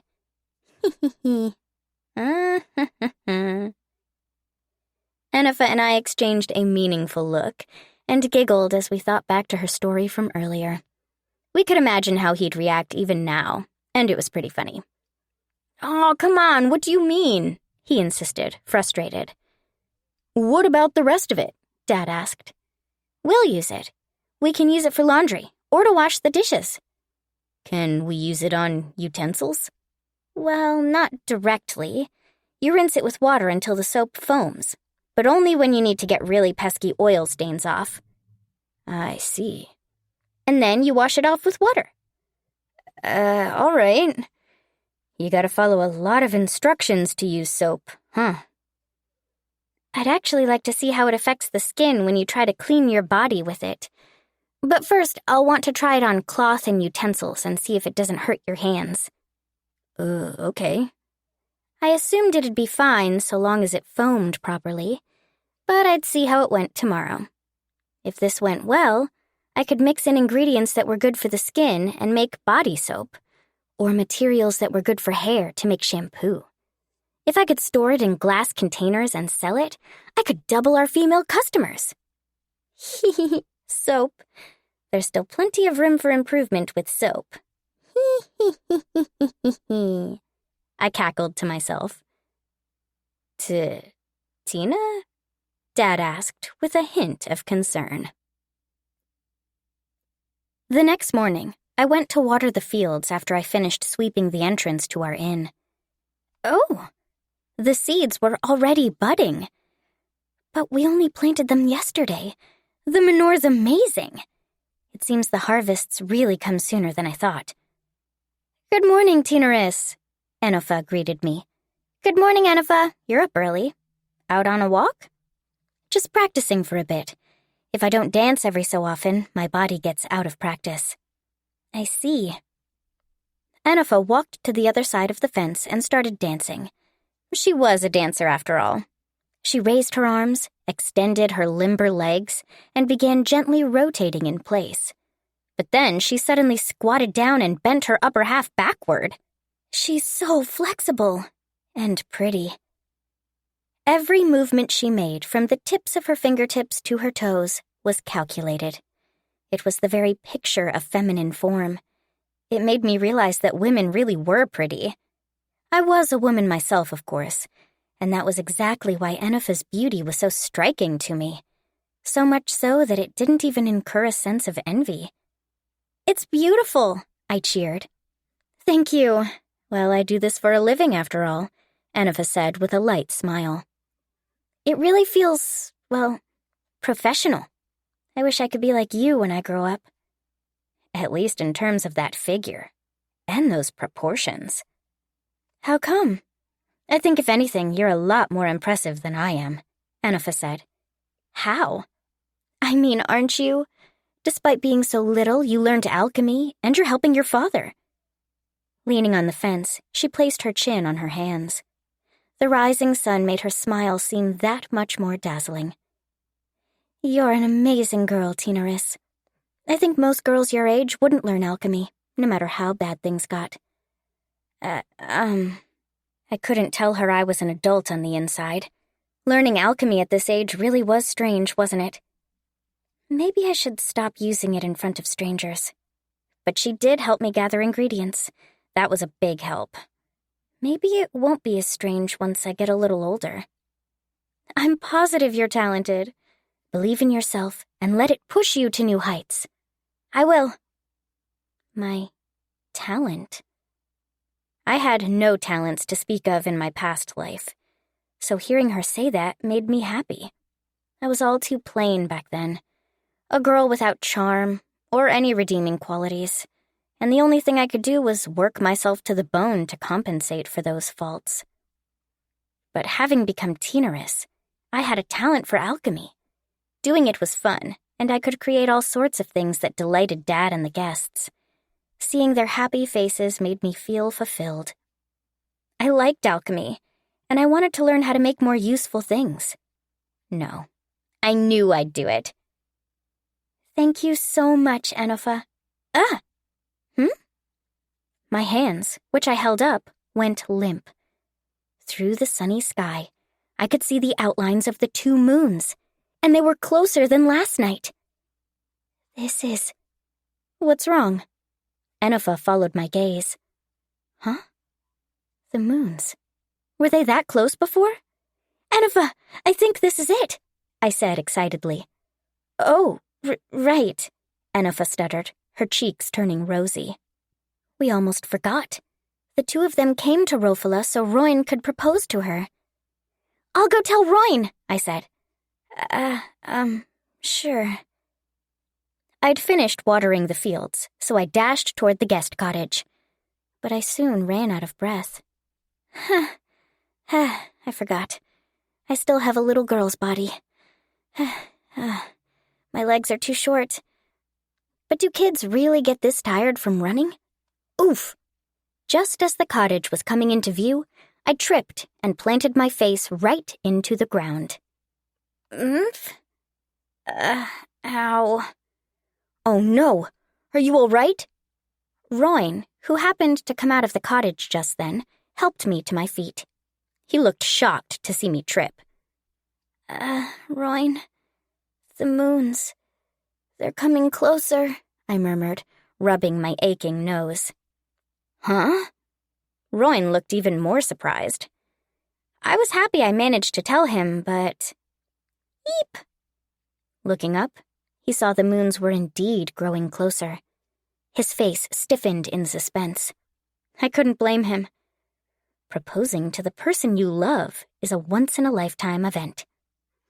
Good luck, I told him cheerily. Thanks. I was confident it'd work out. But him being nervous had little to do with how likely he was to succeed. All I could do was cheer for them. And if that's all I could do, I'd do it with gusto. Go, Roin! You can do it! I'll go help make breakfast. Yeah, then I'll keep chopping the firewood left over from yesterday. All right. That meant we'd have plenty of firewood today. And he was going at it pretty mindlessly, so he'd probably do it until nightfall. And while having more wood was by no means a bad thing, I felt kind of sorry for him. Dad, the moons are coming closer, I said as I entered the inn. The twin moons are probably tonight. Oh, I see. Then it's time for Roin to pay the piper, is it? Don't you think we should make tonight extra special? Cook up a feast, eh? All right, what should we make? How about roast bird? Oh, that sounds good. All right, I'll handle it. I'm almost done cleaning out the blood from a wild bird I hunted the other day. Oh, and could you wipe the tables? Breakfast's almost ready. Okay. Yeah, it was probably too soon for me to see him dismember a bird. I was still 5, and I didn't really want to see that either. I indulged in Dad's consideration and went to clean off the tables. And so, dinner for today was decided. Roasted bird. A staple Christmas food from my past life. To do that, one would need to dismember the bird, pluck off its feathers, cut off its head, remove its organs. Ugh, that's pretty gross. But I'll have to get used to it someday. I decided to leave the gore to Dad and wiped off the tables, and then started lining up the ingredients for the roasted bird. Normally, you'd want to keep the bird submerged in alcohol for a day to soften it up, but this celebration was done on short notice, so I figured we'd cut it down to half a day. I sliced sierra-rots, onions, potatoes, tomates, pond pecans, pumpkins, and pomp potatoes, sweet potatoes, which we'd roast up with herbs. One could add garlic or mushrooms for flavor, but this was a matter of preference. I hoped Dad would let me help with the roasting. Once we cooked the vegetables, we'd stuff them into the bird's belly, smear butter over its skin, and then roast it in the oven until it took on the right color. Also, normally you could roast apples with the bird to soften the meat, but apples were hard to come by. All the fruit growing on the mountain were berries. The result wouldn't be as pretty as it could be. But considering we could only buy butter when a peddler passed by, and we'd have to use a whole bird when they weren't that easy to hunt, it was a pretty luxurious meal. It was a roasted bird. Okay, tables wiped and vegetables cut. Next up? It occurred to me that having the coffee corner stay as is was a bit dull, given the occasion. Maybe I could decorate it? No, it's too soon. Maybe I could just get a nice tablecloth ready without them seeing it? Tina Riz! I heard someone woefully cry my name. Ah! I yelped as the door opened with a thud. Royn stumbled into the house. What? I didn't call for them yet. Breakfast and the feast aren't ready. Dad's cooking in the kitchen. When did he have time to call for them? Royn looked really flustered. Did something happen? The ring. The ring's gone, he told me, half in tears. Huh? What? What did he... The ring's gone? Huh? It's gone? Did he just say the ring is gone? But aren't you supposed to give a ring when you propose? Okay, now's not the time to be daydreaming. What happened? I rounded on him. I know I put it in my bag after buying it, but I checked for it just now and it was gone. Did you turn your bag over when you looked? Maybe you dropped it under your bed? I looked everywhere. What's with this guy? How do you lose your engagement ring on the day you're gonna propose? Hey, what's with all the racket? Dad said, walking into the coffee corner. Dad, this good-for-nothing said he lost his ring. You lost your ring? What? Are you serious? The twin moons are tonight. So I've been wondering if you can use alchemy to transmute me a new ring, Tinaris? Royn mumbled awkwardly. A ring? With alchemy? I asked him, my eyes round with shock. You can make rings with alchemy? I've never done that. You're trying to sponge off Tina? Dad snapped at him. I mean, I don't have any other real way out of this. I'll keep looking, but what if I don't find it? I'm, not sure if I can transmute a ring. I think you can, but... Dad answered with a frown. Tina, you're more of an alchemical apothecary. Transmuting metals is a different field. No. There are different alchemy fields? But he's in really big trouble. Maybe I can pull it off anyway? I'll go look up metal transmutation in the study. I don't mind you trying, but keep in mind that there are more prohibitions on transmuting metal compared to transmuting potions. Dad warned me. If anything's too complicated, check with me, all right? Roger that, I nodded. Royn, you go look through your room again. Dad turned to Royn. Calm down and be thorough. Check your pockets and inside your bed. I'll try. And be more careful this time, you ditz. I thought to myself. I hurried over to the study and scanned the books from the bookshelf's alchemy corner. I think a book about transmuting metal was around here.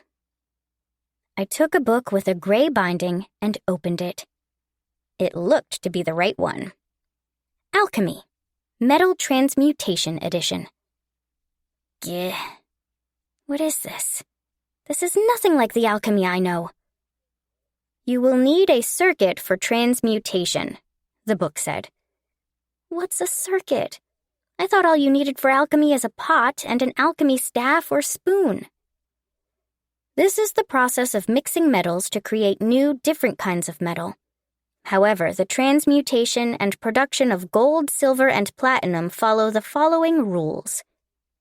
No, this is nothing like what I know. I don't want to do something annoying like this. I just want to refine and fashion metal. And this is supposed to be a beginner's book, too. And I couldn't obtain a pot capable of containing hot metal, or an alchemy staff for mixing molten metals either. I couldn't see how I could do it. Royne was finished. He'd have to propose without a ring. Case closed. I'm no good with this kind of alchemy. This morning, Enofa said I had a talent for alchemy, but transmuting metal was way out of my league. Maybe we could just make a handmade substitute without alchemy? Maybe Enofa would like a ring made of beads? If it's a ring her lover made her with all his heart, then even a handmade one from cheap beads would work. I gotta find a book for making handmade jewelry and stuff. There. It must have been one of Grandma's books. I pulled it off the shelf and checked the table of contents. Knitting patchworks, embroidery, pressed flowers. Pressed flowers? My eyes stopped there for some reason. I flipped over to the right page and indeed found a pressed flower between the pages. A lily of the valley? I saw them growing around a tree planted in an isolated house in my neighborhood in my past life. It really lingered in my memory because I remembered seeing a lot of them sitting in potted plants. But the owner of the house warned, "They're pretty but venomous. Be careful." It was stuck against the faint pink paper, and behind it was a written date and the words, Pieris flower. Right next to it was apparently a description of its symbolism in flower language. The two of us, together forever, on this journey called life. This is it! Doesn't this sound like something you'd say when proposing to someone? It was only flower language, but it was pretty romantic. I didn't know Grandma was into this sort of thing. That thought saddened me. She passed away when I was only 3. If she was still around, and I knew she had these kinds of hobbies, we could talk about it so much more. Flowers, huh? I remember back in elementary school we'd make floral wreaths with shepherd's purses, and necklaces and rings. Rings. It wasn't that I'd forgotten, but I stumbled over that word. Rings. Wouldn't that be really pretty? The only problem was if Royne could make it. I'm sure even a good-for-nothing like him could make something that simple. I mean, he's a minstrel. He's used to handling instruments. I hurried downstairs, where I found Royne having breakfast. I excitedly told him my idea. "You can make a ring with flowers?" he asked me. Well, you take flowers with long stems and twist them so they're as thick as a finger. But I think I have a good idea. A good idea? Royne and Dad repeated. Yep, a good idea. The kind a man would never come up with. Looking at Grandma's book helped me come up with it. We can use pressed flowers. I found a book about flower language in the study, so we can use it to see what meanings flowers growing around here have, and have Royne propose that way. And then, once you give her the flower ring, we could preserve it by making it into a pressed flower. Oh. Royne's eyes widened. That's a pretty romantic idea, Dad said, rubbing his chin. And it's pretty economical, too. You don't have to spend money if all you want to do is make a woman happy, I said cheerily. Really? Dad asked. Really, I maintained. Dad just didn't get women. Royn opened the book and started picking flowers. It occurred to me we wouldn't actually have that extra firewood he was supposed to chop, though. I think he'll be worrying over which flowers to pick all day long, Dad said with a wry smile. What about Enofa? She had her breakfast and then went fishing at Riode. I guess she'd figured he'd need some alone time. Dad jerked his chin in Royn's direction. Yeah, figures. He looked paler than a corpse when I came downstairs. Enofa's such a sweet lady, I said. She's probably too good for a guy like him. Dad shook his head. I had to solemnly agree. To my surprise, Royn kept agonizing over which flower to choose for half the day. His expression was full of tension and urgency, making it hard for me to approach him. I'm kinda scared. Is this actually going to turn out well? With Royn being, well, like that, Dad decided to go look through their cottage and see if he could find the ring. Enofa ate her lunch next to the lake, too, out of consideration for Royn. I spotted her looking up and mumbling, "They really are moving closer," to herself, with flushed cheeks. And that only made me feel like she was getting her hopes up extra high. Tinaris? Royn approached me. Yes? This flower right here, does it, bloom around here? He asked, pointing at a picture in the book. A flower would be ideal for the proposal, but if it didn't grow around Rofala, we wouldn't be able to get it. To that end, I went out with Royn to look for flowers, which was also a convenient excuse for me to gather spare ingredients for alchemy. From Royn's perspective, my job was to look at what flowers grew around Rofala and tell him what they symbolized in flower language. That's a lemon flower. It means, I'm your slave. Are you sure that's the kind of message you want to send here? But yes, it grows around here. You can find some halfway up the mountain. All right, then let's go with that. Are you sure that's what you want?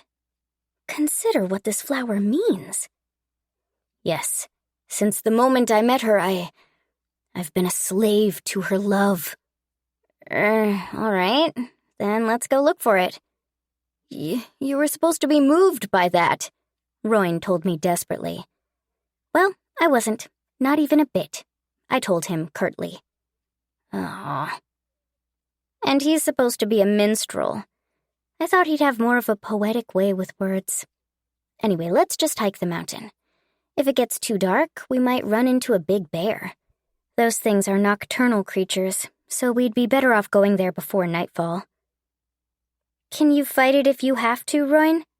No, not at all. We should have Dad come with us. It'd be dangerous if we ran into a boar or a bear.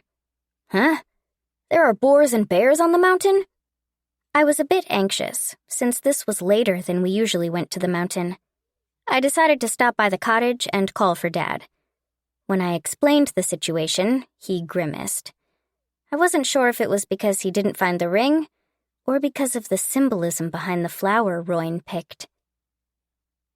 You can fight, owner? More or less. I lost my dominant arm, but I can manage with my left. I should be able to fight off a bear, no problem. Really? Maybe we can have bear stew to celebrate your proposal, eh? Though drawing out all the blood might take a while, so it won't be today. Ugh, no thank you, Royn muttered. I preferred boar stew, personally. The first time I ate it, I had my reservations, but it tasted similar to pork. It was juicier, and its flavor was a bit odd, but it was still tasty. In terms of personal taste, I was of the opinion that either of them would probably work if we had some soup made from kelp from the lake. If we could cook it with soy sauce and miso, it'd definitely taste better than just adding salt and pepper, guaranteed. I need to get my hands on some soy sauce and miso. If I can find something like soybeans, I think I could manage the rest with alchemy. Tina, where on the mountain is that flower? Dad asked, snapping me out of my culinary delusions. Halfway up, I answered. Right. We have to hurry, or it'll be dark by the time we come back. We can't leave Anifa anxious for long. Though Royn is so nervous, it probably looks suspicious. We started walking the unpaved trail up the mountain. My short child legs made it even harder to walk. I hoped that someday, when I struck gold, I could have this road paved. But right now, that was a pipe dream. I wish I could learn how to make all sorts of tonics already. Hey, Royn, Dad said. Yes? You're a minstrel, right? Are you gonna sing when you propose? Yes, that was my idea at first, but I decided against it. How come? I asked. I use my music to make money. So rather than that, I want her to hear my true feelings. And I feel like my music would just be noise that drowns it out. Noise? Really? But, well, if he feels that way. Ah!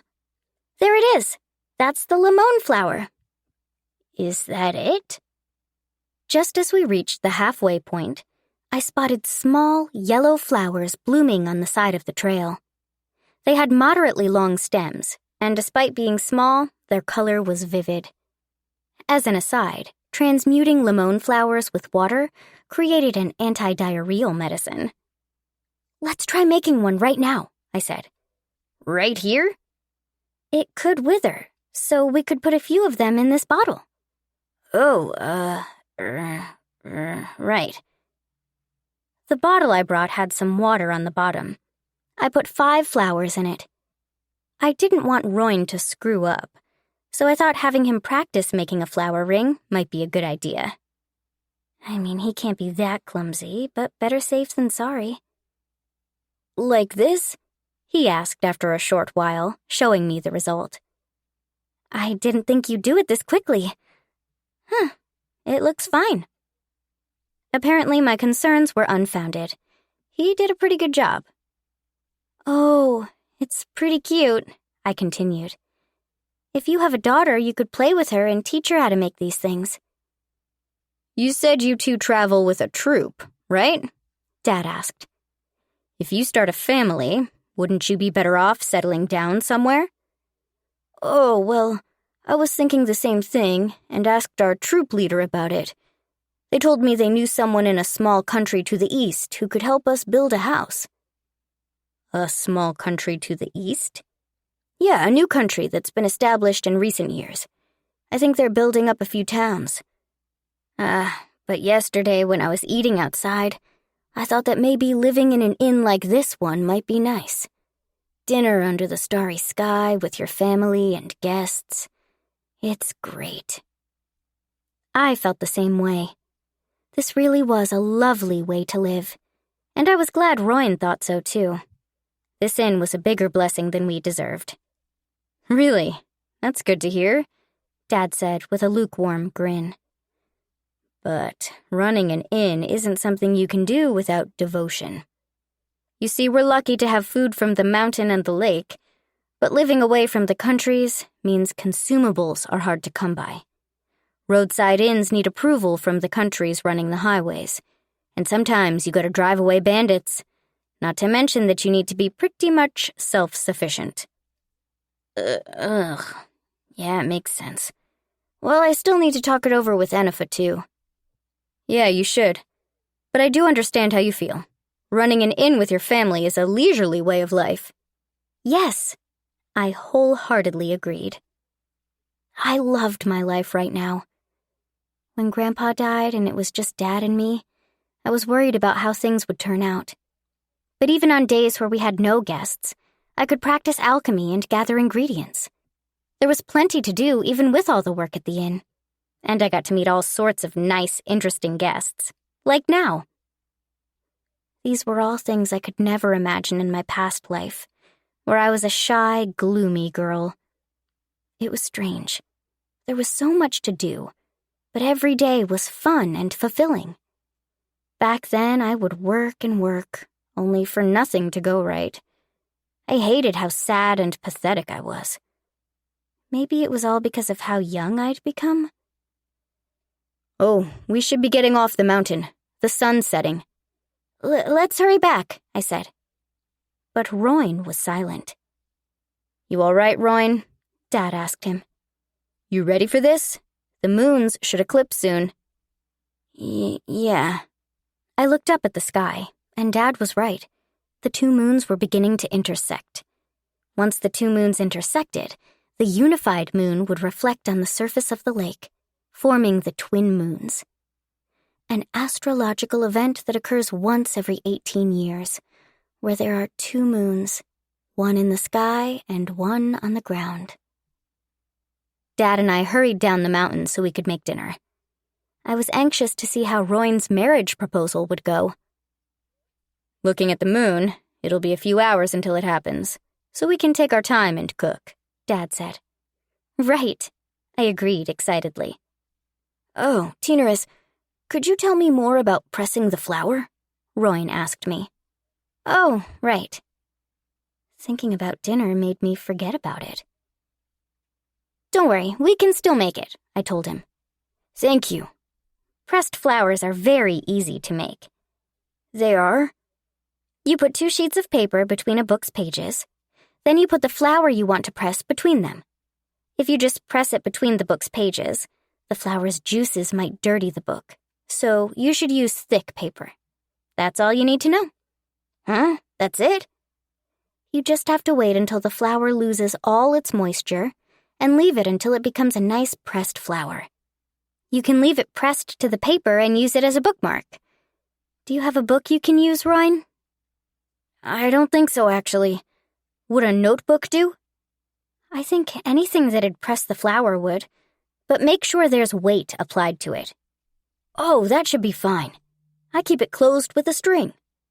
Then you should be fine, so long as you don't lose this one, too. I'll be careful. Please do. I'll go help Dad make dinner then. What are you going to do, Royne? Calm my nerves. Okay. And finally, the moons intersected. Dad, Royne, and I joined Enofa on the banks of the Riode to watch this unusual phenomenon. And, well... You sure hooked a whole lot of fish, Dad commented. Well, I spent the whole day fishing. It looked like we'd be having fish for breakfast tomorrow, and we'd be able to dry them for later, too. We'd kept the celebratory meal for after the proposal, so I was pretty hungry. Let's eat outside today, too, Dad suggested. Oh, then let's get everything ready. I nodded. And so the two of us left, leaving the couple alone. The preparations looked just about perfect. How is it going? We reached the front door and then turned around. The moons almost completely overlapped each other in the sky.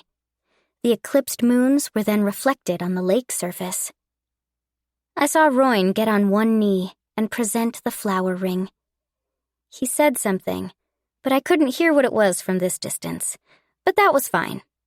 His proposal was for Enofa's ears only. She spread out her arms and wrapped them around Royne in an embrace. Looks like it went well, Dad said. Let's carry out the food. Yeah. This was a happy night, albeit in a different way from yesterday. It was a mysterious sort of feeling. I carried the roast bird Dad made this morning, along with salad and a pot of soup. I placed the pot over the campfire, and Dad brought a few glasses and a bottle of liquor. Now then, Dad chirped. A feast and some drinks to celebrate. And I'll cut the fish you caught, Enofa. For the small fish, you can just pick out their insides and roast them as is, I added. Thank you. Huh? Thanks, you two. Royne and Enofa thanked us, their expressions full of emotion. Royne probably assumed we didn't prepare anything for the occasion. We prepared a table near the campfire and set it up so a few tree stumps could serve as chairs. The table was pretty simple, done by setting a plank between a couple of stumps, but it was good enough to place the plates and cut the fish. Dad used a knife to prepare the fish Enifa caught, and I poured some liquor into their glasses. As I did, I noticed the limon flower ring sitting on Enofa's ring finger. Enofa, Roin, congratulations on your engagement. Thank you. Thank you, Teenaris, for all your advice. This flower ring was your idea, wasn't it, Teenaris? Huh? She figured it out already? I was so surprised my voice lapped over Roin's. I mean, making a flower ring and preserving it by making it into a pressed flower? Roin could never come up with that, Enofa said with a smile. Ugh. Roin hung his head. I stuttered. Oh, don't worry about it. Knowing Roin, he probably lost his ring at the last minute and came crying to you, didn't he? He's such a troublesome little boy. Huh? Our voices overlapped again. How did you figure out that much? Enofa, you're amazing. Roin could never cheat on you like this. I heard Dad's voice. Dad, is something wrong? No, it's just... I found something in the fish's stomach. Wait, is this? What's wrong? What? Did something happen? The three of us approached Dad, who raised his voice in shock.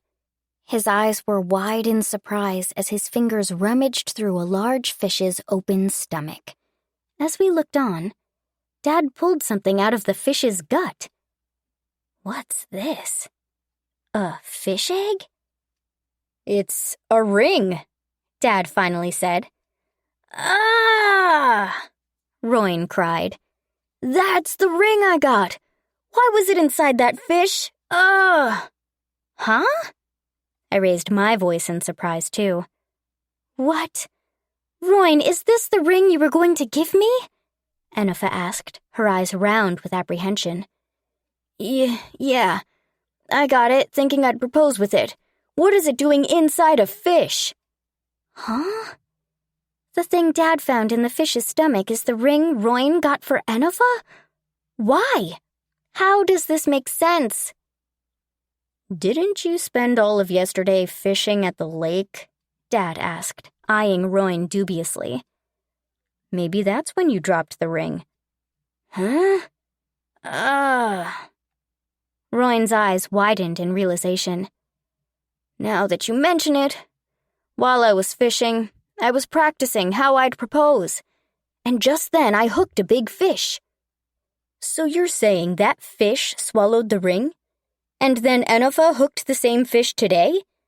How do coincidences like that even happen? But that's the only way it makes sense, I said, agreeing with Dad's theory. We all saw him take the ring from the fish's stomach. Nothing else could explain it. The only other possibility was that Dad found the ring in the room and pretended to find it in the fish, which would be a rude assumption to make about Dad. He wouldn't do anything that gross. Enifa burst into giggles. What kind of story is that? I can't believe it. Seriously, that's what happened? Roin cracked a wry smile. Well, see, Dad said, cracking a sardonic grin of his own. It looks like, one way or another, this ring was fated to find its way to Enifa. Roin let out a shocked gasp. You're right. Yes, when you put it like that, it sounds lovely. Enifa smiled. I don't think you can call this anything but a miracle. Dad gave Roin the ring. Realizing we had a bucket handy, I scooped up some water and washed the ring clean, using the soap I made. I returned the ring to Roin and sat back down. Chapter 4. Scene C.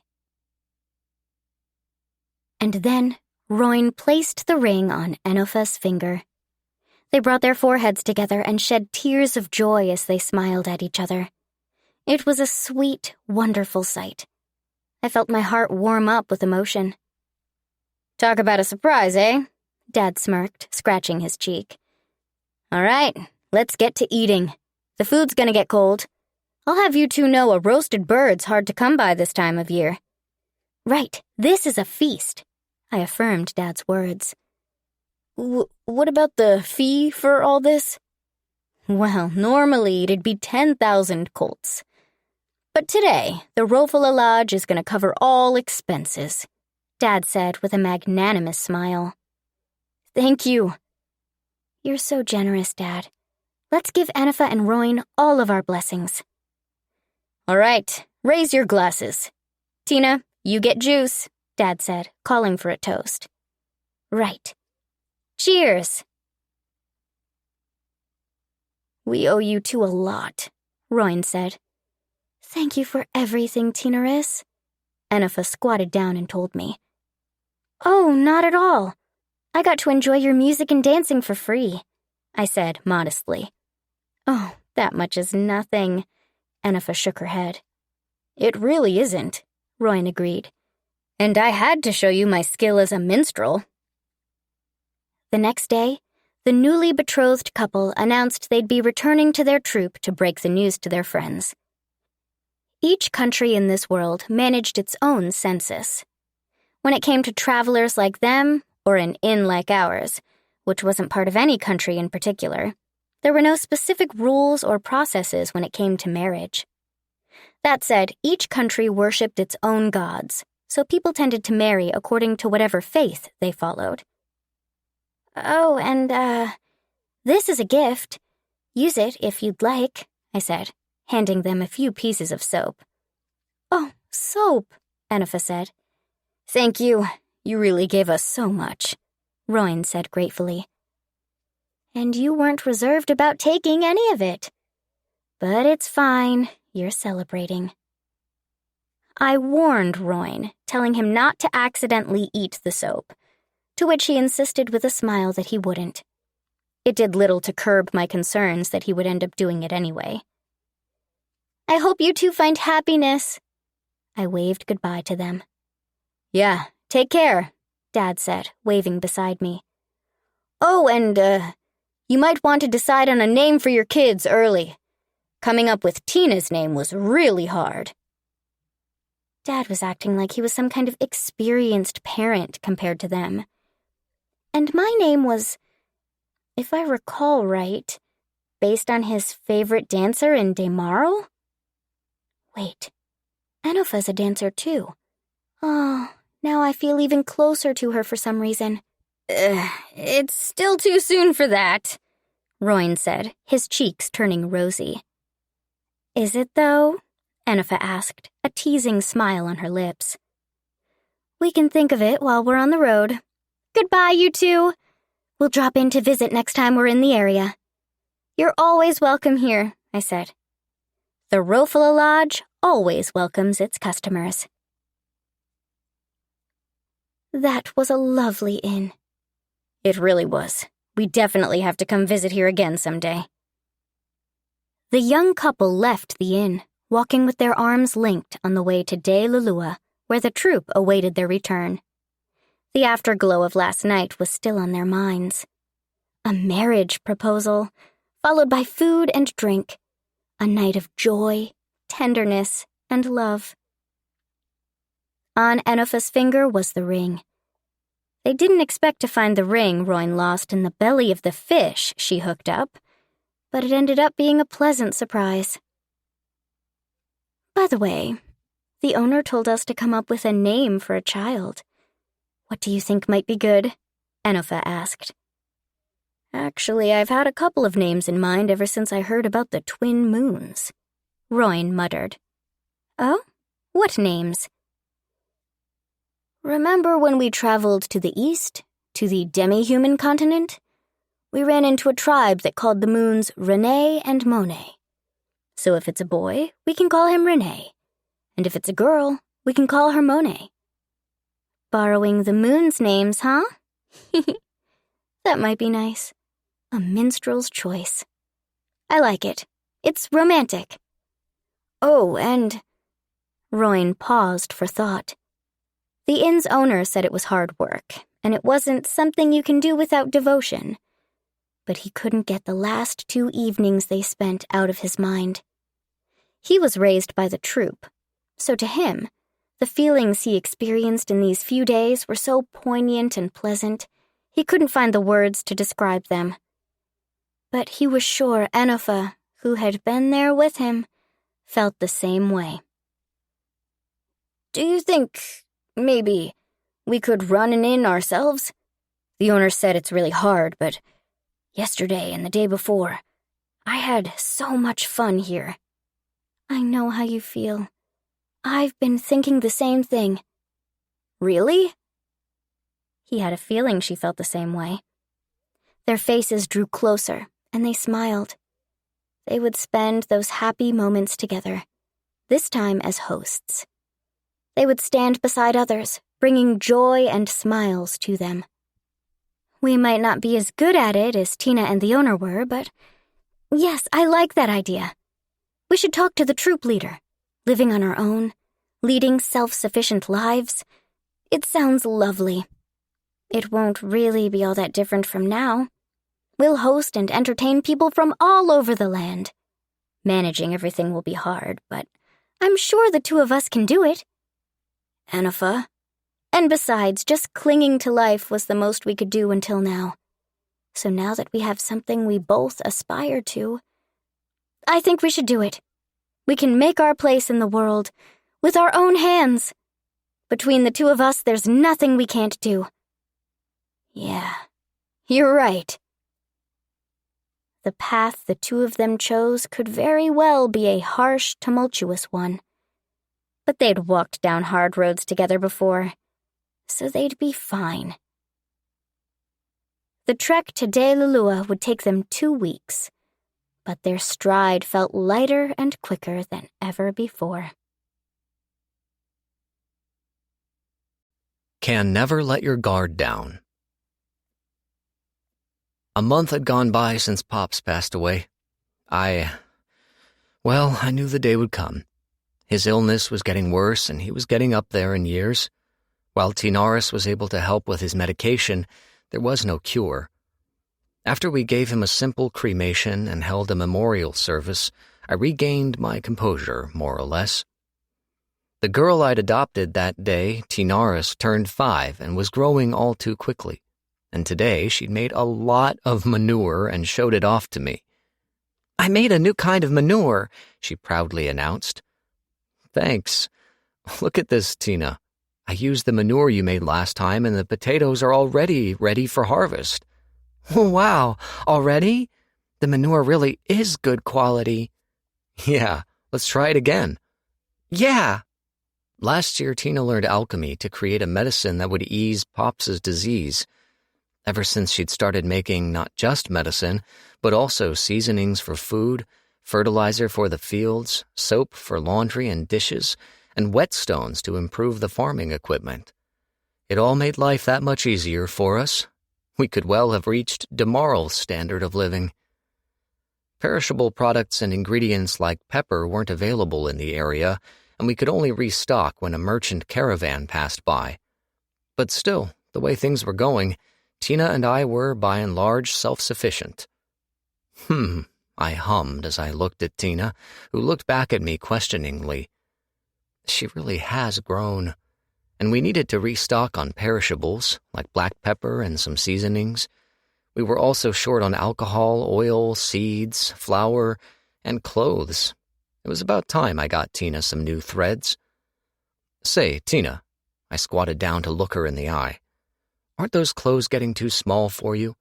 Why don't we head out to Fei-Lu tomorrow and buy you some new ones?"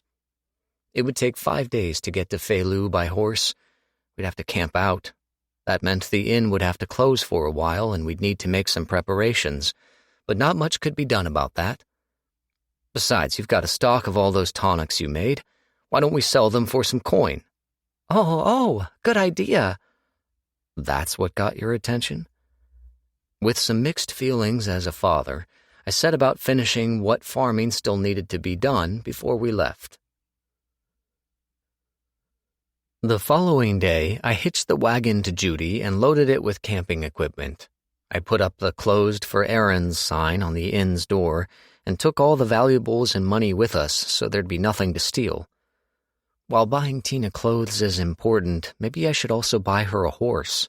It won't be cheap, but 2 horses means we could carry that much more. As I contemplated things on the road, we reached the trade country of Fei-Lu within 5 days. "Wow, it's gotten even bigger than last time," Tina exclaimed upon seeing the streets. "Yeah, it has." Fei-Lu was the closest country to the demi-human continent and a center of trade and commerce. This was also where our family doctor, Dr. Rob, ran his clinic, so we came to Fei-Lu quite often. But we were always surprised to see how their territory seemed to grow every time we came. And it's been 2 years for Tina. I'm surprised you remember what this place looked like 2 years ago. You were only 3 at the time, I said. Huh? Oh, really? Well, Fei-Lu's gotten so much bigger that even I can remember how much smaller it was before. I suppose. I always thought it's hard to remember things when you're young, but Tina probably had a good memory. Which reminded me, that shifty old adventurer recommended I send Tina to study in Korea or the Elven Empire of Forestria. Moving to either place was an option. Recalling that comment made me think back on the couple who got married at our inn not too long ago, Roin and Enofa. I could have left the inn in their hands. He was interested in running an inn, so I could have left the Rofula Lodge to him for a while until Tina finished her studies and decided on her future. Well, if fate would have it, they might come to visit again someday.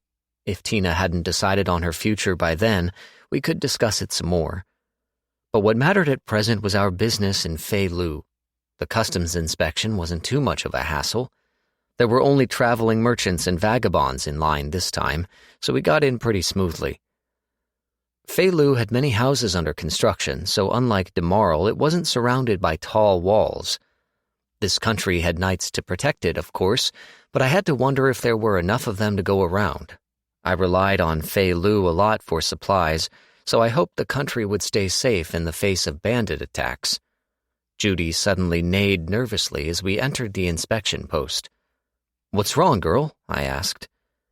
The horse pounded her front hooves against the ground anxiously, shook her head, and snorted. "What's the matter, Judy?" Tina asked, looking at the horse with concern. We stroked her neck soothingly, which did calm her, but I drew my sword with my left hand and looked around. But the only people in sight were just merchants and travelers. "All right, let's start by buying a new horse," I told Tina upon confirming everything seemed safe. "Huh? But I thought we were going to sell the tonics." "We will later, but first we gotta find the right horse. If we don't find a good horse right away, we'll need to make a few trips to the stable." "But why do we need to buy a horse all of a sudden? We have Judy." "Well, once you get older, Judy won't be able to support both of us, and we'll have a lot of things to bring back too, so we may as well get another horse now." "Okay." Tina still didn't seem to understand what I meant, but either way, I decided we should hurry. We had a lot to buy, after all. Our first stop was the ranch. There were a few large stables in Fei-Lu's west end, and while they mostly dealt with husbandry and dairy products, there were a few that sold horses as well. I'd bought a few horses there in the past. Judy was a military horse, bred in Demarl, and was one of the farewell gifts I received when I left the knighthood. She was a proud horse who wasn't attached to anyone else, so they might have decided to pawn her off on me since she was too much of a pain for them to handle. To that end, she was a proud girl with a bit of a wild, stubborn streak, but to put it another way, she was earnest and dependable. If only Kelt, my ex-wife, was as tolerant as Judy, I'd have been much better off. But no, it was my fault for neglecting Kelt.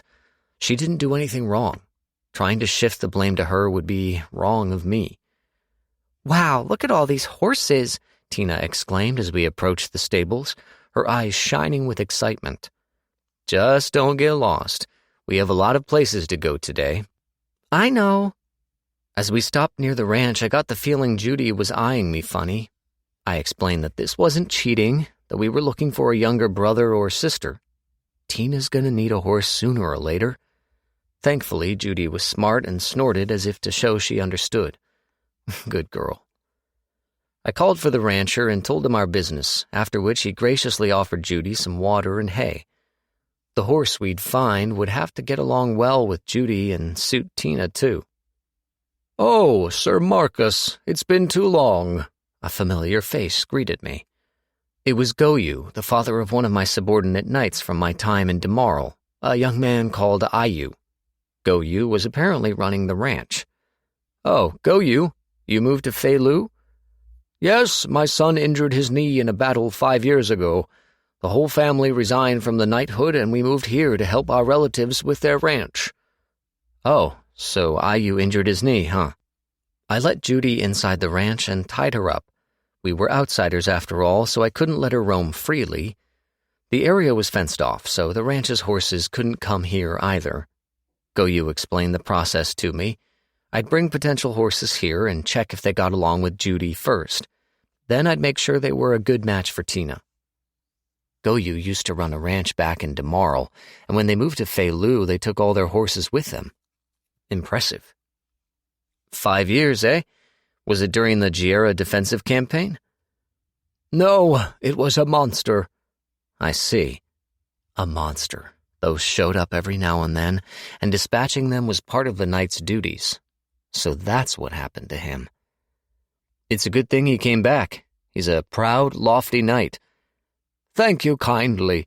To have the former vice-captain of the Azure Knights speak so kindly of him, I'm sure my son will be overjoyed. Would you mind coming to visit him? First I need to get a horse. My daughter should be coming back any minute now.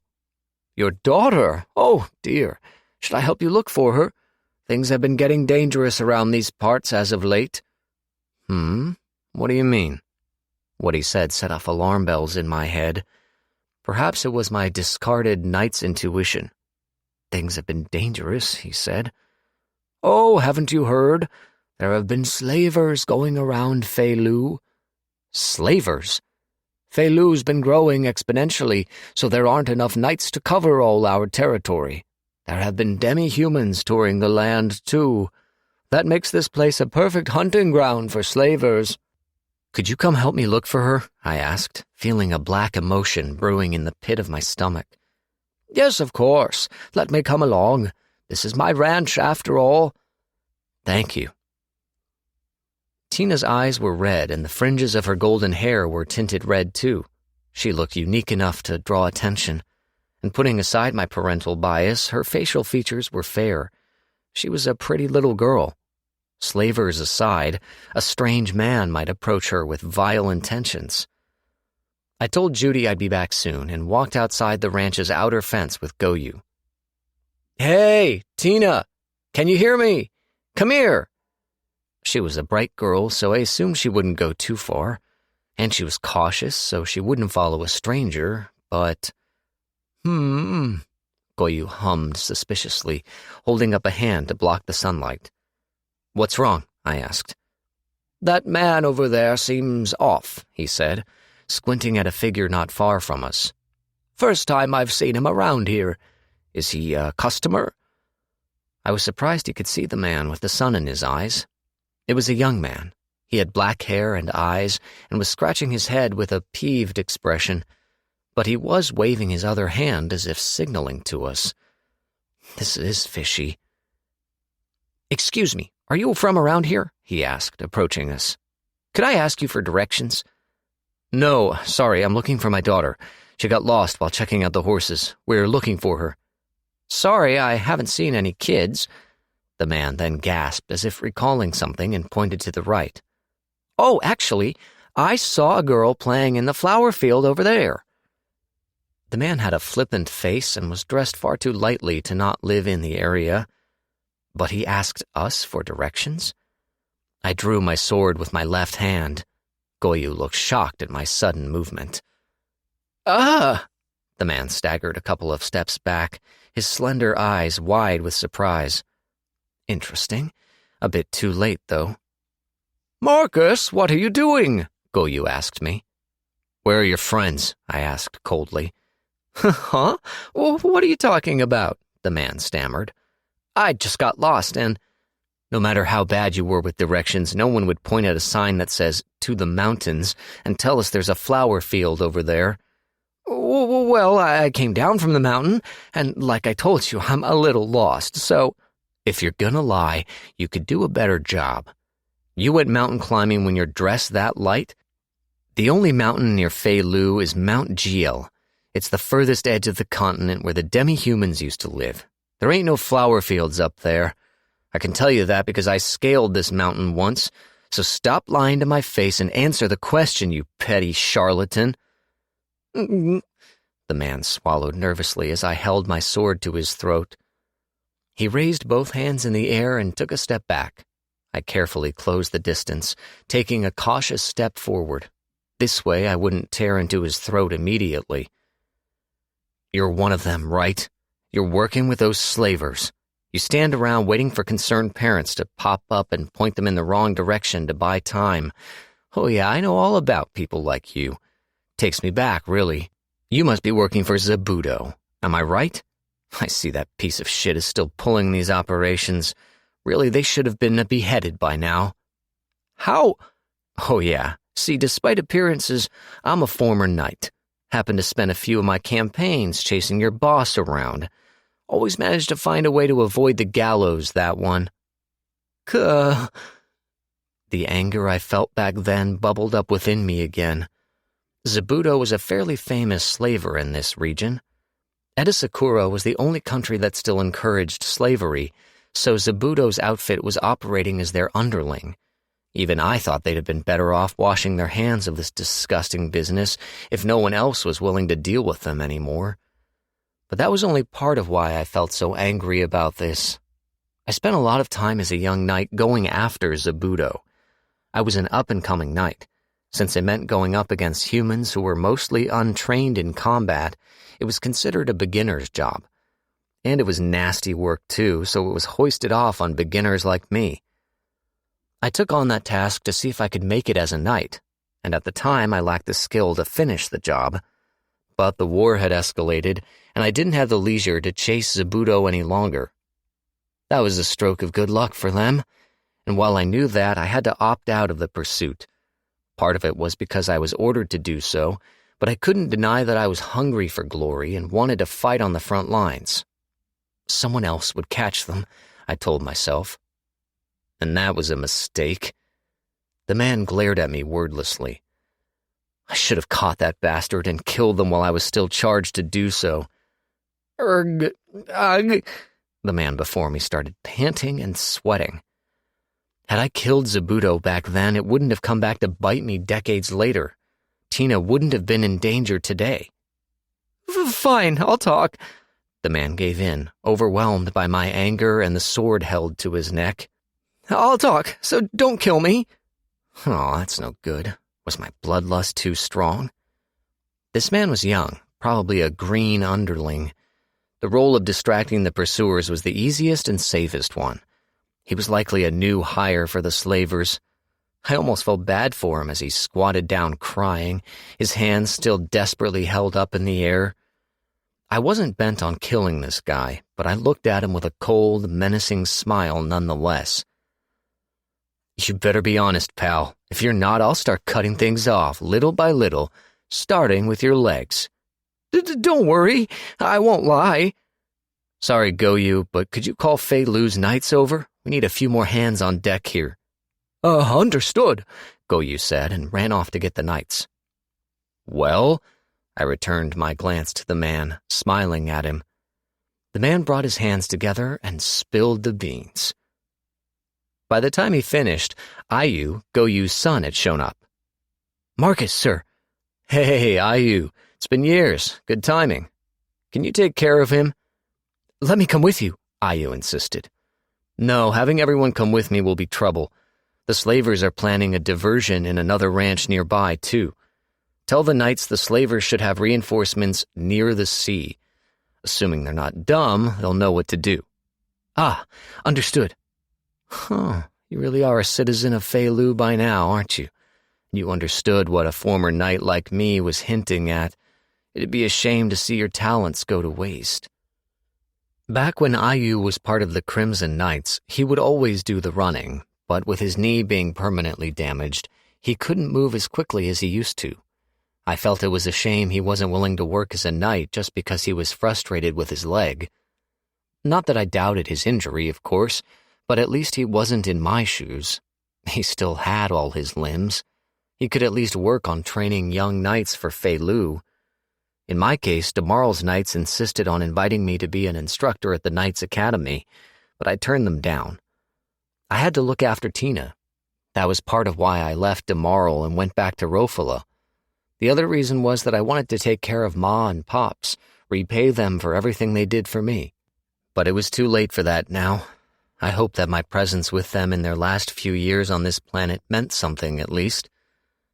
Now then. Sheathing my sword, I headed down the hill. There were a few ranches built close together in this area, and newcomers could easily get lost. This was especially true for people with children. People who visited the farms didn't just come to look at the animals, but also to watch cows being milked. This meant there was a crowd in a large area that was easy to get lost in, and it was easy to get away with snatched children undetected, as there were plenty of barns and warehouses to hide them. It looked like a safe place, but it was actually a perfect hunting ground for slavers. They would take children and demi-humans abducted from across Fei-Lu to the shore along the shortest route possible, loading them onto ships bound for Edisakura. It was a simple operation, really. The only countries situated along the shores of the human continent were Fei-Lu and Edisakura, but that also meant exposing their route was terribly easy.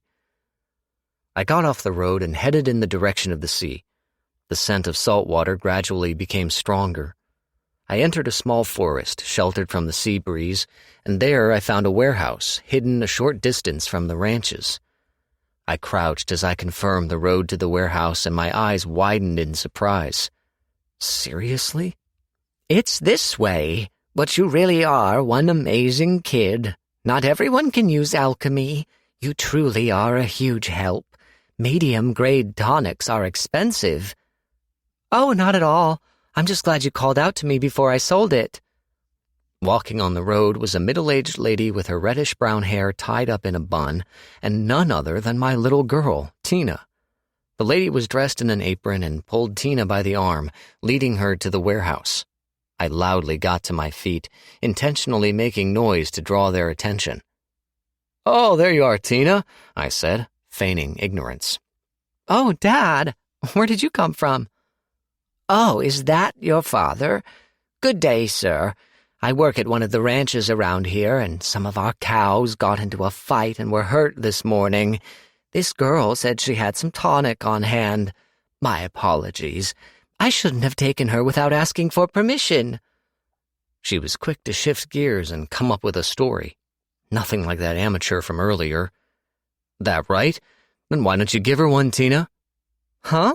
Tina looked taken aback for a second, but came around to my suggestion. "All right." "Anyway, come on, we need to check out the horses. Could you show me the way back?" Confirming the lady let go of her hand, I wrapped my left arm around Tina. "Huh? Whoa!" Tina exclaimed as I picked her up. My right arm was a prosthetic and couldn't hold a sword. I was a bit disappointed I couldn't cut that old woman's head off where she stood, but that wasn't something I could do in front of Tina anyway. A child shouldn't have to see that kind of bloodshed. Consider yourself lucky. You got away with your head again, old lady Zabuto. "Here you are, ma'am." "Thank you, dearie. You're a big help." "Take care, you old bat," I said coldly. "Yes, I could say the same to you, petulant child." She regarded me with a thin smirk. She figured out I was the knight who hunted her down all those years. A real villain, if ever there was one. I turned my back on her and walked off, heading down the road leading back to the ranches. Tina shuddered a bit as I carried her and asked if I knew that lady. "Yeah, she and I, we used to play tag. A long, long time ago." "Tag?" "Yeah, You'd be surprised how fast she could run. She was pretty, too. Well, back then, when she was younger. Used it to pull the wool over my eyes a time or two, I'll admit. Eventually, I gave up on chasing her. Figured this woman might be a bit too much for me. She hummed, eyeing me suspiciously. Apparently, Tina had gotten the wrong idea about us, but while I didn't like her being suspicious of that, it was better than her knowing the truth. But Tina didn't pursue the matter, so I simply chuckled. As I walked off with Tina, I hoisted her onto my shoulders.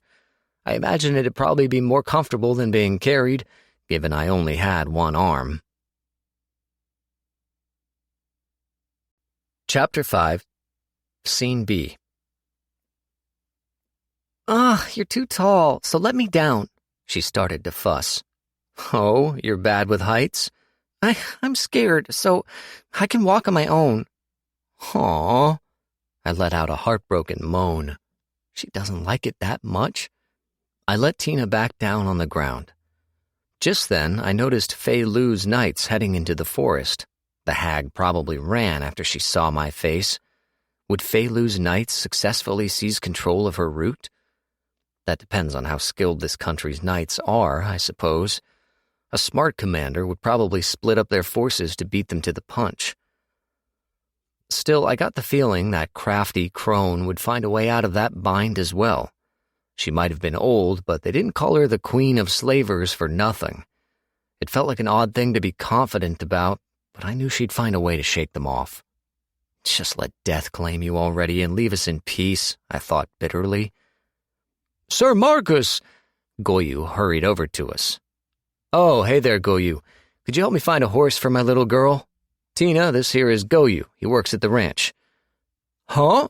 Goyu looked surprised at how calm I was, given what had happened not an hour ago. Hello there, Tina greeted him. Pleased to meet you. Ah, yes, hello to you too. Goyu nodded precariously. Let's find you a good horse, shall we? Come over here. He calmed down once he saw my relaxed demeanor. It made sense he'd be confused. We were looking for Tina just now, so going from that to show her a horse probably put him on the spot. He introduced us to an excellent male horse, which Judy seemed to gaze at with oddly coquettish eyes. Cut it out, girl. From his perspective, you're an old hag. This one feels right. How much for it? I asked. Well, it's a military steed, so it'd be 52,000 colts. Whew, it's expensive. But it's an animal, and a young male at that. It's probably cheap for a military steed. We also needed to look for an inn and go shopping, so I didn't want to squander too much time here. Haggling would take too long, and I had no way of knowing if I'd find a more compatible horse next time. Deal, I said, eventually deciding to go for it. Thank you. I'll go prepare the saddle and everything else it'll need. Aren't those usually sold separately? No, I'll throw them in as a freebie. I couldn't bring myself to be a greedy merchant when it comes to you, Sir Marcus. You say that, but be too generous and you'll end up in the red before you know it. Don't worry about it. You looked after my son. Goyu, if that's your reason. I had to turn his generosity down. Ayu climbed his way up to the position of officer, but it wasn't because I sponsored him or anything. To begin with, we belonged to knight orders of different colors. I was with the Azure Knights, he with the Crimson Knights. Ayu became an officer as a result of the efforts he put in. I didn't help him in particular. His hard work was what earned him his achievements. But just as I was about to refuse, I heard a voice call out to me from behind. Sir! It was Ayu. Oh, you done? I asked him. Yes, we were able to rescue the children from the southwestern warehouse. We rounded up the whole outfit. You did? I asked, my eyes widening. The whole outfit?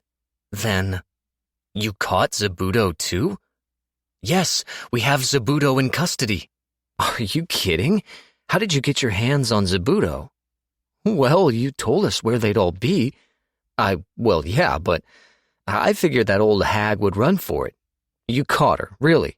What did you tell Fei Lu's knights?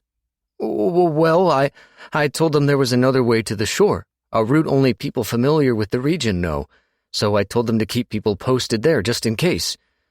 I was struck speechless, but then started laughing in surprised joy. Really now? You're incredible, Ayu. That crone's given me the slip every single time, and you just caught her. I started laughing and slapping Ayu on the back. Huh? He was confused by my praise. This guy's amazing. After taking a minute to laugh with relief and joy, I turned to face Goyu and Ayu, who both looked at me in surprise. Ayu, you should join Fei Lu's knights. You can command even with a bad knee, right? Seeing you this time convinced me. You can still do this. Ayu's face filled with emotion. Thank you so much, sir. But my knee always feels off. I really don't think I could work as a knight with my knee like this. I understand, but letting you just fester here would be a waste. Oh, right. Tina! Yes? I brought them over to Tina, who was with Judy a short distance away. I had her hand over a middle-grade tonic. It wouldn't heal an old injury, but... If you ask the knights, they could supply you with medium-grade tonics as part of your salary. Drink it every now and then, and it should mitigate the pain better than a low-grade one. But medium-grade tonics are expensive. And wait, this tonic, it's perfect quality, he exclaimed, using his own appraisal skill. My little girl here can use alchemy. If you drink some of her recent tonics, their quality should be high. With that quality, they should be as potent as a standard high-grade tonic. If your only problem is pain, it ought to fix that. Sir Marcus! Completely healing the injury will require him to drink high-grade tonics over an extended period, which is a very expensive treatment. But medium-grade ones should be more than enough to get rid of the constant pain. Well, it'll still probably ache on rainy days. Not much to be done about that. Have you had a doctor check you? Well, no. We don't exactly have much money, Ayu muttered uncomfortably. Mister, where does it hurt? Tina asked. Should be around the knee, I answered for him. You can have these then, Tina said, taking out 2 medium-grade tonics. Generous of you. Are those medium-grade tonics? And they're all perfect quality. Just one could sell for 5,000 colts? I can't afford this. Oh, their value went up by that much? I asked. Yes. The lizard men from the demi-human continent are in the middle of some kind of infighting, which made the cost of tonics spike for us. I'm pretty sure you could find vendors that would give almost 10,000 colts a bottle for perfect quality tonics. Apparently, we came at a good time. Fei Lu relies on the demi-human continent for their medicine supply, and the price has gone up. We'll be able to sell Tina's medicine for more than I initially thought. Well, let's just say that'll be our payment for the saddle, bit, and the reins. Right, Tina? Oh, yes, that's right. Goyu and Ayu were still unconvinced. This wasn't enough. I decided to just insist that Ayu drink it instead of selling it and asked where we could find a good inn. They quickly pointed us in the direction of a nice place in the western part of town. With this, we had a new horse. And since the cost of medicine had gone up, we could afford to bring a lot of wheat back with us. Once we got to the inn, I hung up my coat and sat down to relax. Tina was glued to the window, her gaze fixed on the view outside. Guess she can be childlike sometimes, too. We'll sell the tonics tomorrow, Tina, but let's start by getting you some new clothes. Oh, all right. Dad, actually there's something I'd like to ask for. Oh? It wasn't often Tina asked me for something. I walked up to her, only to find her face was kind of flushed. Was she sick? Or maybe being around people all day made her a bit dizzy. You probably know this, but my clothes are getting kind of tight. Yeah, I figured. That's why we're going tomorrow. Could you let me pick my underwear by myself, please? Of course you can. Thank you, Dad, she muttered, sighing with relief. I, on the other hand, stood frozen for a moment. My thoughts ground to a momentary halt. Underwear, eh? Right. Yeah, that makes sense. Of course she'd be nervous about that.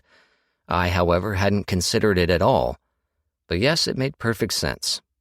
Once Tina gets old enough, she'll need to get a brassiere, and she'll probably say, "I'll handle the laundry, so go away, Dad," even louder than she already does. Yeah. "What's wrong, Dad?" "Nothing. Let's go to bed." "Okay." My little girl really is growing up too fast. Me at age 6. A year and a few months went by, and I turned 6 years old. I became capable of more tasks and was allowed to do more without supervision. I started brewing not just low-grade, but medium-grade tonics regularly, and I also started helping out with the cooking. Honestly speaking, I was already better than Dad was. And also... "Tina, time to go back." "Okay." I rose to my feet, the bouquet of flowers in my hands releasing petals into the wind. We were in front of a few graves, fashioned from circular tree stumps. There were names etched on the wood. The one in the middle was Grandma. On the right was Dad's brother, and the left one was Grandpa, who passed away last year. His death was probably unavoidable. He was already sick, and there was no curing his condition. The powder medicine I made could only alleviate his symptoms. The saving grace was that he passed away painlessly. I'll never forget how Dad patted me on the head, looking at Grandpa's serene face with kind eyes. I had to wonder, where do people go when they die in this world? Do they simply reincarnate like I did with their memories intact? So, if we meet again, will I be older than them this time? Grandma, Grandpa. That's Gyaga's caravan! Oh, it really is. We spotted a row of large wagons rolling along the highway. Drawn on the wagon's canopies was the mark of the Chimera, a mythical beast. Apparently, Mr. Gyaga was a merchant who was saved in his youth by a chimera. Of course, it might have just been a story he cooked up to help sell his wares. Mr. Gyaga was a fan of the Rofala Lodge and a regular patron of ours. He traveled to Fei Lu, and sometimes even went as far as the demi-human continent to restock, then sold his wares in Demaral's markets. He would also occasionally stop at a roadside inn and offer his services to traveling adventurers. He looked like someone who might run a circus troupe, but he was actually a very nice man and a serious merchant. "Oh, Marcus, I've got a real nice treat for you this time," Mr. Gyaga greeted Dad. "Hey, thanks. Kind of feel bad about you giving us all those freebies." Since he was a regular patron at the Rofala Lodge, Mr. Gyaga often brought Dad little presents from his travels. He had a long nose like Pinocchio's that always pointed up at the sky, and a self-satisfied smile. His gifts were usually on the strange side, but today he seemed particularly smug and confident. "Hello? Hey, we're here," he called to something in the carriage. "What's with that scary face, huh? Timing?" Fine. Sorry, the special treat still needs time to collect itself before it comes out." "What are you talking about?" Dad asked Gyaga. "Well, it'll come out later. Forget that, though. How are you doing, Tinaris? I got you a present, too. Look at this." Is that? My eyes widened at the gift he showed me. It was a small bottle full of tiny, colorful balls. But besides that, he had a fine purplish powder. "Are those murder moth scales?" I asked him excitedly. Why does this powder have such a dangerous name?" Dad asked, aghast. So you care about that more than the gumdrops, do you? I see." Gyaga seemed a bit disappointed. "I mean, the powder's so much rarer," I told him. "It's actually amazing. It's used to make a perfect supreme antidote." "A supreme antidote? Really?" Dad sounded surprised. Mr. Gyaga still looked heartbroken, though. I wasn't sure why. It made sense Dad wouldn't get it, since he didn't know much about alchemy anyway. But as Dad and Mr. Giaga gave me little presents like this, I'd look them up in the alchemy manuals. And before I knew it, I'd become really knowledgeable about alchemical ingredients. Or, well, I was about average compared to other alchemists. That's how I felt. It wasn't really my fault, since I was self-taught. If I wanted to seriously study alchemy, I'd need to go to a dedicated school in one of the countries. And honestly, I wasn't so keen on learning that I'd throw everything away to go study. So for now, I was just polishing up on what I could. And learning how to make things we didn't have using alchemy was pure fun. Murder moths are an unusual breed of moth that inhabits the massive tree forest in the east, Mr. Giaga explained. They're about as big as a person's head, and they kill people by sitting on their faces and suffocating them. Well, damn, I can see why they call them that, Dad muttered. I brought over a few other things I figured Teenerus might want. Deadly scorpion stingers, venom lizard claws, and toxic serpent's fangs, he said, smiling at me. She's 6. Why do all the gifts you give her have toxic names? Dad groaned. Yay! I cheered. You're happy about these things? It's because they're all ingredients for the supreme antidote. I'll run over and start making it. Don't do it inside the house. Are these things safe? It's fine. You're supposed to put them in the pot with their bottles. With their bottles? The recipe book did recommend making antidotes in places with good ventilation. To that end, I would need to take the gifts Mr. Giaga brought me last year, a pot and staff made specifically for alchemy purposes, and work my magic near the lake instead of inside. Mr. Giaga probably brought those ingredients specifically so I could make the antidote, and he could buy it off me. I'll get to it as soon as we finish here. And I bought her those gumdrops from the demi-human continent. They're all the rage there, too. But Teenerus is more interested in alchemy ingredients, huh? Mr. Giaga sighed sadly. Thanks for playing along with her hobbies, Giaga, Dad told him. But half the reason you did this was so you could have her make tonics and then buy it off her, right? Well, I am a merchant. But being a fan of this little girl is hard on the heart. Gives me such mixed feelings, I suppose.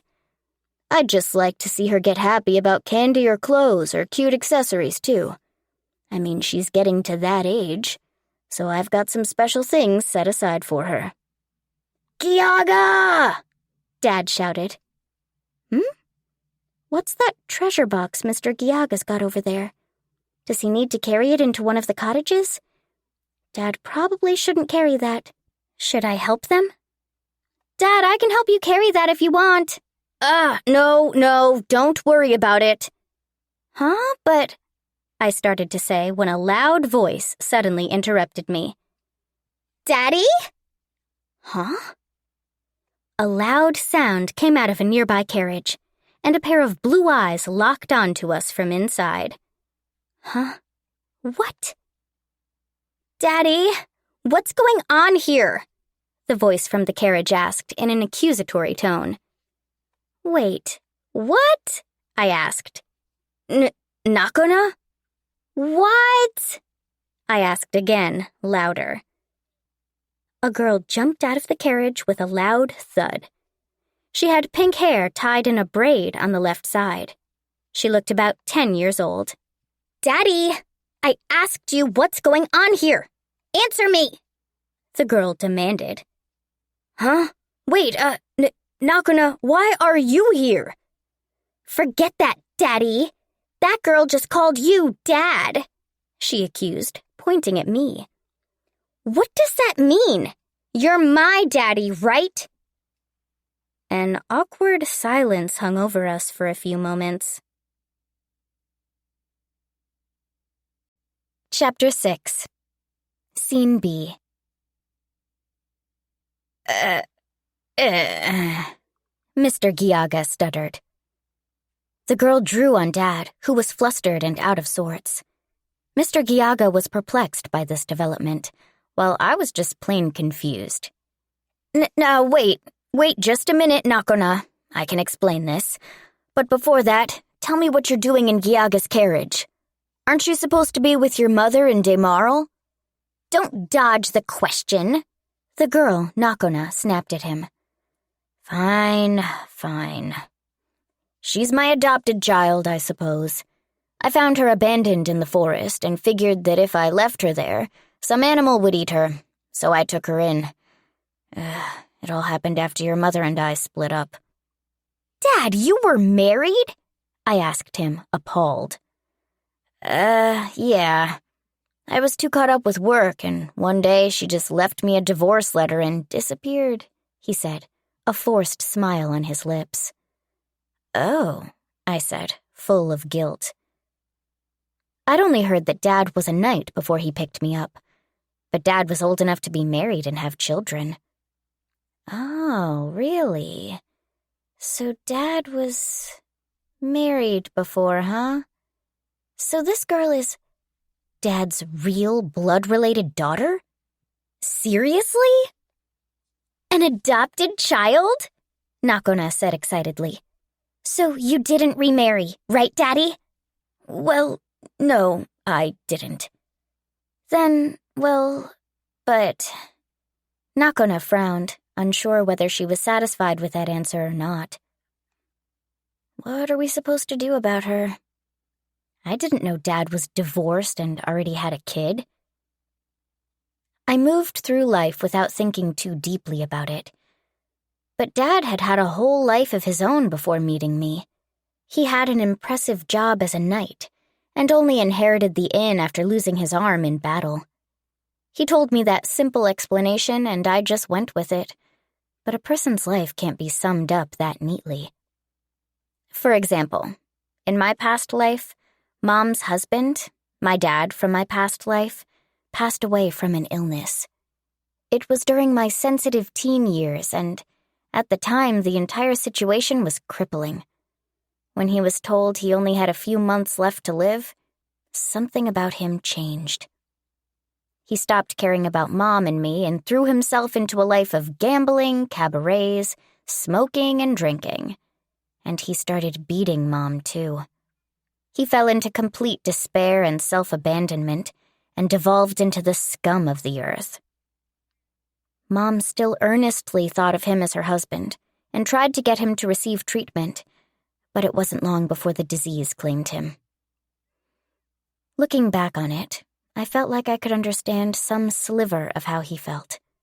Wanting to live freely, as you wish, with what little time you have left. I could understand how that felt.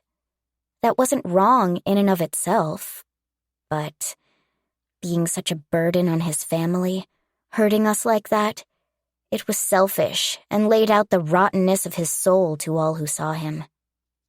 I could hear some voice telling me that it was a family's job to forgive things like that, and maybe that was right. Honestly, him being a burden on us didn't matter all that much.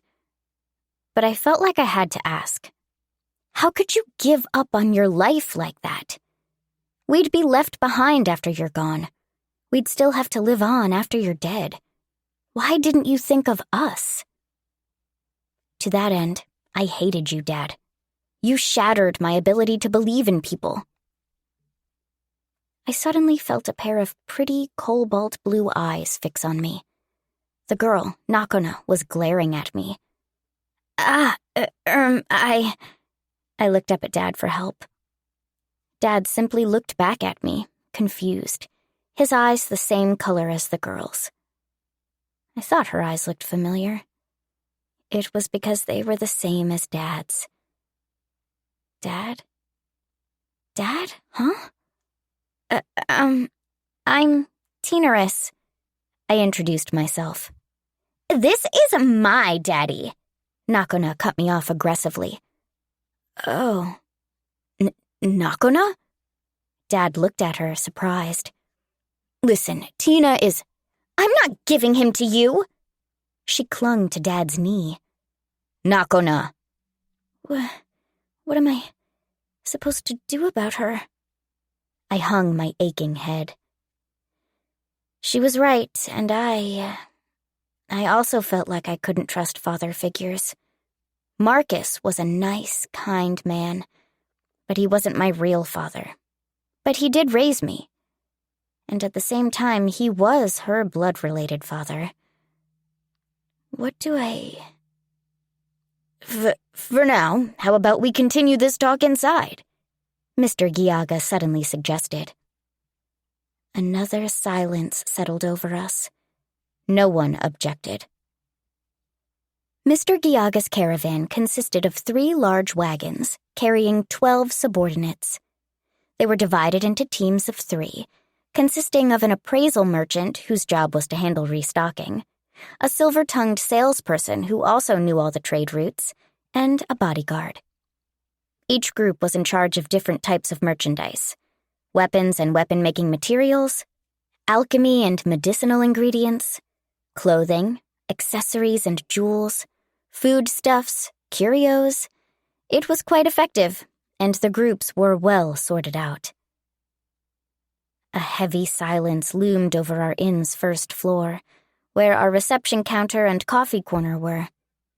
I tried making the supreme antidote, but couldn't concentrate on it with the pink-haired girl glaring at Dad and me in the room.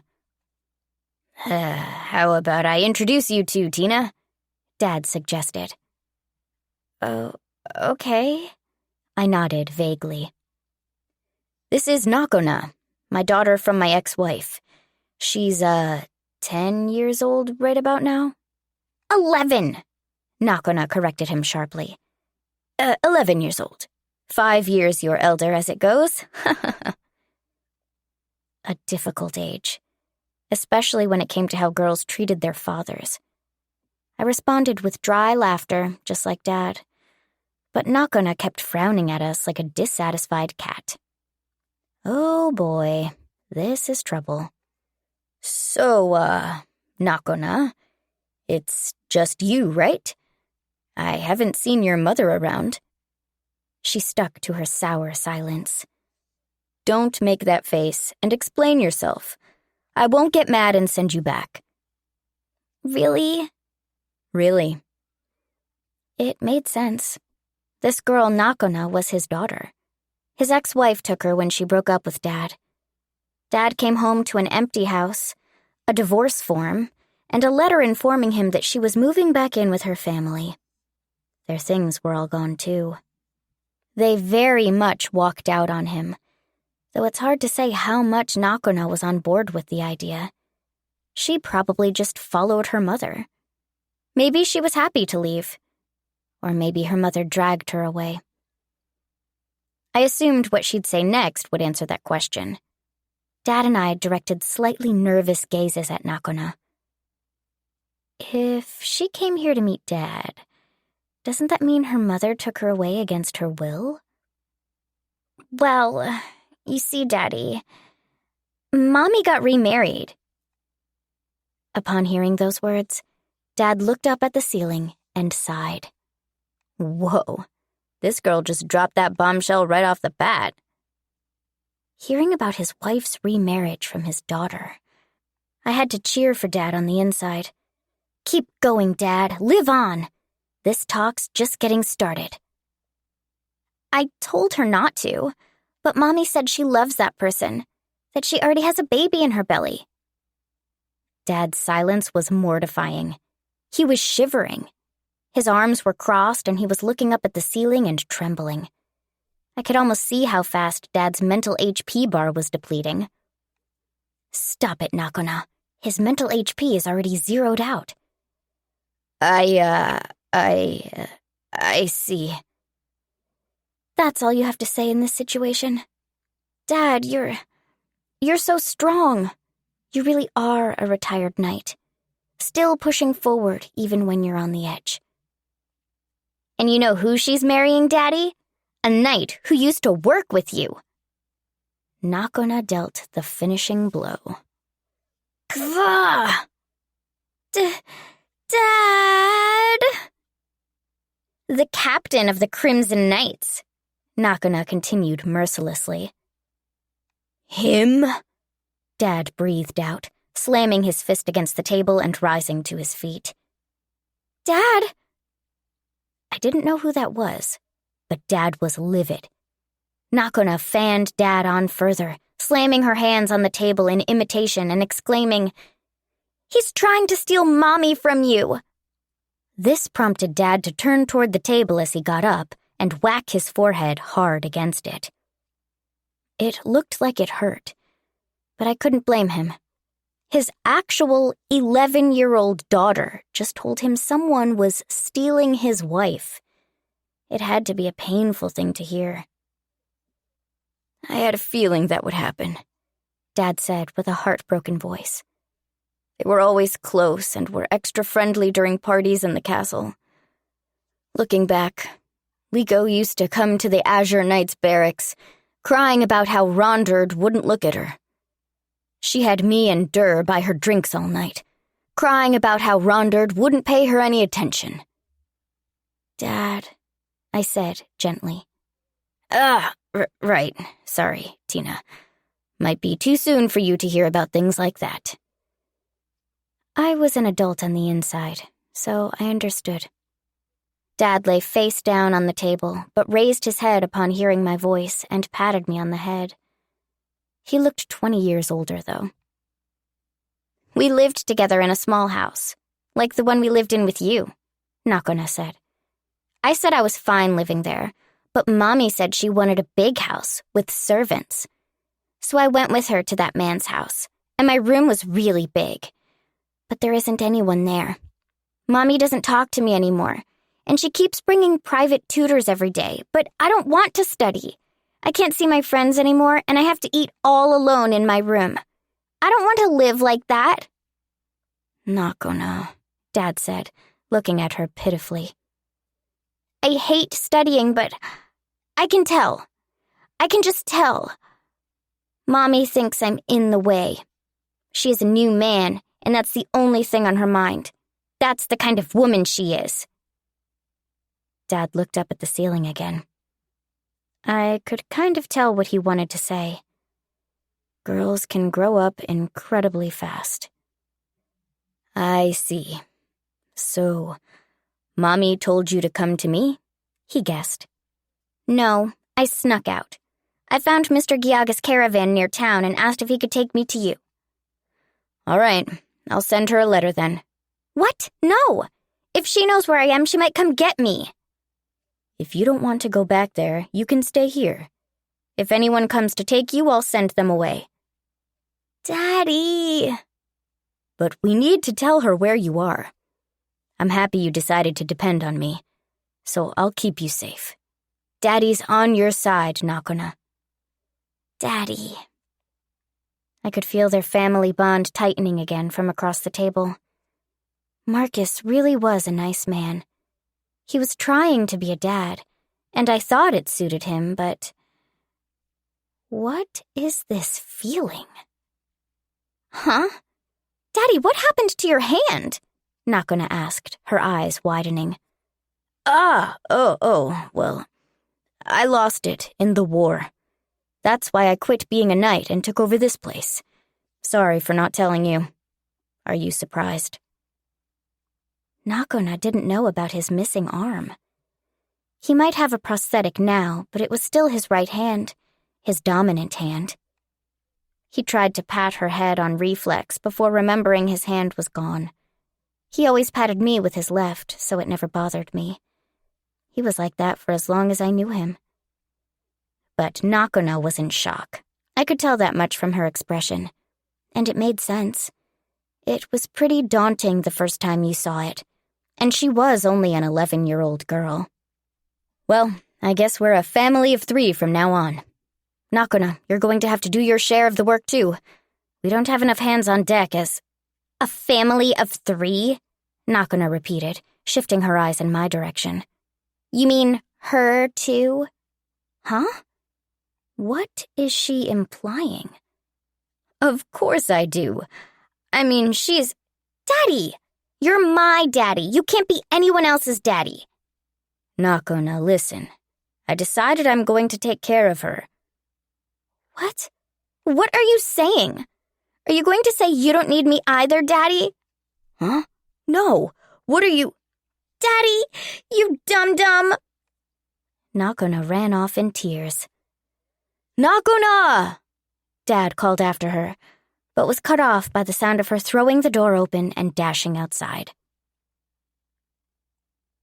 It was evening, and almost time for us to prepare dinner. Gyaga's caravan would take care of themselves with the cottage's kitchens, so we only needed to cook for ourselves. And we needed to prepare the baths, so we had to start cooking now if we wanted to make it in time. But... Dad, you should go after her. I'll make dinner. Tina. Dad looked at me awkwardly. Sorry. That girl was emotionally unstable. But I couldn't blame her. Her mother remarried some rich man and got knocked up with his child. The woman she always thought was her mother suddenly became another man's wife and the mother of someone else's child. Meanwhile, when I looked back on the day I remembered my past life, I couldn't help viewing Marcus adopting me as something that sort of happened to someone else. But if I was her age, I wouldn't know how to process any of it. I'd lose my nerves and just run. But there was also another problem cropping up now. I couldn't trust father figures. Marcus was a nice, kind man. I didn't doubt that. But he didn't feel quite like my father. I did call him Dad, but I couldn't really get rid of that distance. He wasn't related to me, not really. This whole thing with Nakona only further reminded me of that. I couldn't help but wonder what would have happened if my mom from my past life got remarried. Could I have brought myself to trust whoever she chose? No. I probably would have treated them the same way I treat Marcus.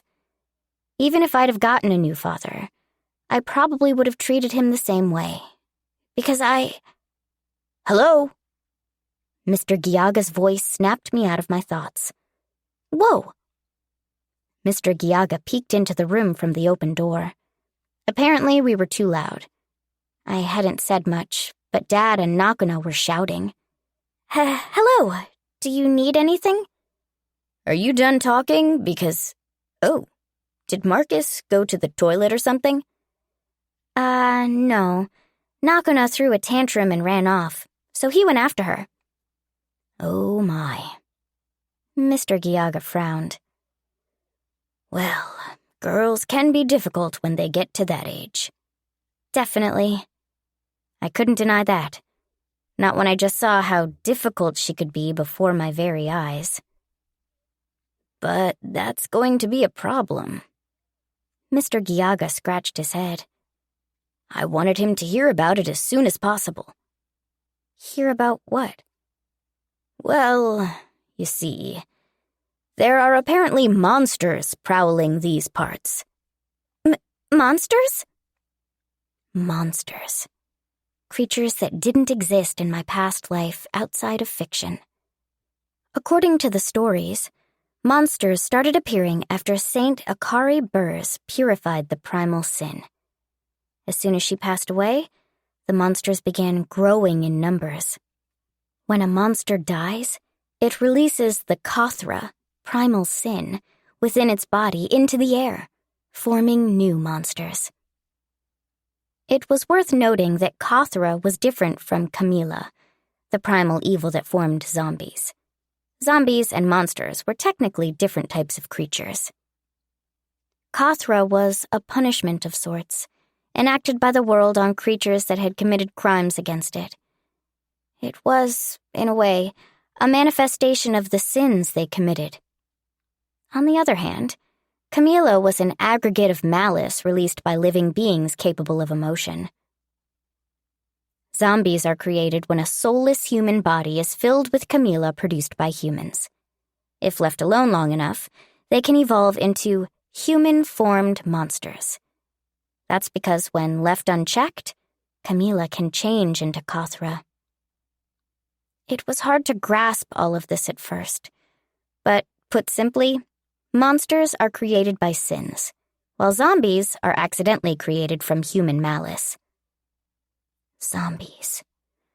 Back in my old world, there were stories about human disasters or viruses that produced them, like a dead baby's grave filling with Camila. And as it matures, it eventually rises from the grave and starts mutilating cattle and chickens. And when you beat it, it only produces more zombies. In fiction, of course. That never happened in real life. But long story short, monsters were much more dangerous than zombies. I think Demarl dispatched knights to exterminate them, but killing the monsters scatters Kathra into the air, which produces more monsters, and I think the knights are really struggling, Mr. Giaga said. I hung my head, concerned. Demarl's knights told me to let you guys know about it. They said you and your guests should avoid going out at night. But Marcus is a former knight, so he probably knows all that. Yes. Dad and I were often told to stay indoors after sunset.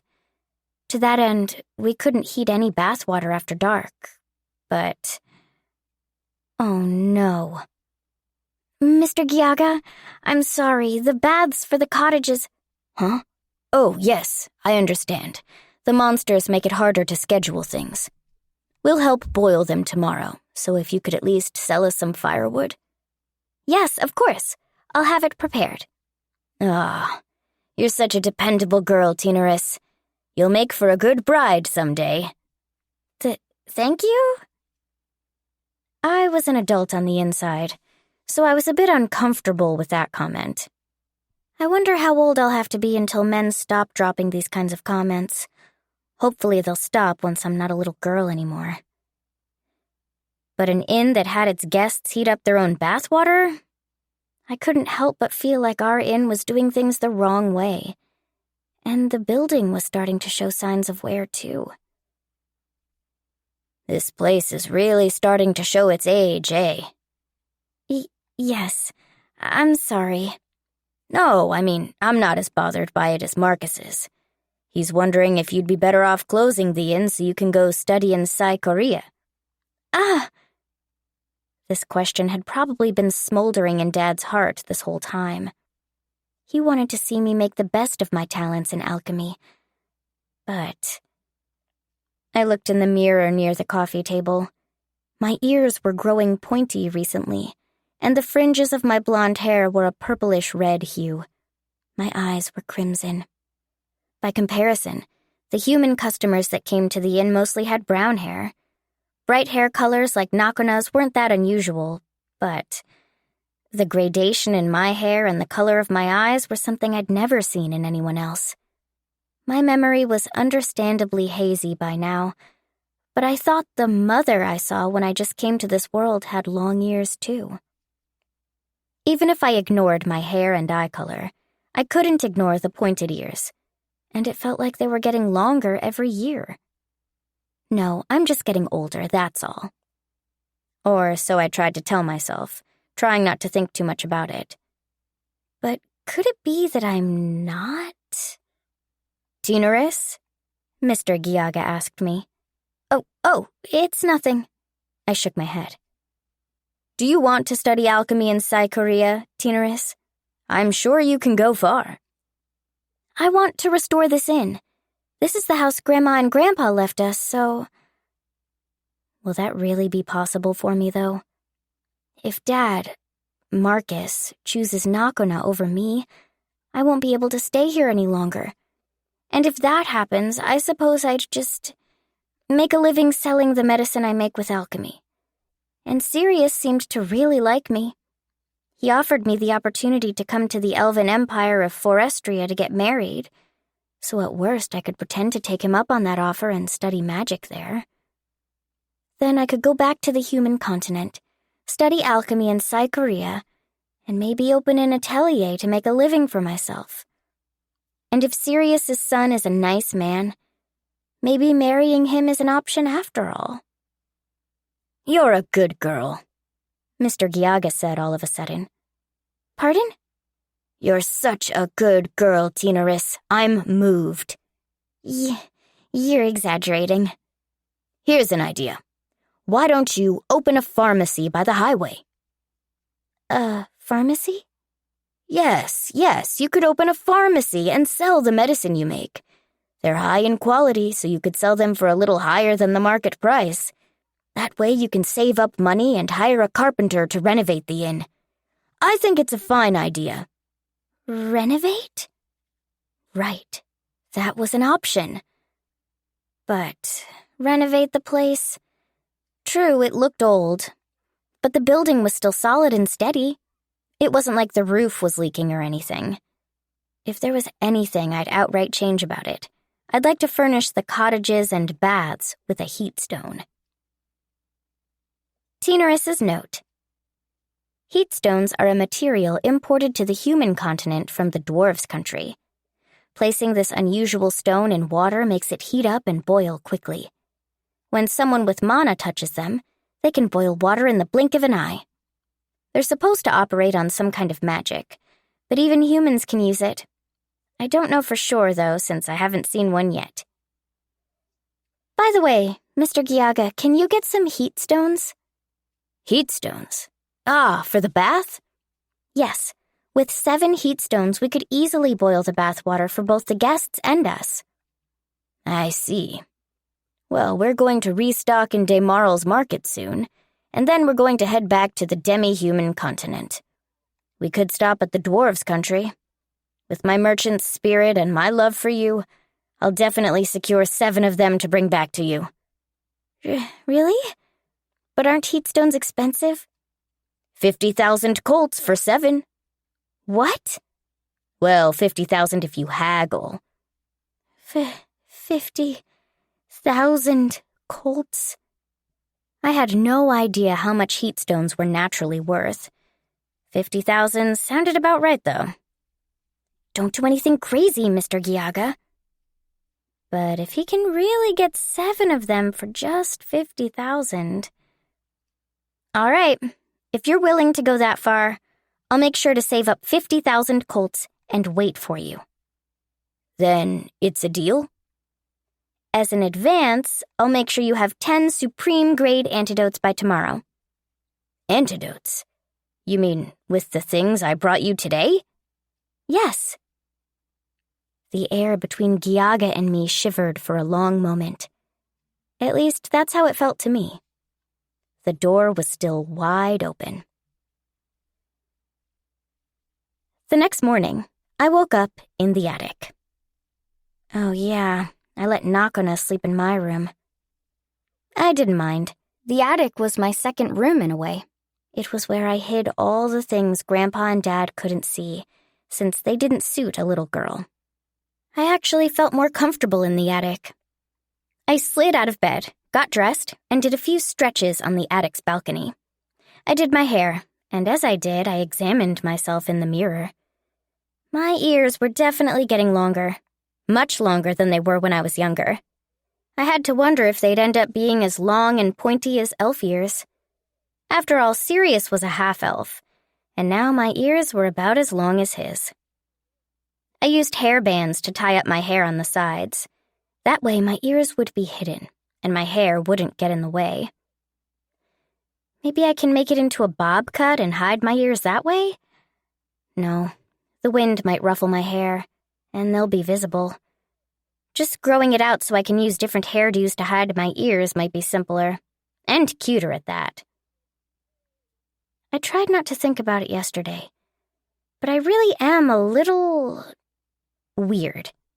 Blonde hair with naturally purplish red fringes, crimson eyes, pointy ears. I always thought I was human, but demi-humans and mythical beasts lived in this world. And I faintly remembered the mother who gave birth to the current me, and she had elfish ears. And a stone embedded into her forehead, too? May the blood of the Stone of Daybreak never come to awaken. I'd forgotten all about it since I was so occupied with alchemy recently. But I should probably look into it. I want to ask Mr. Giaga, but what if he reacts with, "What? You know about the Stone of Daybreak? You're a threat," and throws me to the wolves? I got the feeling this stone was related to why I was abandoned in the first place. It could be really dangerous. To that end, I decided to leave the matter be for now and look into it once I was old enough to investigate on my own. And besides, I had a mountain of problems to resolve already. Now wasn't the time to be caught up in this one. "Good morning," I said as I went downstairs. "Morning, Tina," Dad said. "Sorry about yesterday." "It's fine. I like being in the attic anyway." Dad gazed at me with pitying eyes. I couldn't blame him. His real daughter showed up, throwing tantrums and tears in every direction. Meanwhile, I was being visibly reserved around him. He probably felt bad and apologetic. But really, I didn't mind, especially when it came to the room. The attic's bigger, so it feels like an improvement, really. Actually, do you mind if I make it my permanent room? Tina, listen, you don't have to force yourself. I'm not forcing myself, though. I've wanted to set up a medicine cabinet in my room, but thought it was getting too cramped. So can I just keep using the attic? Thank you. I owe you, Tina. You're exaggerating. I'll help you make breakfast. Oh, and Giaga said they'll take a bath in the morning, so they'll need some firewood to boil the water. I'll also be working on the antidote outside today. Firewood? Got it. Just be careful with alchemy. I know someone who had their face blown off because of an alchemy accident. I will. Talk about a scary story. I really should be careful. By the way, where's Nakona? She isn't up yet? What am I going to do with her? I'll go wake her up, I offered. Thanks. Tell her she won't get any breakfast if she doesn't get up. I will. Dad's cooking didn't taste that good, but he made food every day, never skipping a meal. In that regard, he kind of reminded me of my mom from my past life. She would always cook, no matter how busy she was, and despite not being good at it. The father I knew from back then was the kind of scum that would cast Mom and me aside. But Marcus was different. If he was what a father should be, maybe I could stand to trust him a bit more. Not at once, of course. The image of the father I knew from my past life was too deeply rooted. I'm feeling really confused now. Maybe I should just straight up start calling him Marcus instead of Dad. I went up to the second floor, passing by Dad's room and his study to the corner room. "Good morning, Nakana. Rise and shine." That was where my room was until yesterday. The bed, sofa, and closet were the same as they were before. The books Dad and Mr. Giaga got for me were still sitting on the bookshelf, too. If I was going to change rooms, I didn't mind leaving the furniture behind, but I at least wanted to take my clothes and books back. I did take my clothes for the day when I left yesterday, but most of my things were still in this room. Nakano was older than me, though, and wouldn't fit into my clothes, so I assumed she'd hand them over if I asked. Wait, did Nakano even have any luggage? Does she have clothes to change into? My call was met with silence. "Hello?" I knocked and called out to her again. I could hear her inside, but she didn't respond. Wait, is that why? I'm just checking to be sure, but you don't have anything to wear, do you? I asked. Yeah, she eventually replied bashfully. Mr. Giaga is here, so we'll buy something you can wear from him. I'll bring you your clothes with your food, okay? Okay. What kind of clothes do you want, by the way? Something easy to move in. All right. I hurried down the staircase and explained the situation to Dad. Apparently, Dad didn't think of that either, and heaved a perplexed sigh. He then put Nakana's breakfast on a tray, which I carried up to her. At worst, she could be naked, so I simply left the tray on the floor in front of the door and called out to her. I then made my way to Mr. Giaga's cottage, where I ran into Mr. Drake, one of the caravan's members, doing his morning stretches. "Good morning, Mr. Drake," I greeted him. "Good morning, Teenaris. Sure is nice out today." He beamed at me. "Yes, it is.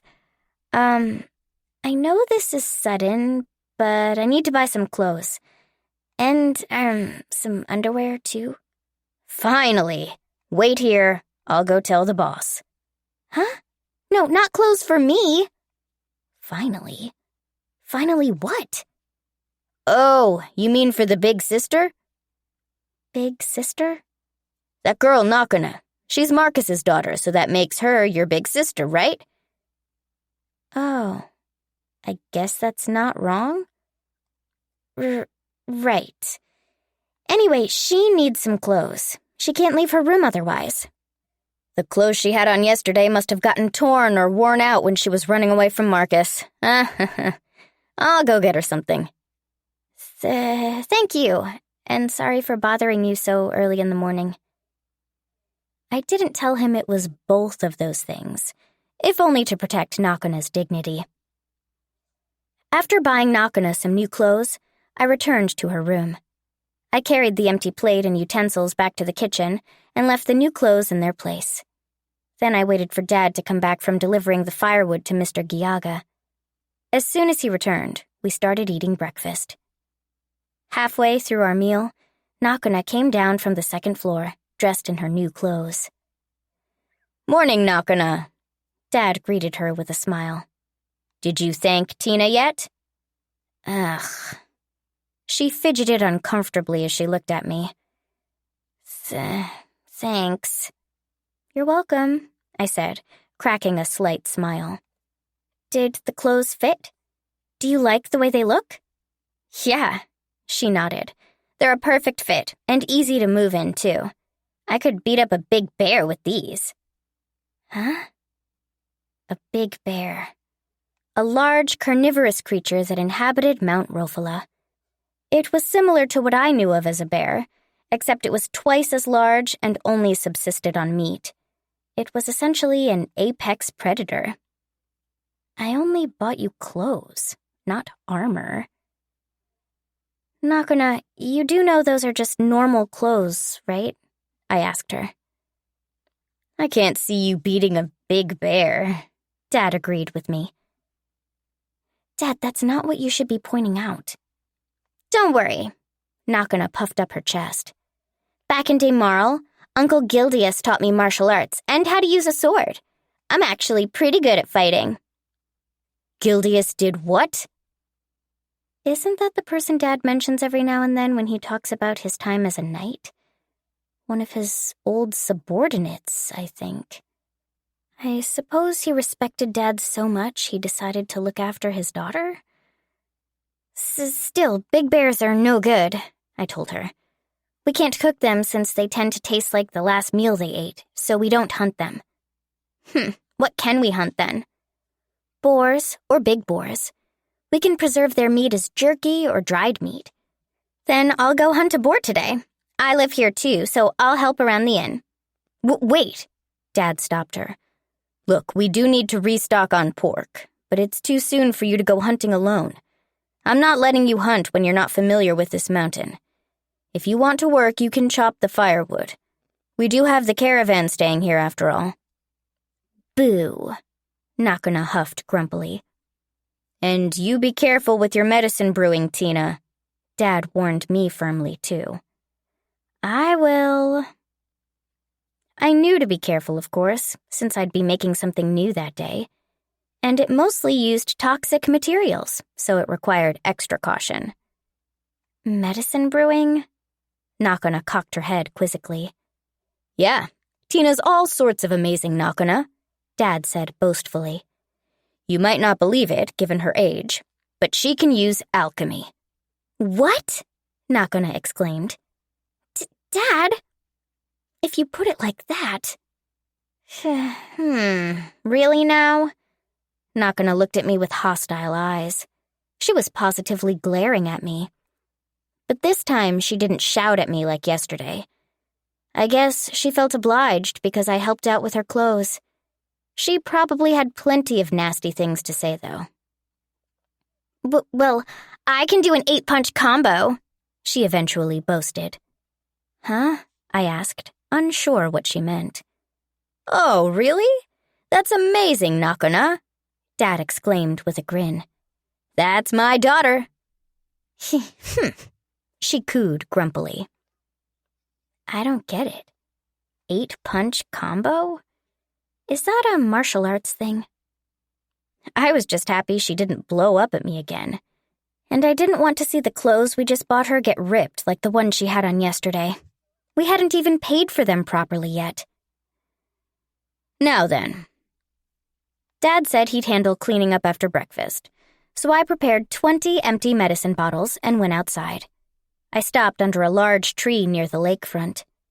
Lake Riode was the largest lake on the human continent, but people in this world weren't really interested in sightseeing. It wasn't as large as Lake Biwa in Japan, but it was still big enough that you couldn't see the other bank. It was large enough to fish in, too. But the only thing built around Lake Riode was the Rofala Lodge. It was a bit odd, but people in Wistiair didn't live in villages or towns, but mostly in countries. Different countries were connected by the highways, but the land between the countries and the off-roads didn't belong to anyone. There were long distances to travel between countries, so the land between them was developed and roadside inns and stores opened. To legally open a business, an establishment needed to receive a permit from at least 2 countries. Let's get started. So if I were to open a pharmacy between this inn and the highway, I would probably need permits, right? I'd consult Dad about it when the time came. For the time being, I'd need to gather funds. Dad wouldn't just kick me out. At least, I didn't think he would. But since I carried the secret of the Stone of Daybreak, a time might come when I would need to live alone. And to that end, I'd need a fortune of my own. The capacity to live on my own, a job that would enable me to make ends meet. To do that, I would need to start by gently concocting 50 low-grade tonics. I didn't have enough of the smaller potion bottles, so I also brought 2 big jars. These were called economy jars. They weren't used by adventurers, but by merchants like Mr. Giaga. They used them when they needed to divide the materials they sell. Each jar was worth about 20 little bottles. Filling up one of these was much easier than filling up 20 bottles one by one. This was how alchemical apothecaries mass-produced low-grade tonics. One bottle was worth about 200 colts, so a jar with 20 bottles worth of tonics was an easy way to make lots of money. Part of me wanted to produce more, but I'd eventually run out of ingredients. And according to Mr. Giaga, even alchemical apothecaries used to crafting large quantities of medicine can only make 1 jar a day. I decided I'd make 2 jars, and while I used the mana recovery technique, I'd start making the supreme antidote. Yep, the low-grade tonics were essentially me warming up. It's ready!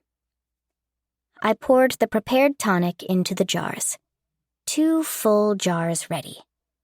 Normally, each of these would cost 4,000 colts. But since the tonics I made were all of good quality, their cost went up by an extra 30 to even 40 colts per bottle. I could sell each jar for about 5,000 colts, and 2 whole jars would be 10,000 colts. That would be enough for Nakanu's clothes with some money left over. Now for the antidote. Its ingredients were spring water, solon flowers, and the materials Mr. Giaga brought me.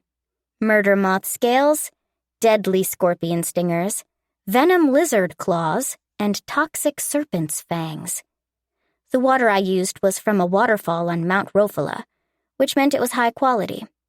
I also picked the solon flowers from the mountain.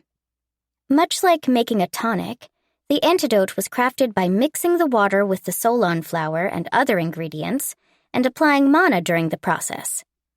After the initial transmutation was complete, the concoction was left to simmer for a while, during which I was to add more mana and stir it. I felt beads of sweat roll down my forehead. It was harder than I thought, and took longer than I expected. I knew I'd walk away from this with my arms sore from all the stirring. Grr, I gotta finish this, though. I said I'd make it. I poured the water into the pot and then added the ingredients. As a safety precaution, ingredients with toxic properties were to be inserted and mixed while still in their bottles, with their lids open. You could loosen their lids, but never open them completely. Solon flowers, then the scales, and... I loosened the lids and dropped them into the pot. Once everything was in, I added my mana slowly and gently, and then it was time to mix. Churn, churn, churn. If I could make the supreme antidote, it might mean I was good enough to create high-grade tonics. Of course, a medium and high-grade tonic wasn't potent enough to restore Dad's lost arm, but a supreme tonic might be able to do it. If nothing else, the alchemy recipe book did say there were reported cases of a supreme tonic restoring lost limbs. Dad. Marcus. The man who raised me. I'd often thought about how I could repay that debt. How I could return the favor for this kind man who raised a strange girl without ever complaining. And this was the best thing I could come up with. My way of repaying him for everything would be the supreme tonic. That was what I decided as soon as I learned of the tonic's existence. And right now, I was taking the first step toward making that happen. I've gotta focus. I concentrated my mind and body on pouring mana into the concoction. I sensed the air around me and took it in. I'll do it. For sure. Mr. Giaga looked at the result with stunned silence. Is this real? What do you think, Mr. Giaga? I asked. Wait, I'll try appraising it. I looked up at Mr. Giaga full of anticipation. Dad, Nakona, and the rest of Mr. Giaga's caravan crowded around us in front of the inn as Mr. Giaga appraised my supreme antidote. Everyone capable of appraisal magic, Dad included, gazed at the bottle containing the bright blue liquid I made. That way, we'd know the quality for sure. But supreme antidotes were generally hard to come by. And as one might expect, there was no precedent of a 6-year-old alchemist successfully brewing one. If I made it, it would be an unprecedented event in this world, in human history, or so everyone said until I brought the actual bottle. I just hoped it worked out. I'd spent 4 hours brewing this thing. Its quality is ideal. There's no mistaking it. That's a supreme antidote. She's a genius. That's incredible. It's a real supreme antidote. Tinaris, you're a genius. I can't believe a 6-year-old girl made this. Even the larger countries can only produce a few supreme antidotes every year. What will the alchemists there think? This really is impressive. And it's ideal quality, too. That alone should double its price. Aha! Indeed, indeed, indeed. You could even present this as a tribute to the Elf King and the Dwarf King and the demi-human continent. Forget 5,000 colts. I'll pay a full 10,000 for this. 10,000? My mouth fell open. Huh? Wait, are you saying one bottle alone is worth 10,000 colts? That is exactly what I'm saying. 5,000 is for good quality antidotes, but yours is ideal quality. Tinaris, you shouldn't let the other merchants haggle you down. That won't do. I insist you sell it to me for full price. Dad? I looked to him for help. Was it really worth that much? Could medicine really be that expensive? I looked at Dad, who was examining my other successful bottles with his appraisal magic. Why is he looking at them with scary eyes like that? I can't believe it. I always thought you were incredible, Tina, but this... making a supreme antidote at your age... Is it really that incredible? I asked. Incredible doesn't do you justice. There's only one alchemist in the entirety of Daymarl who can make a supreme antidote. And the handful of alchemists who can make it are so busy with work they only make a few every year, if at all. And since it's a tricky antidote to get right, their quality is usually just standard. I think this is the first time I ever saw an ideal quality one. Grrr. An ominous growling reached my ears. Dad. Nakona's glaring bloody murder at me. She's a kid who thinks her mother betrayed her, and you're all she has. Stop doting on me and pay attention to her. If you keep praising me instead of her, she'll blow up at us again. Tenoris, I'd really like to buy one of these off of you, Mr. Giaga said. 10,000 colts. What do you say? Dad, can I really sell them for this much? Yeah, that's about the market price. Well, maybe calling it market price is wrong. It's not exactly in circulation. You really are one incredible girl. It normally takes inexperienced alchemical apothecaries 30 years before they are capable of making things like this. Really? Really. The only alchemist I know in Demarl who can make one of these is Ulysses. And in Edisakura, there's Raiden.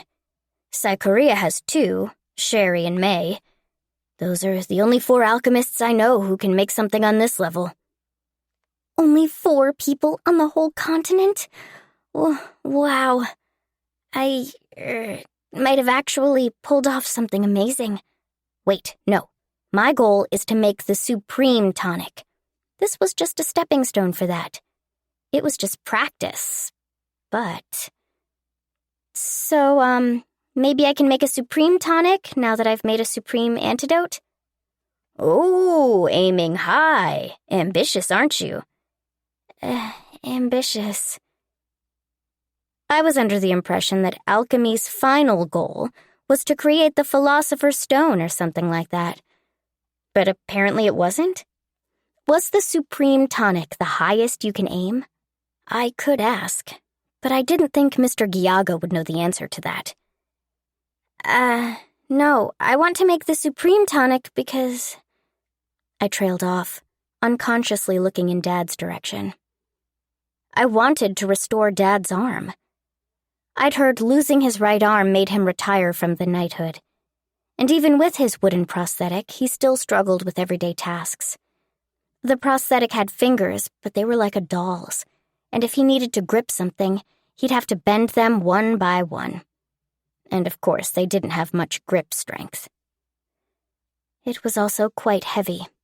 But this didn't bother him as much since he was a former knight. But still, it didn't help him with work. And since his right hand was his dominant hand, he struggled whenever he had to write with his left, which was a waste of paper. And he struggled with opening doors, too, since he wasn't left-handed. You don't mean my arm, do you? Dad asked, looking at me quietly.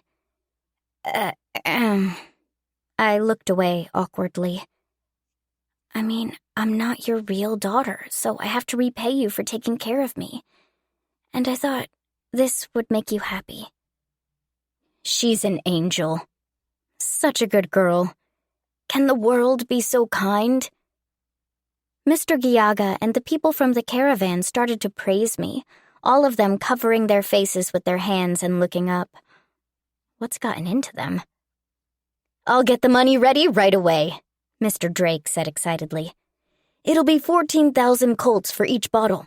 I'll raise the price. Wait, what do you mean you're raising the price? I can't let you do that. You brought me the ingredients. At least deduct their price from the cost. Ah, look at this sweet angel that descended upon us, Mr. Giaga said, overcome with emotion. Seriously, what's gotten into you? I finally asked. Fine, we'll deduct the cost for the ingredients, Mr. Drake said, smiling at me. It's back at 10,000 colts then. Mr. Drake! Just the ingredients are expensive after all. And you're selling it to me for 10,000 colts after deducting them from the price? This is so much money, I don't know what to do. Now you have the money you need, right? Mr. Giaga beamed at me. Mr. Giaga... I felt tears build in my eyes. the money for the heat stones. In the end, I balanced out everything I owed him. All right, then we'll buy 10 of these ideal quality supreme antidotes. And after I deduct the cost of the heat stones you asked for, it'll leave you with 50,000 colts. Mr. Giaga placed a pochette in my hands. Oh, and you can have this pouch as a bonus from me. I thought it'd suit you. Oh, thank you, I muttered, unable to keep up with everything. Wait, what's this about heat stones? Dad asked, confused. Oh, drat. I never consulted Dad about the heat stones, did I? Oh, I'm sorry, Dad. I just moved things along without telling you. Actually, I told Dad about my exchange with Mr. Giaga. Tina, you worried about that too? Dad asked, visibly moved. She's a little angel, one of Giaga's merchants said. An angel, another one nodded. A future saint, Mr. Drake added. Bow your head before the saint, Mr. Giaga ordered. Stop it! I waved my hands, flustered. Why do these people keep treating me like this? And you still ended up earning 50,000 colts, Dad eventually said. Yes, the fee for the heat stones is already paid for, Mr. Giaga told him. Leave it to me. I'll get you 7 heat stones from the dwarves' country. Yeah, Mr. Drake said firmly. If it's for you, Tinaris, you can be sure we'll put our all into getting those heat stones.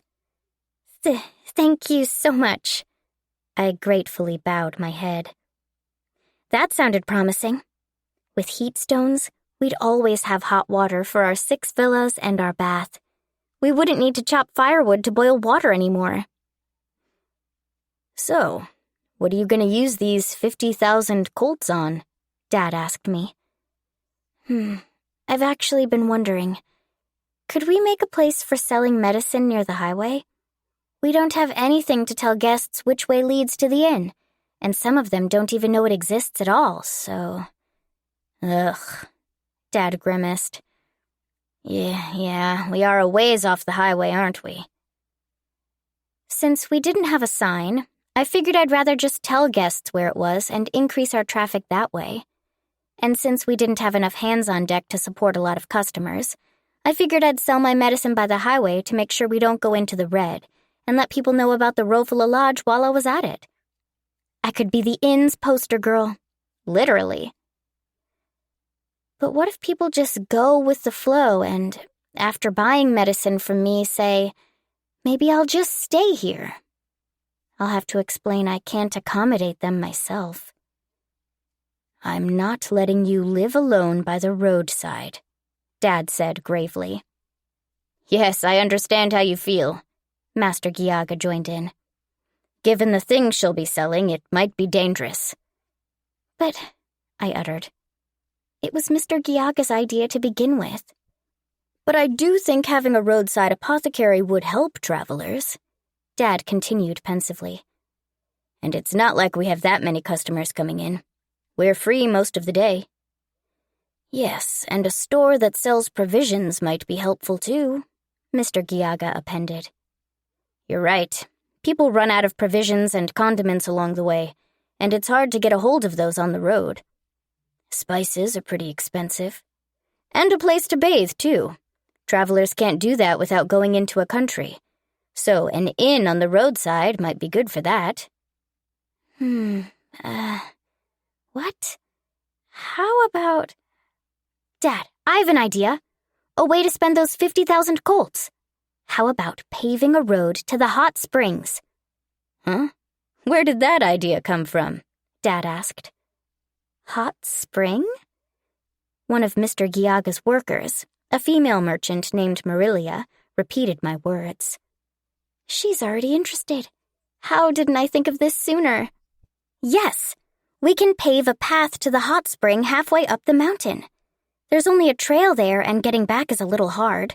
But if we paved a good road, we'd be able to offer a hot spring as an extra feature on top of the baths and the cottages. It'll attract more people. though we'll need to renovate the hot spring so it's separated for men and women, and set up dressing rooms. Do you really think a hot spring will attract more guests? Dad asked dubiously. Absolutely, especially ladies. I agree with her 100%. Marilia backed me. And we can make a foot bath and sell hard-boiled eggs cooked in the water. For a moment, I wondered where we'd set up the hot springs themselves, but we can figure that out after we pave the road up the mountain. And you can make seasonings and spices using alchemy, can't you? Mr. Giaga suggested.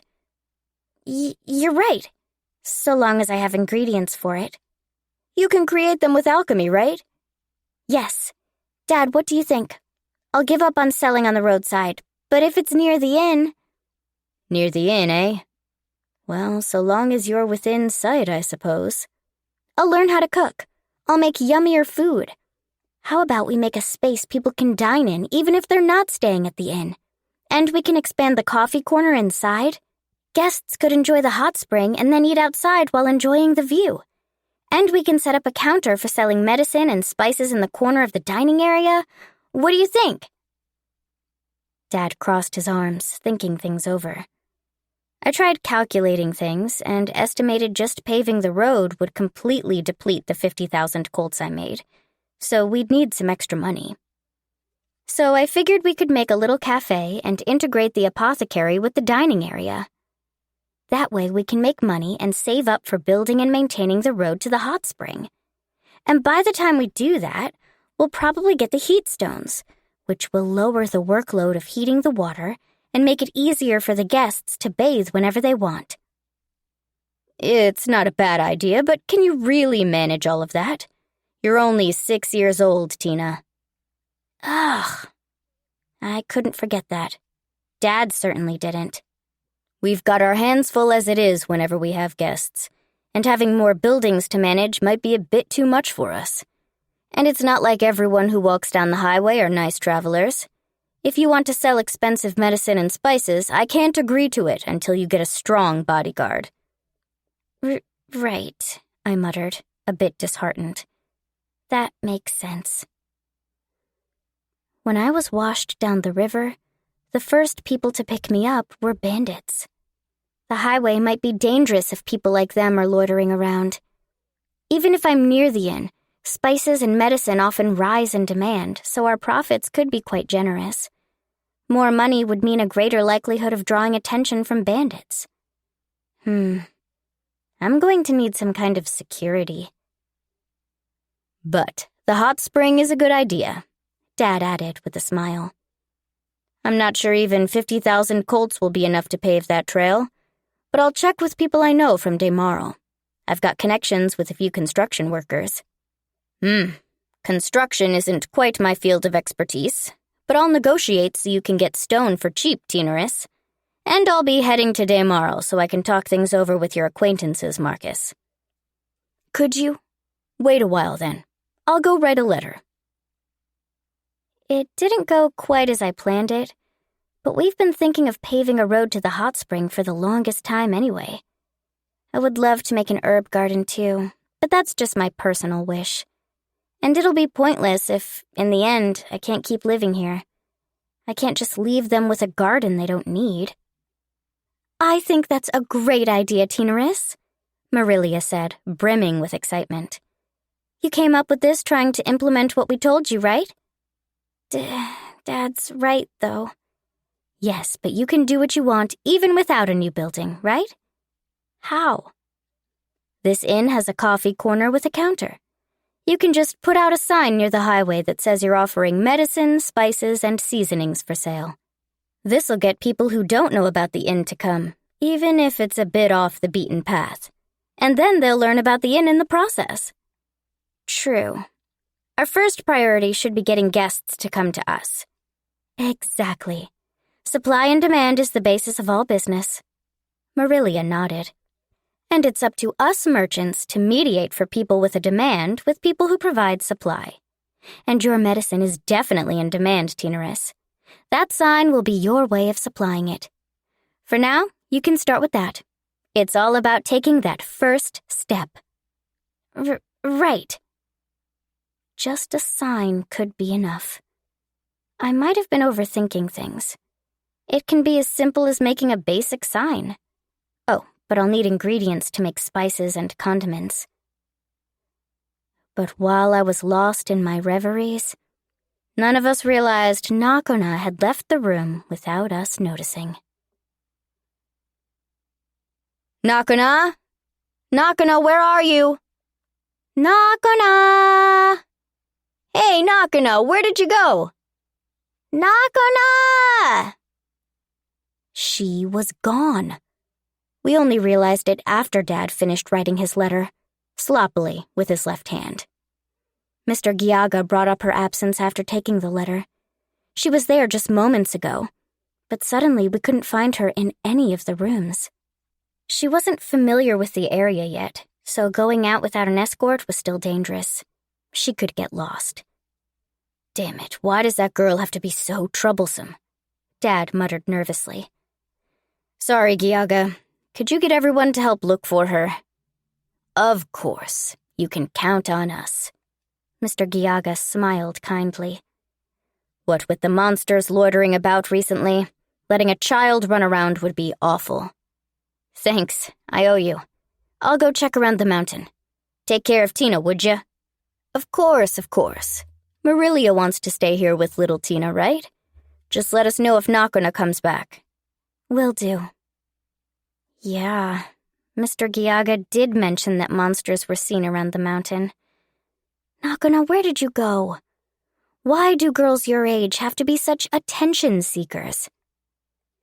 Tinaris, let's wait for everyone to come back at the inn, okay? Marilia told me, taking me by the hand. Can we go after I put the leftovers from the supreme antidote into bottles? There's still some of it left over? Yes, I figured I should have some on hand, since venomous snakes live around here. Really? Well, I guess you do live near a mountain. Could you make some supreme antipyretic next? There's a disease going around the kobold country in the demi-human continent. They call it speck fever, so they need something to deal with it. If a supreme antipyretic is too much to ask for, then any fever medicine you could make should help. Fever medicine? If low-grade antipyretic's good enough, I can make it right away. It just needs water and Lilith flowers. Oh, but I'll need to head into the mountain to pick the flowers. Oh, well, drat. We could have asked your father to get some. Fine, I'll go then. I'll be right back, so wait inside the inn, all right? Okay. Speck fever. I've never heard of that disease. But I imagined epidemics must really scare the merchants. I think I still have some spring water bottled up. Oh, right. Mr. Giaga gave me that pouch earlier. I can keep the bottles there instead of placing them in the pot. Glass bottles tend to shatter. A new pouch. I can't help but want to use it. I should thank Mr. Giaga again for it later. Looking at the tonic bottles lined up next to the supreme antidote makes me feel like I'm an adventurer now. Ah! But as I carried my pot and staff from the lake back into the inn, I saw a flash of what looked like Nakona's back. She was running straight for the highway.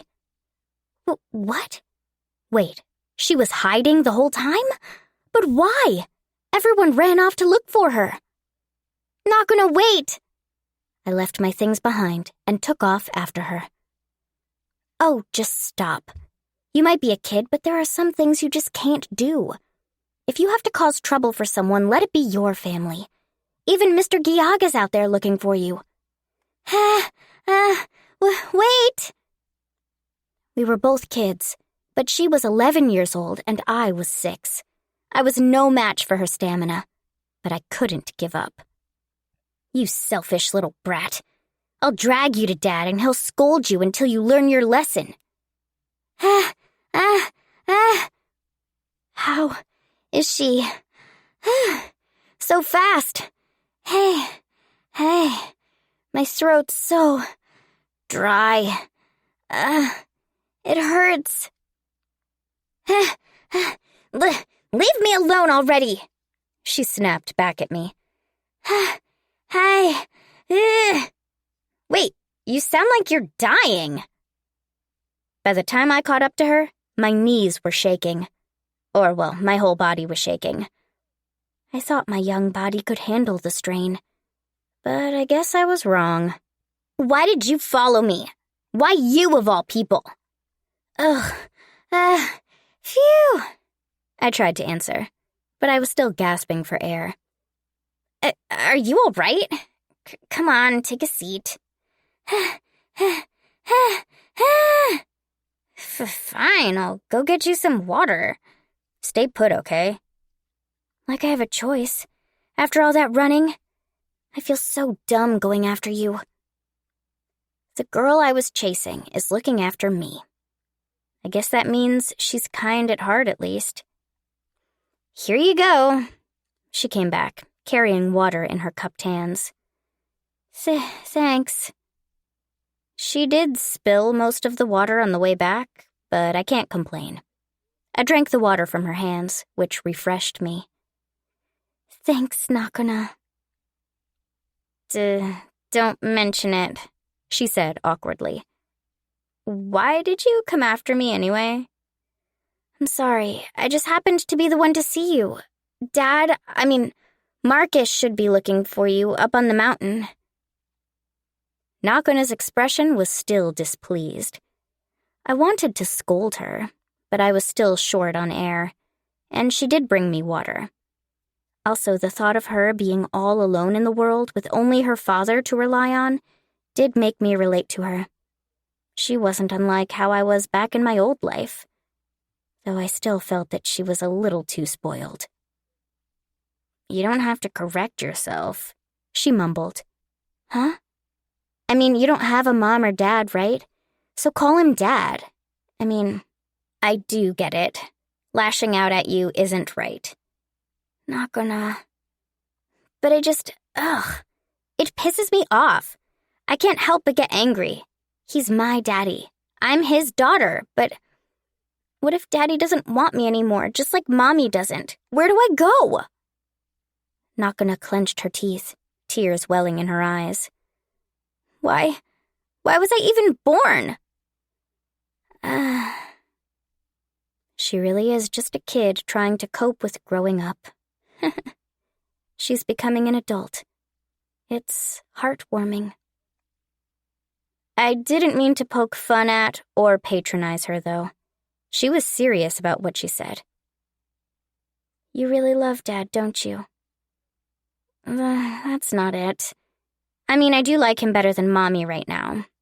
But I think I like him as much as anyone likes their daddy. I don't really know him that well. You don't? What does that mean? She doesn't know her father? Seeing my puzzled expression, Nakuna crouched next to me, hugging her knees. She then buried her face into her lap as she muttered, Ever since I was born, Daddy was out fighting in wars. He was a knight vice captain, so he had no choice, but he was never in the country. He kept going from one expedition to another. He'd come back for a little while, but it was always late and when I was asleep. And then he'd go back to work again. He'd hardly talk to me or play. I see. Mommy was always angry at him and was only happy when she went out for parties in the castle. But she was never around every day. I could only listen in silence. I felt bad for her. I spent every day outside until sunset, playing with kids in the neighborhood, or learning how to swing a sword from the knights. And I just had to watch all the other kids get taken home by their parents. Her life was harder than I thought. My life's been full of ups and downs from the moment I was reborn. But after Marcus picked me up and I came to the inn, everything was pretty peaceful. The only real problem was the lingering mystery of what the Stone of Daybreak was. That and Grandma and Grandpa passing away. But that's just life. And they passed away with their faces far more serene than the father of my past life did. They looked satisfied with their lives. Nakona lived with her mother, but she was still neglected. It sounded awful. What did you do about food? Mommy always left me money, instead of making me food.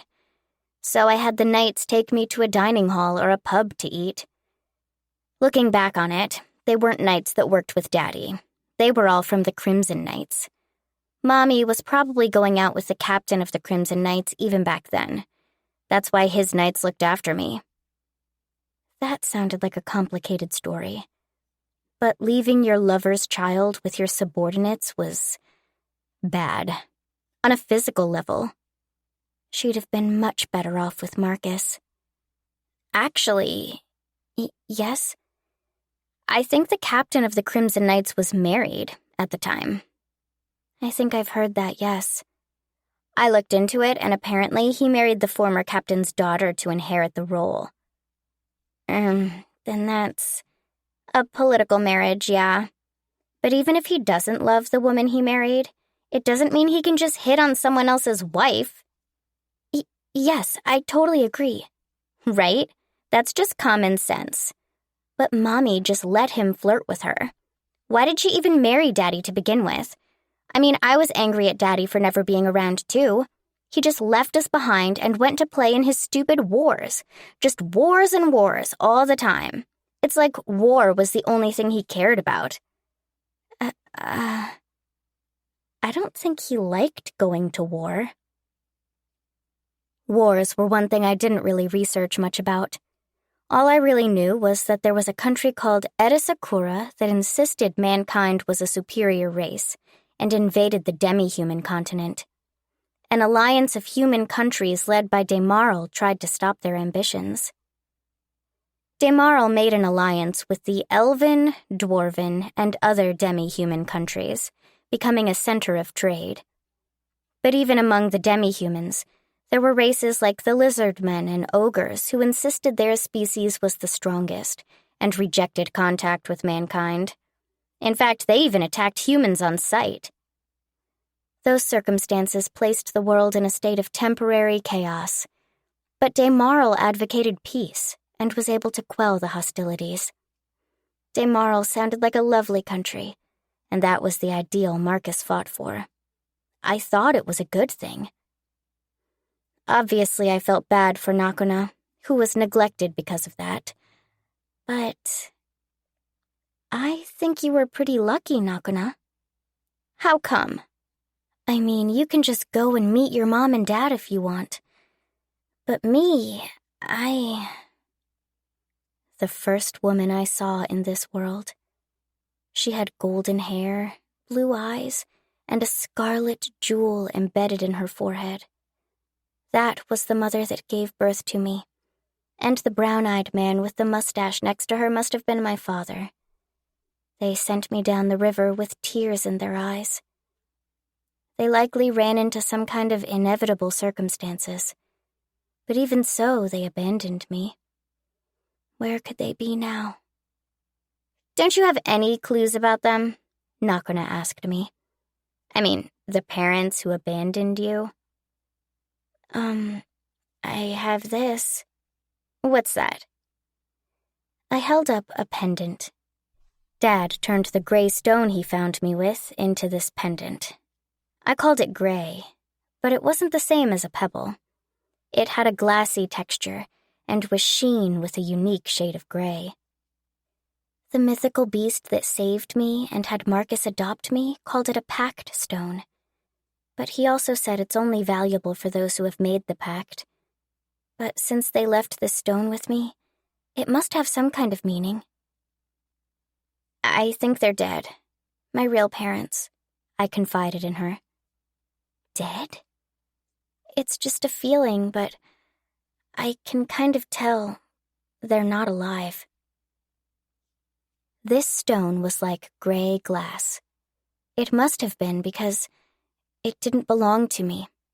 And if that was the case, I got the feeling this wasn't the stone's natural color.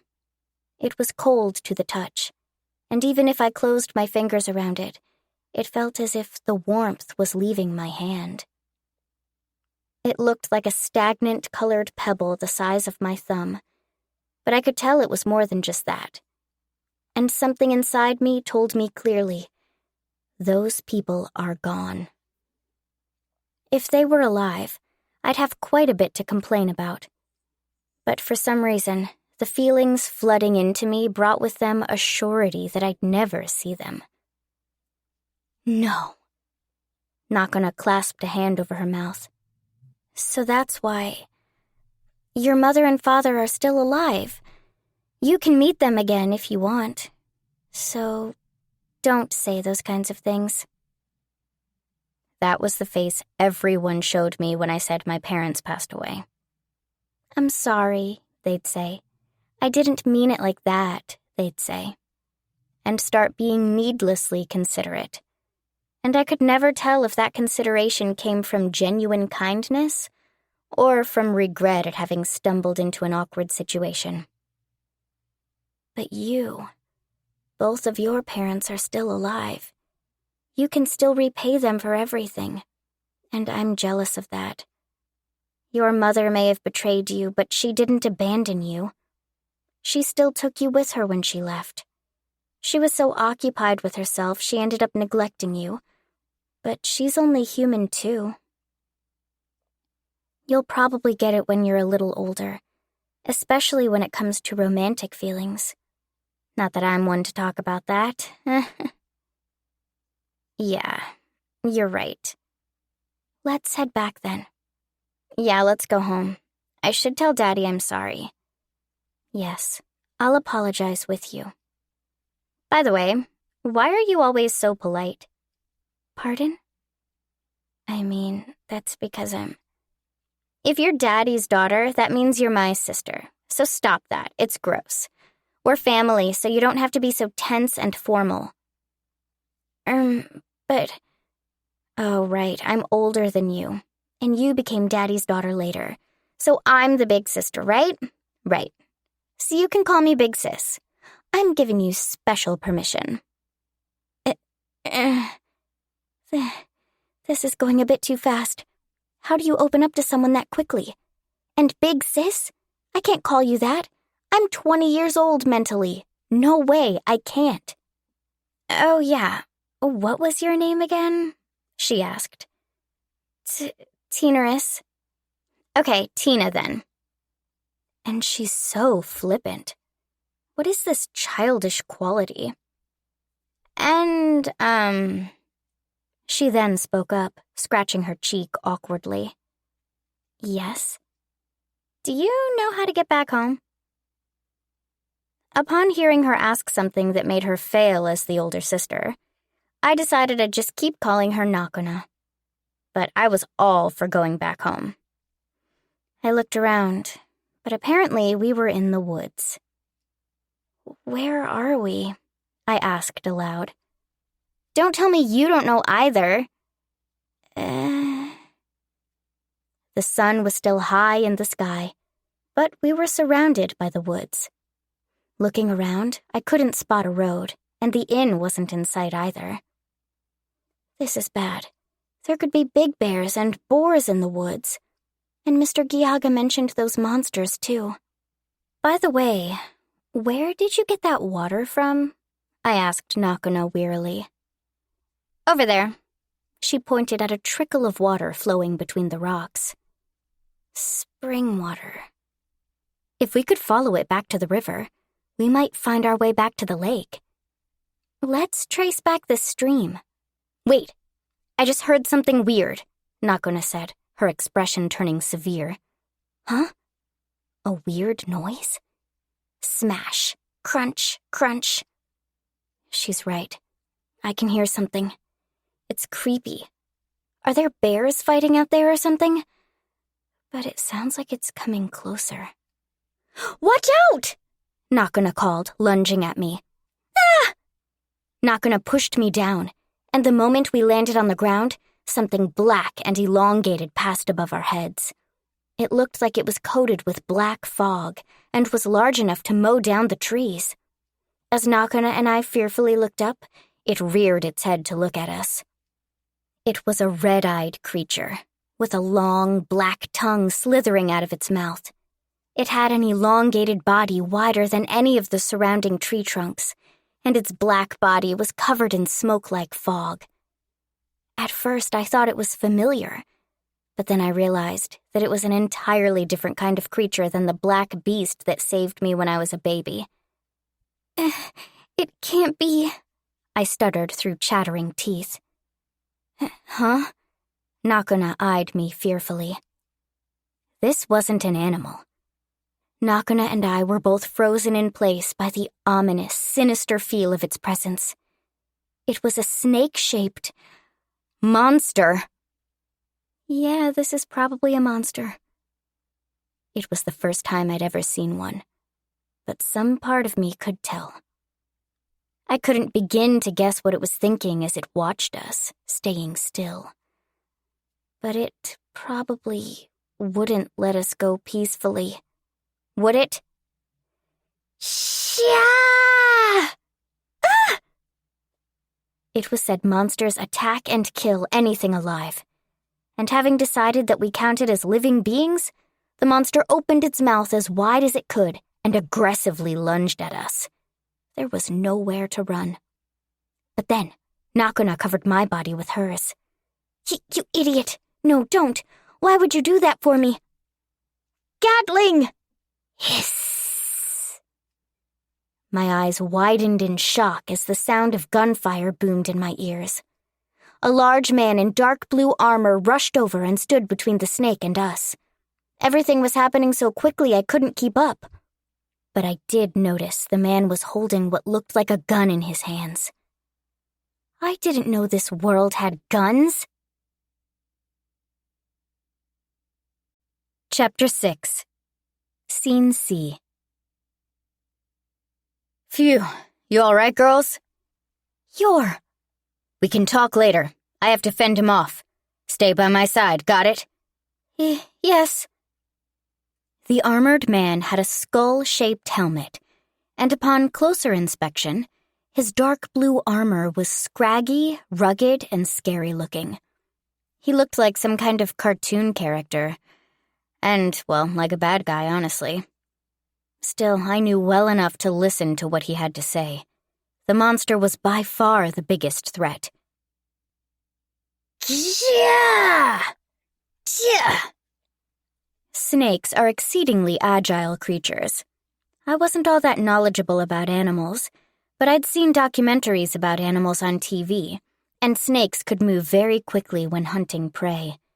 That seemed to apply to this serpent monster, too, as it rapidly slithered between the trees. The man spread his legs, stabilizing his posture as he raised his palms in the direction of the serpent, as if preparing to catch it. The snake slithered around freely while the man struggled to aim at it, moving his palm in the direction the serpent was moving in. But upon closer inspection, I noticed part of the knight's leg armor seemed to be damaged. No, it's melting. He's hurt. I opened my mouth, but I realized now wasn't the right time to speak up. At first, it looked like the serpent was retreating, but before we knew it, it had slithered around behind us. The knight twisted his body and fired a ball of light from his palm. It missed its mark, mowing down the trees instead. It was powerful, but it couldn't defeat the monster if it didn't hit. My eyes widened in realization. No, he couldn't defeat it, because that monster's body was full of Kathra. The moment it dies, it would release all that Kathra into the air, turning everything around it into monsters. So if that knight defeats it now... The two of us fell into stunned silence. We finally realized just how dangerous the situation really was. We would either be killed by that monster, or the knight might kill that monster by mistake, becoming a monster himself. The only scenario we all walk away from here alive is one where the knight repels the monster. Each time the serpent moved, the knight had to adjust his aim. The knight seemed to be adept at fighting from a distance, but it was hard to settle his sights on a target that moved this fast, which meant this was a bad match for him. Is he waiting for help? Reinforcements, maybe? Because things aren't going to get better. Isn't there something I can do to help? The knight started gasping for air. Something was wrong. His breathing was gradually becoming labored. Meanwhile, the serpent was slithering around us, closing the distance little by little. The knight fired a bolt of light, which it dodged by moving away. It was a cycle with no end in sight. But something was wrong. It was like the serpent was waiting for something. Ugh! The knight fell to one knee, as if withstanding pain. Was he hurt? He was bleeding. And given how much blood he lost, it made sense. Wait. Blood? Ugh! There was purple fluid melting the armor on his leg. Is that venom? Of course it's venom. It's a serpent monster. Are you poisoned, sir? Ugh, yeah. It's embarrassing to admit it, but that thing weakened me, and it's waiting for me to fall over. You two should run away. No. Nakona's face clouded over with despair. Yeah. If you knew this might happen, you wouldn't have insisted on hiding from everyone. Don't you have any other knights working with you? I asked him. They're all dead, he replied bitterly. Oh no. I'm sorry. As a knight of Demaral, I don't want you to see me be so pathetic. But I'll cut open a path. So you two run and head for the highway. There should be an inn to the east of here. But what about you? I was looking for the right place to die. And if I can save 2 little girls from dying, then it's a good way to go. Now listen, I'll give you the signal to run, so wait until then. What is he saying? A place to die? Huh? Why? Why is everyone in this world like this? Why do they all have to be so pessimistic? Stop screwing around, I muttered under my breath. Huh? What? The knight and Nakona eyed me oddly for a moment. Mister, take this, I said, taking one of the supreme antidotes I made that morning out of my pouch. That color? Is that a supreme antidote? The knight turned to look at me in surprise. The serpent didn't ignore that opening. It lunged toward the knight, who fired at it to push back. It really was keeping its distance until the knight collapsed from the poison. What a nasty creature. Too bad for you, though. I still need to repay my debt to Dad, and the black beast that saved me when I was a baby. I can't die again until I do. I refuse to die with that regret. I'm not sure about its effect, but I had it appraised using magic, and they said its quality is ideal. Try it. Why do you have something like this? I'll distract it, I said resolutely. Take that chance to purge the venom and heal your wound. Are you mad, girl? Don't be reckless. That's a monster. I'll do it. Nakona rose to her feet. The girl who stood there wasn't the same one who was shaking from fear and about to burst into tears of despair just moments ago. She clenched her fists and glared at the monster. I am Nakona Rill. My father is Marcus Rill, former vice-captain of Demaral's Azure Knights. I won't be careless. I'm not very experienced, so I think the most I can buy you is 30 seconds. You're Marcus's daughter? The knight asked, surprised. Wait, Dad has a last name? It wasn't a trivial detail, nor was it obvious. From what I knew, only people who ranked very highly in a country had last names. But then again, he was a vice-captain, so it made sense he would have one. I'm going back to Daddy, so get out of my way, you monster! Nakona shouted at it. Shah! The monster screeched as it slithered toward Nakona. Nakona jumped to the side as it went after her. Mister, I said, stuffing 2 bottles into his hands. After a moment of contemplation, he looked as Nakona bolted away and shook his head. Accepting the bottles, he took off his helmet's lower section, uncorked them, and gulped down the 2 tonics at once. Tina! Nakona! Daddy! Dad! After walking along the highway for a few minutes, we found the road back to the inn. The knight followed us, dragging his injured left leg. He put on his strange helmet again as he headed with us toward the inn. He was our guest for today, it seemed. As the inn came into view, we found Dad running toward us as Giaga's group stood in front of our house and waved. Our big adventure, which lasted less than an hour, came to an end. But for how short it was, relief still flooded me. It's over. Nakona dove into Dad's chest. He embraced her and then kept running to meet me. Tina, you're back too. Thank goodness. Yes, I'm back, I said awkwardly. He crouched down in front of me and hugged me along with Nakona. Thinking back on it, I had to admit that it really was a small miracle neither of us got hurt, given what happened. But looking at Dad, who was crying with relief, all of that felt oddly inconsequential. All the tension in our bodies and the shackles binding our hearts loosened. The entire day left me exhausted. I'm sorry I made you worry, Nakona said. You better be, because you have no idea how worried I was. Damn it, I thought I was going to go crazy.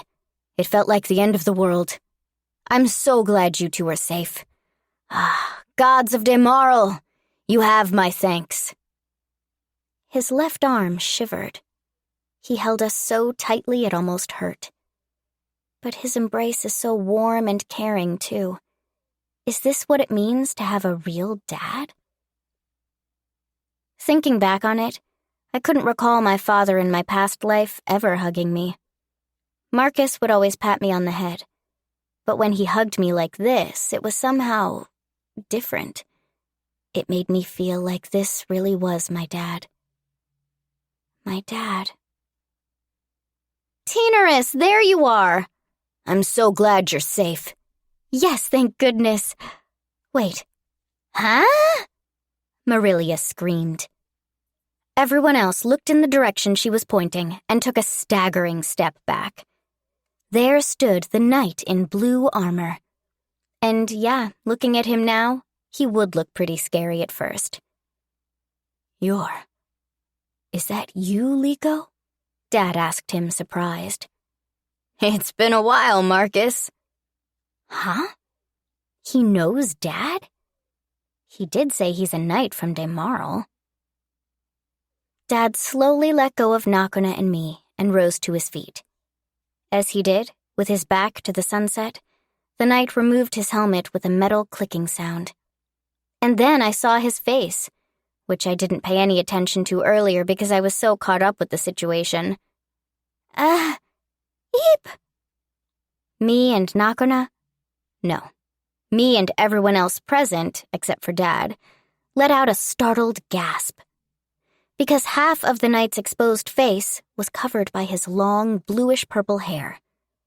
But as the wind gently brushed his forelocks aside, it revealed that the right half of his face was burned off and didn't have any skin.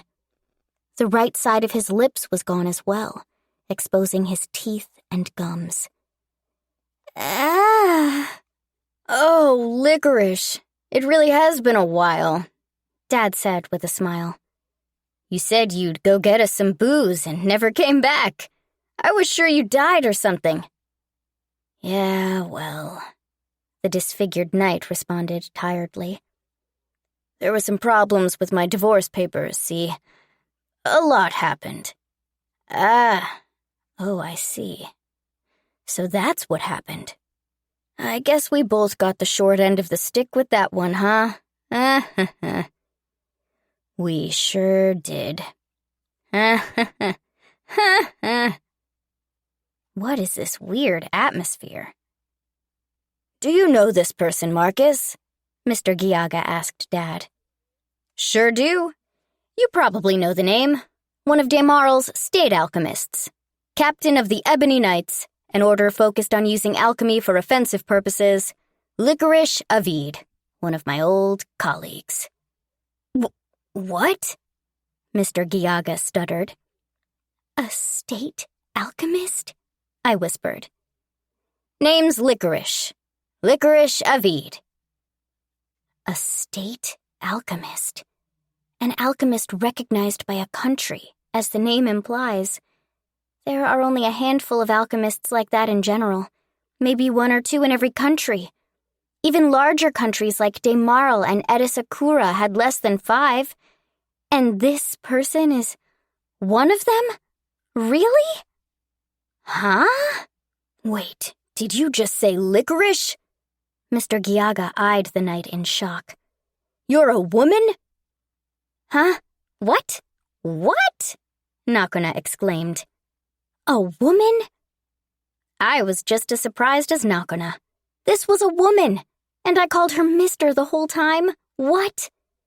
It wasn't just that the big, bulky armor hid the fact this was a lady. She was also about as tall as Dad. And your last name is Avid? Nakona continued. But Avid is... Dad, wait, isn't Avid the same last name as the Crimson Knights captain? Yeah. Licorice is Rondred's, his ex-wife. Huh? What? That was probably the most shocked I've ever been, both in my past life and this one. Here you go. Thanks. Your daughter's tonic did a good job, though. I should be good to return to my trek tomorrow. Really? That's good to hear, I said. After dinner, we sat at the coffee corner, where Dad gave Miss Licorice the 5th dose of tonic. We only had low-grade tonics handy, since I didn't have ingredients for a medium-grade one. So we compensated by giving several doses of low-grade tonic to heal her wounds. The supreme antidote completely got rid of the poison, making the spot where the serpent bit her an ordinary wound. She took off her armor, which revealed she was indeed quite the large woman. A giantess, if I can call her that. She was taller than Dad, and everything from her shoulder width to her buttocks and breasts were larger than most. The right part of her face was covered by her hair, and the flesh was red and festered, while she lacked the skin around her mouth. Her lips and part of her gums were missing too. What could have done this to her? She gulped down 5 doses of low-grade tonic, also known as the healing salve, but the wounds to her face showed no signs of recovering. Looks like it'll leave a scar, Dad said, fixing a gaze on her leg. Meh, I don't care. What's one more scar at this point, eh? Yeah, I suppose. Scars are a source of pride for a knight, but, it really doesn't matter. I live on my own anyway. A heavy silence hung between us, but the woman simply laughed. We still couldn't believe that Dad's ex-wife, Nakona's mother, decided to remarry this lady's ex-husband. It was such a mess. I had no idea where to even begin untangling it. Dad might have felt the urge to apologize, but it was her ex-husband that took away his wife to begin with. What am I even supposed to say here? What is this messed up situation? Miss Licorice? I asked, groping for a way to move the conversation along. You're an alchemist, right? Yes, that's a good one. I've been meaning to ask that. Dad mentioned she was an alchemist. A state alchemist, acknowledged by a country. Talking to such an impressive person was an honor. I hoped she could tell me things I didn't know about alchemy. Yeah, I am. What about it? Well, actually, I'm studying alchemy. Could you teach me a few things? That supreme antidote and the tonics from earlier. I think Marcus said you made those? Ain't she amazing? My little girl's a genius. Dad, can you stay out of this for a bit? Seriously, even Nakona's keeping quiet out of consideration. Read the mood. Yeah, if she can make a supreme antidote, she's a genius when it comes to patience. I couldn't make something like this. You couldn't? You're an alchemical apothecary, right? Well, I'm an alchemist. You know how those two are different, right? Alchemical apothecaries use alchemy to concoct medicine. And alchemists use it to make other things, right? Right. Alchemists are broadly divided into two branches. One uses the craft to make medicine and food. Those are alchemical apothecaries. Everyone else is just called alchemists. Well, there are a lot of different branches within alchemy, too. I'm considered an offensive alchemist, the kind that's specialized in using alchemy in combat. So you and I operate on different systems of alchemy. Oh, I see. It was a roundabout way of saying no, which kind of stung. But it did explain her fighting style in the forest, and the way she shot orbs of light. She produced the sound of gunfire despite not holding a normal firearm. That must have been done with alchemy. It was different from magic, something that was closer to science. But I wasn't sure how she actually fought. That must have been the difference between an alchemical apothecary and an alchemist. I probably can't answer your questions, but if you want to ask me anyway, I'll answer what I can. Thank you. Then, There's so much I want to ask, but... What's the highest an alchemist can aspire to? Stories I've heard in my past life about alchemy often mentioned the Philosopher's Stone, but... Mr. Gyaga made it sound like the Supreme Tonic was actually the highest achievement. But maybe alchemical apothecaries have a different objective they can reach? It depends on the person, Licorice replied. That makes sense, I mumbled. Well, that was an obvious answer. Then, do you know how to create a Supreme Tonic? From what I hear, it's been made before, but the recipe is very vague. A method to make the Supreme Tonic hasn't been established. There are reports of a few successful cases, but they weren't transmuted using the same recipe or by the same method. Korea has records of the recipes those successful cases used, but from what I hear, none of those recipes have produced a second successful sample. Really? Alchemical recipes are only considered successful when they always produce the desired result. So the Supreme Tonic is considered an illusory concoction, one that doesn't have a recipe. Still, alchemical experiments come with dangers. Establishing a new recipe no one's made before requires both skill and guts. Otherwise, you'd end up blowing half your face off in the middle of an experiment. Like me. Half my face? Dad did mention an acquaintance who burned their face off using alchemy. He was talking about licorice. I understand. Now then, girls, go to bed, Dad told us. It's time for us to have some adult time. What does that mean? Nakana hurried to her feet. That sounded kind of pervy. Or so I thought. But Dad took out 5 bottles of liquor. Nakana stared at him with an utterly exasperated expression. Yeah, I know what you're thinking. All right, yeah, I'm tired. We went through a lot today. Good night, she said, storming out of the room theatrically. Good night, Dad. Miss Licorice, thanks for all your help today.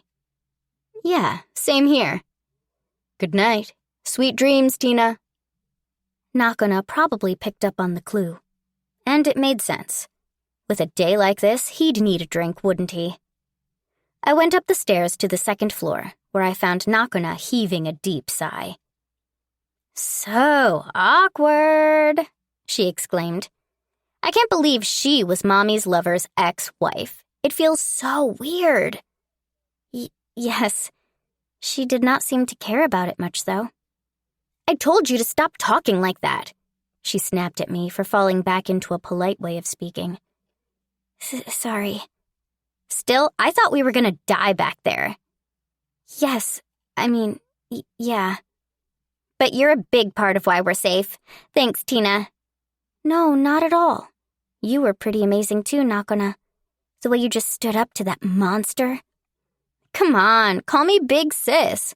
Where do you get off just calling me Nakana, huh? But it feels weird calling you that, I said, fidgeting. I'm 5 years older than you, she insisted. Well, yes, but...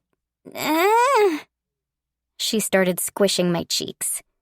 Ugh, I know a kid's cheeks are soft and squishy, but... cut it out! I was really scared, Nakona said, letting go of me and shivering at the memory. Yeah, I can imagine. She was still only an 11-year-old girl. I was surprised she could even bring herself to say and do what she did back there. True, she was only distracting it, but it was still a monster. In the end, Licorice's attack blew off the monster's tail, forcing it to run away. But if she wasn't there, we wouldn't be fooling around like this now. I understand what you meant back there.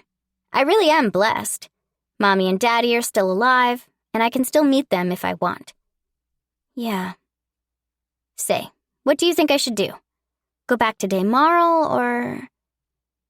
Should she stay with Dad, or go back to her mother who had remarried? Well, I was more of a mommy's girl, so my first thought was to tell her to go be with her mother, but... I think you should go wherever you want to be. Both me and Dad are on your side no matter what you choose. Really? Yeah. Hey, let's sleep in the same bed tonight. What? Come on, it's, to celebrate the fact we became sisters, she said, gripping my hands tightly.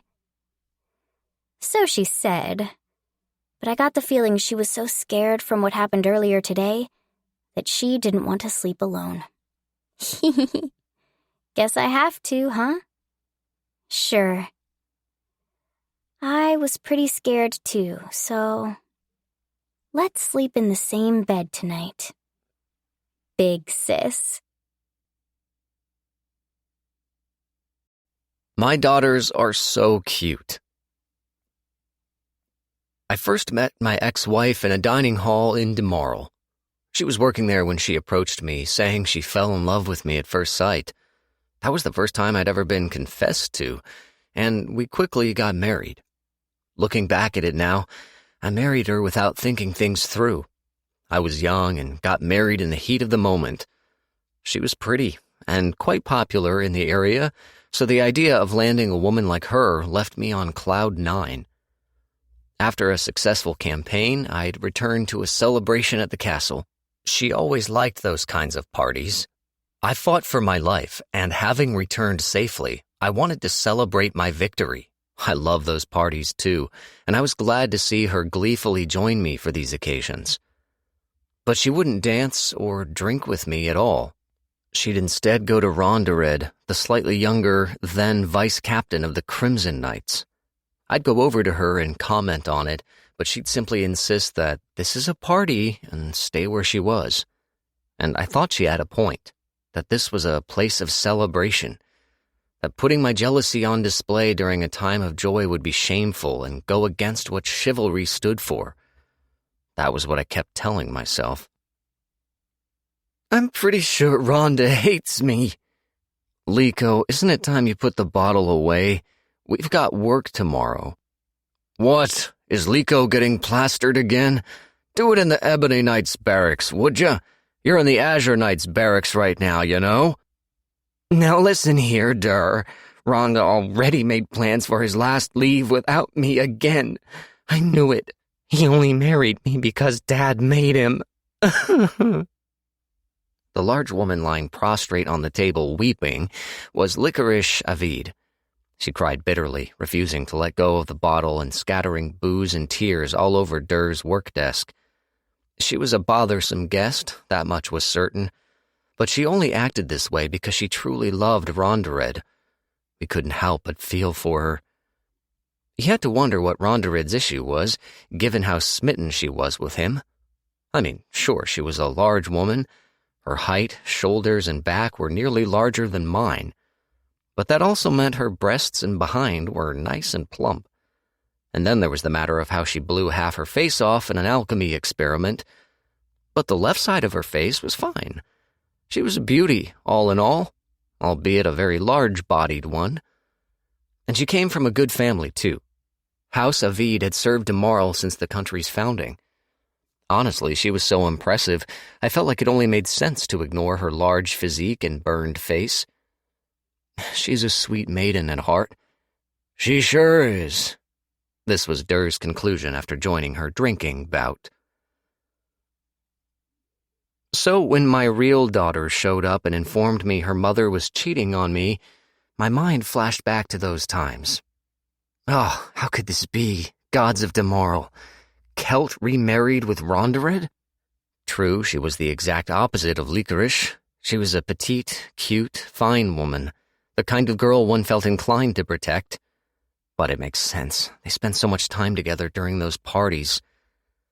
I couldn't immediately believe what happened. Licorice's heartbroken expression came to mind. For whatever reason, Rondered never seemed to like me. I didn't want to think that his marrying Celt was a way of shoving it in my face, but I couldn't imagine him showing Nakuna any love, seeing as she was my daughter. Nakuna ran away from Rondered's house because she didn't like it there, and I wanted to respect that. That was my way of atoning for never giving her any attention when I was a knight. I wanted to give her the care she deserved going forward to make up for it. And I had Tina, too, so I would need to keep a good eye on both of them. But no sooner had I come to that decision did the two of them disappear.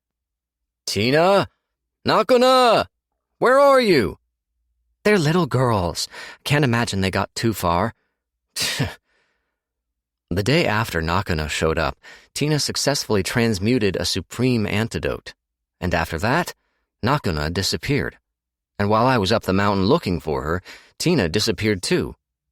What in the world is going on? It couldn't be. The monsters going around these parts didn't get them, did they? Tina! Nakuna! Answer me! Please! I shouted as loud as my throat would let me, but they weren't in sight. Ah, gods of tomorrow, keep those girls safe. Why? Why now?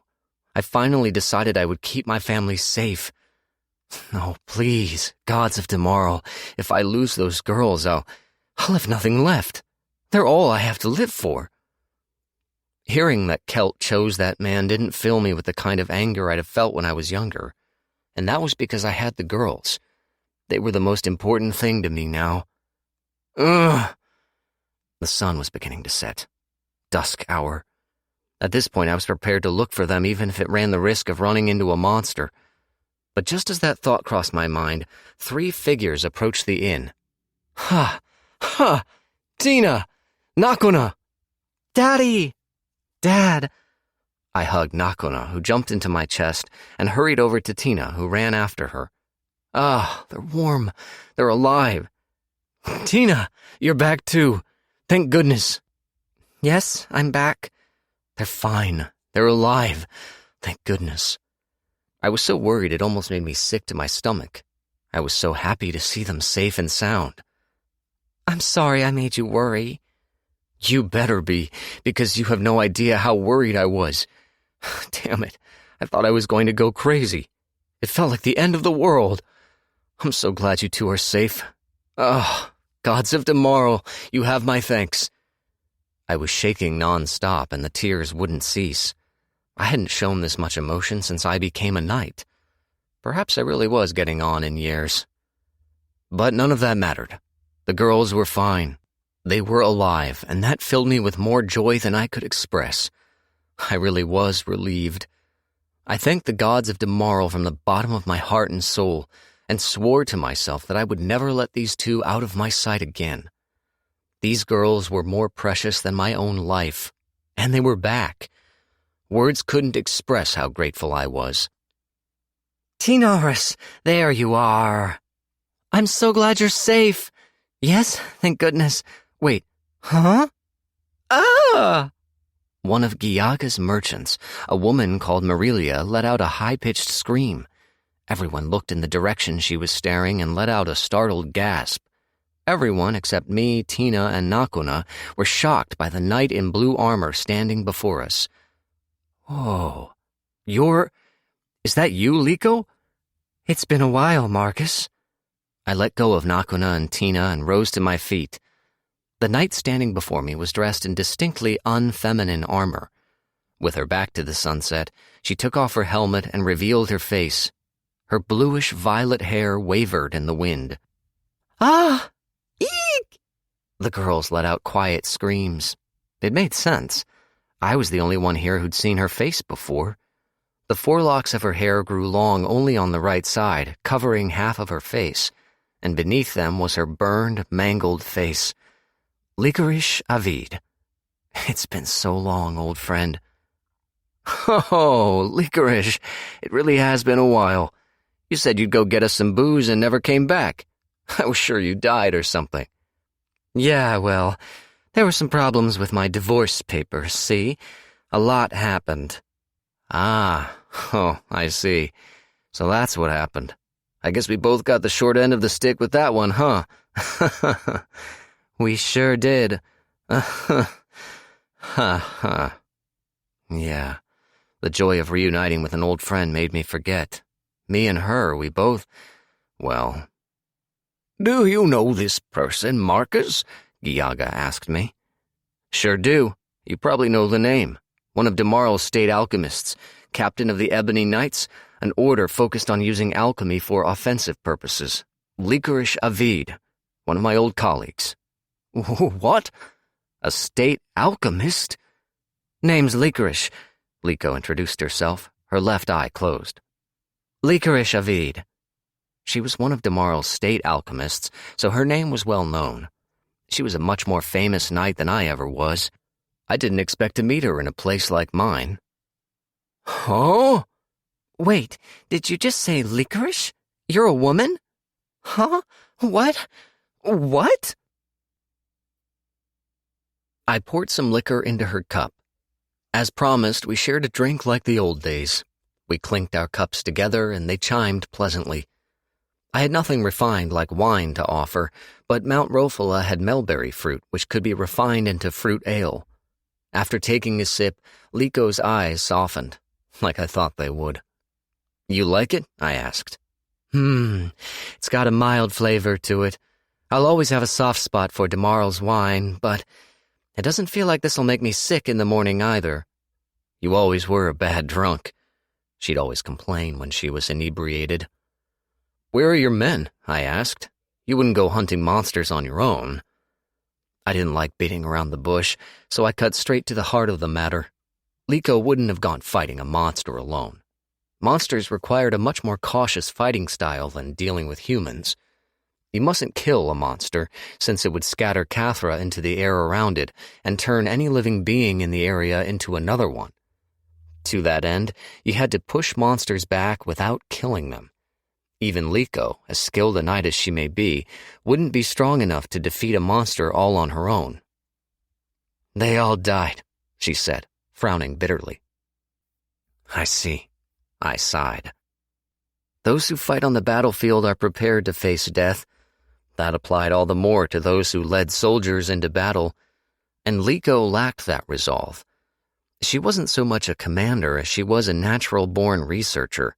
She wasn't suited for this. I was prepared to die, but your daughter saved me. I got to walk away alive. The gods of Demarle decided you still have things to do on this mortal plane. Receive their blessing thankfully, I say. And what would they have me do? I wouldn't know, but alchemists like you are hard to come by. They must want you to achieve something with your alchemy. But if you ask me, you ought to apologize to the families of your dead subordinates. Yeah, they were one reason I survived this, no doubt about it. As a knight of Demarle, I should honor their deaths. So, there's something I'd like to ask. About the monster, right?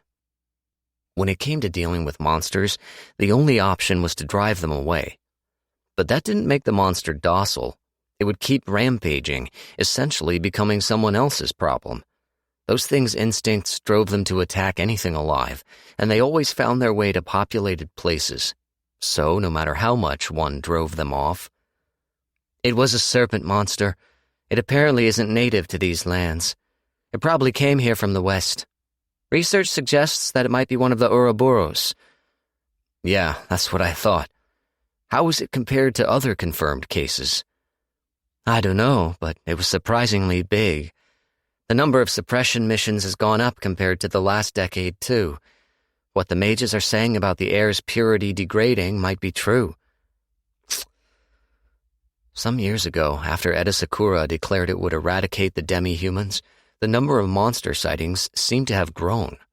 Research was underway on the deadly poison Sakura was forcing the people of the lands it conquered to develop. But even back when I was a knight, the research seemed to point to the theory that this was Camilla, the primal evil, rendered into material form. Just what are those maniacs trying to do? I wondered as I poured another glass of liquor and gulped it down. So, the number of monster sightings growing means things are getting worse. Sad to say, but it's likely. Still, as hard as chasing them away might be, it's a knight's duty to do it. True. But honestly, it's becoming too much for tomorrow's knights. We've been asking knights from other countries to pitch in, but even with their assistance, we're getting more subjugation requests than we have knights to send out. Sakura's also upped the volume of its steel and iron imports. It looks like they're preparing for war while we have our hands full with the monsters. They want to start another war? I don't know what's pushing that country so far. Does the god Kura really want to see demi-human blood spilled that badly? Or is that just pretense, and they just want more land? We don't know what they're really after. Yeah, never could read that country's intentions. Did they seriously believe that human superiority garbage? Were they really doing all these terrible things just to prove that asinine point? It couldn't be anything that stupid. I just hope the legendary saint the demi-humans worship ends up being real, Liko said. Haven't you heard of it? The Saint Akari Burs. Ah, well, yeah, I've heard of it. To protect the demi-human lands, Demarl formed an alliance with the elven and dwarven countries. To them, this saint was akin to a god. The demi-humans that fought alongside me on my expeditions would often pray to the saint for safety in combat. Saint Akari Burs. It was an odd story. The saint the demi-humans worshipped was apparently a human, just like us. She could wipe out monsters without killing them, using the power of the primal star, Stella. That power sublimated and purified all monsters, reverting them back to the creatures they once were. Having that kind of power would be a huge help for us, too. But it's just a legend, right? I mean, the elves and dwarves live much longer than we do, and they worship this saint. Not that I believe absolutely everything. I'm still a scientist, after all. I see. So this was just her complaining. In a different way than usual, maybe. But complaining was one of Liko's skills. She wasn't exactly a combat fanatic, but when she got in the mood, she liked to fight. Or rather, she liked trying out her alchemical weapons. But even with her odd tendencies, Liko was struggling with all these subjugation requests. Can't you hire adventurers to help? Not many adventurers are organized enough to pull off the strategies we use to fight monsters. And their fees build up fast. Yeah, you're right. And if Sakura's about to launch another war, you can't be too occupied with just the monsters.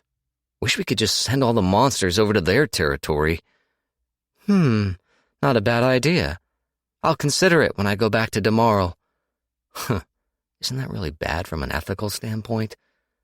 I said it as a bit of black humor, but maybe Liko was already drunk? Either way, at this rate we might have no choice but to ask the demi-humans for help. And the demi-humans aren't good at holding back, I muttered. No, they're not, Liko frowned. That meant the monsters would grow in number, and that alone was a threat. But still, how did the monsters grow numerous enough to become too much for Demarl's knights to handle in just a few years? No, I shouldn't think about it. Habits from when I was a knight die hard. Well, that's enough heavy stuff. Let's talk about something fun. How are Gildius and Blue doing? Der contracted a disease called speck fever in the demi-human continent. He's currently resting in Fei Lu. Huh? That's the first I heard of that. I have to go visit him. Blue's an irreplaceable comrade. What? Your superior from your time in the Knights did? Yeah, I'll go ask Giyaga if he has some medium or high-grade antipyretics. The next morning, I made the girls breakfast and left the house. Giaga was going back to Demarl tomorrow. Feilu was a large country with good doctors and skilled apothecaries, but if he's a 3 days' ride away, I'd like to go and meet him. To that end, I went to Giaga's cottage, hoping he had some antipyretic I could take along. "I'm sorry, but I only have low-grade antipyretic," Giaga apologized. "I guess you wouldn't have something like that just lying around." And that led me to ask Tina for help. "Tina, I need to ask you something. Can you make antipyretic? I'd need a high-grade one or at least medium grade." "I can make a medium grade one, but I don't have the ingredients for a high-grade one." "What do you need for it?" "Low-grade ones just need Lilith flowers and water, but medium grade would require alphys flowers and dry powdered Eugen grass. A high-grade one requires fever mushrooms and fermented moss." I've never heard of any of these things, but I'm all the more impressed with Tina for memorizing the ingredients. She really is a little genius. "So, what are you short on?" "I don't have fever mushrooms or fermented moss. Alphys flowers and Eugen grass grow in Rofula, so I could pick some if I go to the mountain." Well, anything you make is guaranteed to be of good quality, so a medium-grade one should do just fine. Liko says drinking some antipyretic should be enough to cure him, and Feilu has good apothecaries. "Yes, like Dr. Rob." He's a doctor, not an apothecary. "Yes, but he's a good doctor." That he is. I wasn't going to argue with her about Rob's skills, but the captain of the Azure Knights was going to need better facilities, stronger medicine, and a skilled doctor. To that end, my meddling might be pointless, but... You know what? Let's buy those ingredients from Giaga. Think you could make it that way, Tina? "Yes, I'll handle it. I'll supply you with an ideal, high-grade antipyretic for him." Really? When did this girl learn to speak like a merchant? I didn't mind, though. It was adorable in its own way. But it didn't feel like something a 6-year-old would say. Though still, it was adorable. Very cute. And being cute meant it was fine. Then I'll go get those whatchamacallits from the mountain. "You can't even remember what they're called. It's dangerous." "You can't, Dad. Don't worry, I'll go pick them." "Really? Sounds good. I'll come with you." Nakona joined in on our conversation. "Collecting ingredients, huh? I'd like to join in too," an unexpected voice chimed in. Huh? Ah. Liko entered the room, clad in her suffocating armor. She always was an inquisitive alchemist. "Then I'm definitely going," Tina said. "I want to check my own ingredients." "Fine, I'll just close up the counter and tell Giaga we'll be going out." I settled on all 4 of us going. I wasn't especially opposed to the idea, but I did need to ask for one thing. "Liko, change into something lighter." "No," she shook her head. "I fought a monster here just yesterday. It could still be hiding nearby." I sighed. "Fine, watch our backs." "Got it." "The monster, do you think it's still somewhere around here?" Tina asked. "Yeah, it only ran away. Though if it took a shot from Liko's shotgun, I imagine it won't be moving around for a while." For what it was worth, I had my sword sheathed at my waist. I had it strapped on my right side, not my left. I didn't know how well I'd be able to fight with just my left hand, but it was better than nothing. Tina was unusually silent. "Anxious?" I asked her. "No." "Tinaris, you want to heal my arm, don't you?" She was always polite and didn't act the slightest bit like a child, but that's probably because she was bothered by the fact we're not blood-related. And it seemed like she always knew that we weren't. And, come to think of it, that was strange, since I'd never brought it up with her. Pops or Ma might have told her at some point, but it still seemed like Tina naturally knew she wasn't actually my daughter.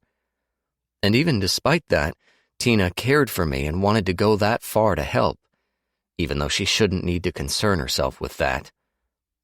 This is no good. Thinking she cares this much makes me smile despite myself. "I think there should be plants growing around here," I said as we reached a specific spot on the mountain. "Ah, that's white peach grass. It's rare." "Oh, and that's a Walpurgis flower," Liko pointed out one of the flowers. "Huh? That's a rare ingredient. We have those flowers growing around here? Look, Tinaris, that's a white wolf's stone. If you crush it into powder, it should be an ingredient for heart medicine. Refining it is backbreaking work, but even if you don't use it, the powder sells for good money. I'll take it with me, Tina said excitedly. And that's alphys flowers and the eugen grass. With alphys flowers, you just have to boil the flower. If you transmute it with water, it creates good anemia medicine. Might be useful once you get a little older. Study up on it. Thank you. I'll remember this.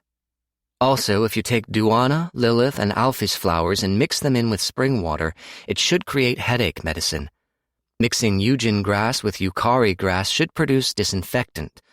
Plus, if you use Yukari grass with either myrtle or rosemary herbs and mix them in a flask, they should produce oil. That oil has a lot of uses and sells for high prices. You can use it to make shampoo, body soap, or face lotion.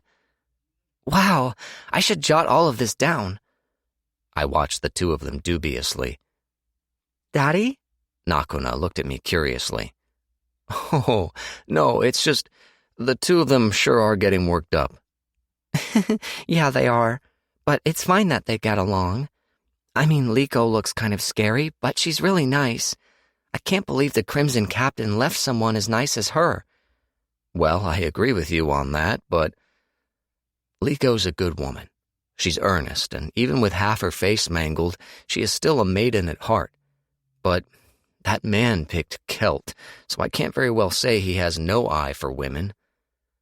The way you said that makes me sound pretty bad, too, I told Nakuna. Well, yeah, but at least you're not choosing to remarry. You say that after all the trouble you caused the other day? No, it doesn't really matter to me anymore.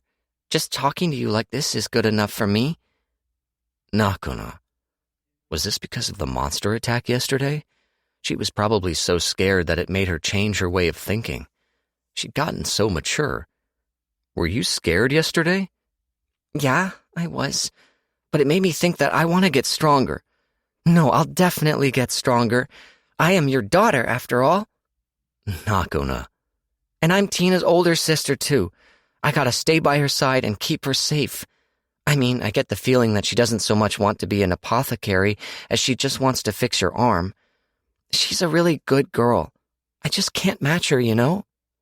I couldn't believe this was the same Nakuna that came to me a couple of days ago. It was really astounding.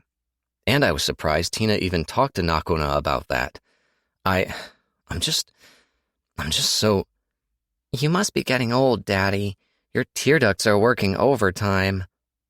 Don't say that out loud. I'll be going then. I should be back in a few days. Don't worry, I'll keep your inn safe, or my name isn't Licorice Avid. Well, I guess I can set my mind at ease since you're here. Miss Liko, please teach me a lot about alchemy until Dad comes back. Please? All right, you can handle the cooking then, because I won't be cooking anything. Is that something to be proud of? I asked her tiredly. Come noon, I left for Fei Lu with one bottle of Tina's high-grade, ideal-quality antipyretics in hand. Kiaga said he'd be making his way to Demarl tomorrow. I couldn't see him off, but next month he'd be stopping by the inn again before setting out to the demi-human continent. By then he would have sorted things out with the contractor that would pave a road to the mountain's hot spring. A hot spring. I didn't know much about them, but Tina was pretty adamant about having one. The idea of being able to bathe in naturally hot water did seem appealing to me, but was it really something to be this obsessed over? Could you help me train while you're here, Miss Liko? Nakuna asked her. I don't mind, but I'm not great when it comes to close combat. The caravan's guards might be better for that. I'm having them teach me too, but I want to learn how to fight like a knight. Do you now? Well, I think Marcus is best qualified for that then. Yeah, I'll have Daddy teach me when he comes back. Nakuna turned to look at me expectantly, as if waiting for affirmation. Don't look at me like that. Nakuna said she faced off against a monster, even if only to just buy time, and she said she did it because she was my daughter, My own flesh and blood. Maybe that was why she was so hot-blooded. But I suppose learning self-defense wasn't a bad thing. You're really helping me out here, Liko, but shouldn't you go back to Demoral sooner rather than later? Doing follow-up reconnaissance after repelling a monster is part of the mission. Should be fine, even if I take my time. Besides, I'll have that Gyaga man deliver the report of what happened for me. Okay then. I guess you should keep an eye out for what the monsters are doing. But there's a lot of wild animals around here too, so do be careful. Even if they're not monsters, they can be dangerous. Who do you think you're talking to? Liko cocked an eyebrow at me. Good point. They didn't call her Demoral's Devil Knight for nothing. Be careful out there, Dad, Tina said. See you soon, Daddy. Nakona pumped her fists enthusiastically. And don't forget to get us presents. Go on already. Liko shooed me away. Right, I'm off. I waved to my two adorable daughters and to Liko as I set out. My girls waved back at me. Blue, I'm sure you'll still be recovering from your disease, but sorry, I'm going to have to gush about my little girls when I meet you. I mean, both my daughters are just too cute. This is the end of Book 1, but the story continues with Reincarnated as the Last of My Kind, Volume 2, Book 2 of Reincarnated as the Last of My Kind. Keep listening after the credits for a free preview. This has been a Podium Audio production. If you enjoyed this audiobook, we would love for you to rate and review it. For more ingenious isekai, check us out at podiumaudio.com and sign up for our newsletter. We promise we won't spam you. Also, consider joining our community of listeners, fans, and trolls on social media. We're active on Instagram, Facebook, Twitter, and Reddit. We'd love to connect. You have been listening to Reincarnated as the Last of My Kind, Volume 1, Book 1 of Reincarnated as the Last of My Kind. Associate Producer Hannah Grenfell. Executive Producer Emily Durr. Written by Kiri Komori. Performed by Cassandra Morris, a member of SAG-AFTRA, and Graham Halstead. Text copyright 2018 by Kiri Komori. English translation copyright 2020 by Cross Infinite World. Production copyright 2021 by Podium Audio. All rights reserved. And now a first look at Reincarnated as the Last of My Kind, Volume 2. Book 2 of Reincarnated as the Last of My Kind. Chapter 1. Me at age 8. What is it, Tina? The one who answered me was Nakona Rill, my stepsister who had moved into our home that doubled as an inn the year before last. She's a pretty girl who wears her pink hair in a braid. We didn't start off on the best terms, but since she opened up to me, she became a kind older sister who looks out for me. Since she always helped with managing the inn, I felt comfortable picking up the notebook I was writing in and showing her what I was working on. I feel like the food we've been serving has been getting repetitive recently. We've just been making the same dishes, so I've been wondering if we could diversify our menu. Oh, yeah, I get what you mean. But is it really that bad? Most of our guests are travelers anyway. They stay here for 3, maybe 4 days tops.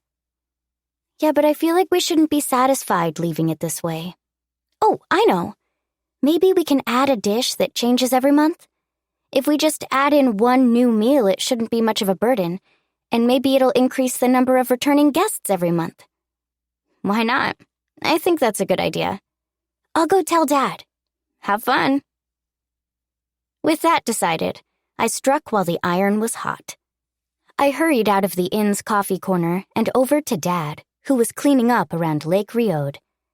But as I approached him, I discovered something looked off. Dad, what's wrong? Tina, look at this. What is it? Dad pointed at a thicket by the trees and then raised his hand, as if signaling me to not come any closer. That's bees. A bunch of bees were swarming around the thicket, And not just any bees, but honeybees. I think this is the first time I've seen honeybees in this world. Wait, doesn't this mean we could... Dad, let's raise these bees! Where did that crazy idea come from all of a sudden? Beekeeping isn't crazy. Remember that flower field halfway up the mountain? If we raise the bees there, they'll multiply, and we'll get a steady supply of honey. Honey? Honey!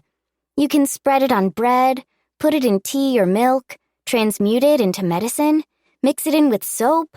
There's no end to its uses. This is a stroke of luck. Let's catch them so we can get a good supply of honey. How are you even going to catch these bees anyway? Well, I figured maybe we could use a box. What kind of box? Oh no. I don't know how beehives are built. I think it's something along the lines of dividing the interior of a large box with planks and... I tried to explain it to Dad while drawing on memories of my past life, and he eventually seemed to catch on to what I was trying to get across. Real beehives have layers, so you create what looks like a fake hive with the box. Is that the gist of it? Dad deserves all the credit for being smart enough to understand me. My explanation wasn't all that good. That sounds interesting. Let's try to make it. It will be fun. And if we can get the bees to go inside the box, we should move them to the flower field. We wouldn't want them to sting the guests around the inn. Good idea. Sounds like a great way to spare both the bees and us from any unfortunate fates. That's exactly what I was thinking. And not just that. We'll be able to live in symbiosis, Dad. By the way, didn't you come out here to talk to me about something? Oh, right. I actually wanted to discuss our menu with you. I told Dad about the monthly menu idea, to which he replied with an impressed smile. I'm surprised you came up with that. He patted me on the head. He wasn't opposed to doing it, but we decided the monthly dishes would be my responsibility. With honey, we'd be able to make various sweets. Sweets were a precious, rare commodity in this world, so they'd definitely draw attention if we sold them. That just leaves... Dad started pensively. A boat. A boat for what? When I was little, we had a boat here. You know how Lake Riode is a big lake? Well, people used to go fishing from the boat rentals we had back then. Oh, that sounds like fun. Yeah, it was. Ma and Pops would sail out to the heart of the lake and say sweet nothings to each other. How romantic. That sounds so sweet. If more travelers like Royne and Enofa show up, I'd love to recommend that to them. Yeah, but I have no idea how to make a boat. I'll have to ask a carpenter from Fei Lu to do it. Wouldn't want to put people on a badly cobbled together boat that ends up sinking in the middle of the lake. A boat. Of course, I didn't know how to make one either. Dad simply shrugged it off, saying that we were short on money and that there were more important things to get before a boat. Asking someone else to do it would be expensive.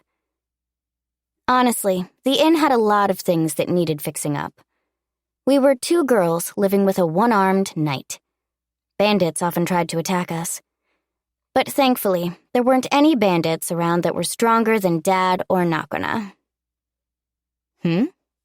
Just as Dad made to return to the inn, he noticed someone approaching us on horseback.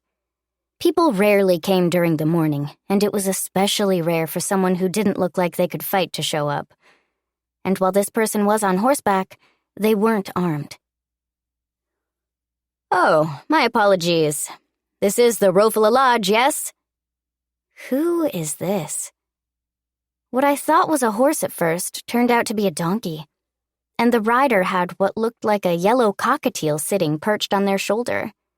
They had a beard, and after getting off the donkey in a single motion, they took off their hat, bowing their head respectfully.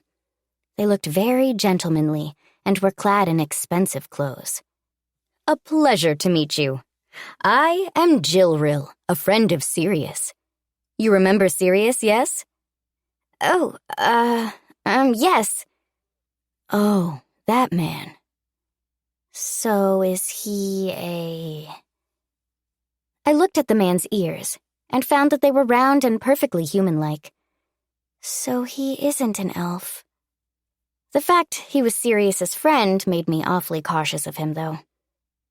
I mean, Sirius was a nice man. He was, but yeah. Sirius recommended this place to me.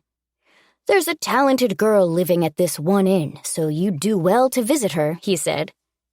Huh? Dad and I exclaimed in unison. I assume you're that talented girl? Talented girl. Who, me? Having Sirius shower me with compliments felt pretty nice at the time. But if anyone's talented here, it's Nakona. She applies her efforts in a whole different direction from me, but she's plenty talented. That shady half-elf adventurer. I mean, I understand that both my girls are talented little geniuses. You said you came to see her. Do you have some kind of business with Tina? Whoa, Dad, you're in anti-weirdo mode. What would you do if he just came to stay at the inn? I'd love to see her talents at work. Despite appearances, I'm actually a chairman at an academy in Sai Korea. I love to scout talented children to my academy and offer them aid. An academy in Sai Korea? Sirius suggested it at the time. But can I really go study alchemy there? Did he really go this far to get me into a school? I mean, I'm interested in learning more, but I also want to renovate the Rofula Lodge and bring in more guests. And I'd also like to try to recreate some of my past life's cooking, too. Besides, staying at this inn is beneficial for medicine making in its own way. That's right. Well, honestly, having come this far, I can certainly see the need for an inn in this area. To that end, I won't try to twist your arm on this. Building up talent is important. But if one isn't in the right environment, they'll never truly grow. I guess so. However, if the talented have the desire to learn, then I believe I can make their wish come true by preparing the right environment for their development. I want to give those who wish to learn the chance to do so. I fell into a pensive silence and looked up at Dad. I do think this Jilril person is a strange man, but he's nowhere near as shady as Sirius was. Honestly, he just looks like someone who takes pleasure in teaching others. With all that said, I would like to see just how much the young miss knows. You don't mind, do you? Well, yes, I do. No, wait, give me a moment. What do you want to do about him, Tina? Dad asked me. Well, I get the feeling he means well, one way or another. Does he? He looks like he's more occupied with his own intellectual curiosity. Like that old stooge Sirius. When you put it like that, I kind of start feeling the same way. Now, young miss, speak to me about any topic you'd like. Oh, I've heard you're a budding alchemical apothecary. Perhaps you could show me how you concoct something? Well, I, don't have many ingredients on hand right now. I can't make anything impressive. I don't mind.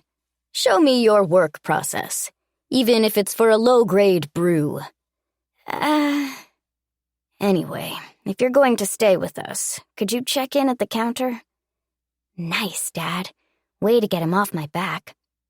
Oh, yes, of course. Incidentally, are you all right with me bringing a pet? A pet? Chirp, chirp. Papa. Can it not pet? Can it Papa's child? Right you are.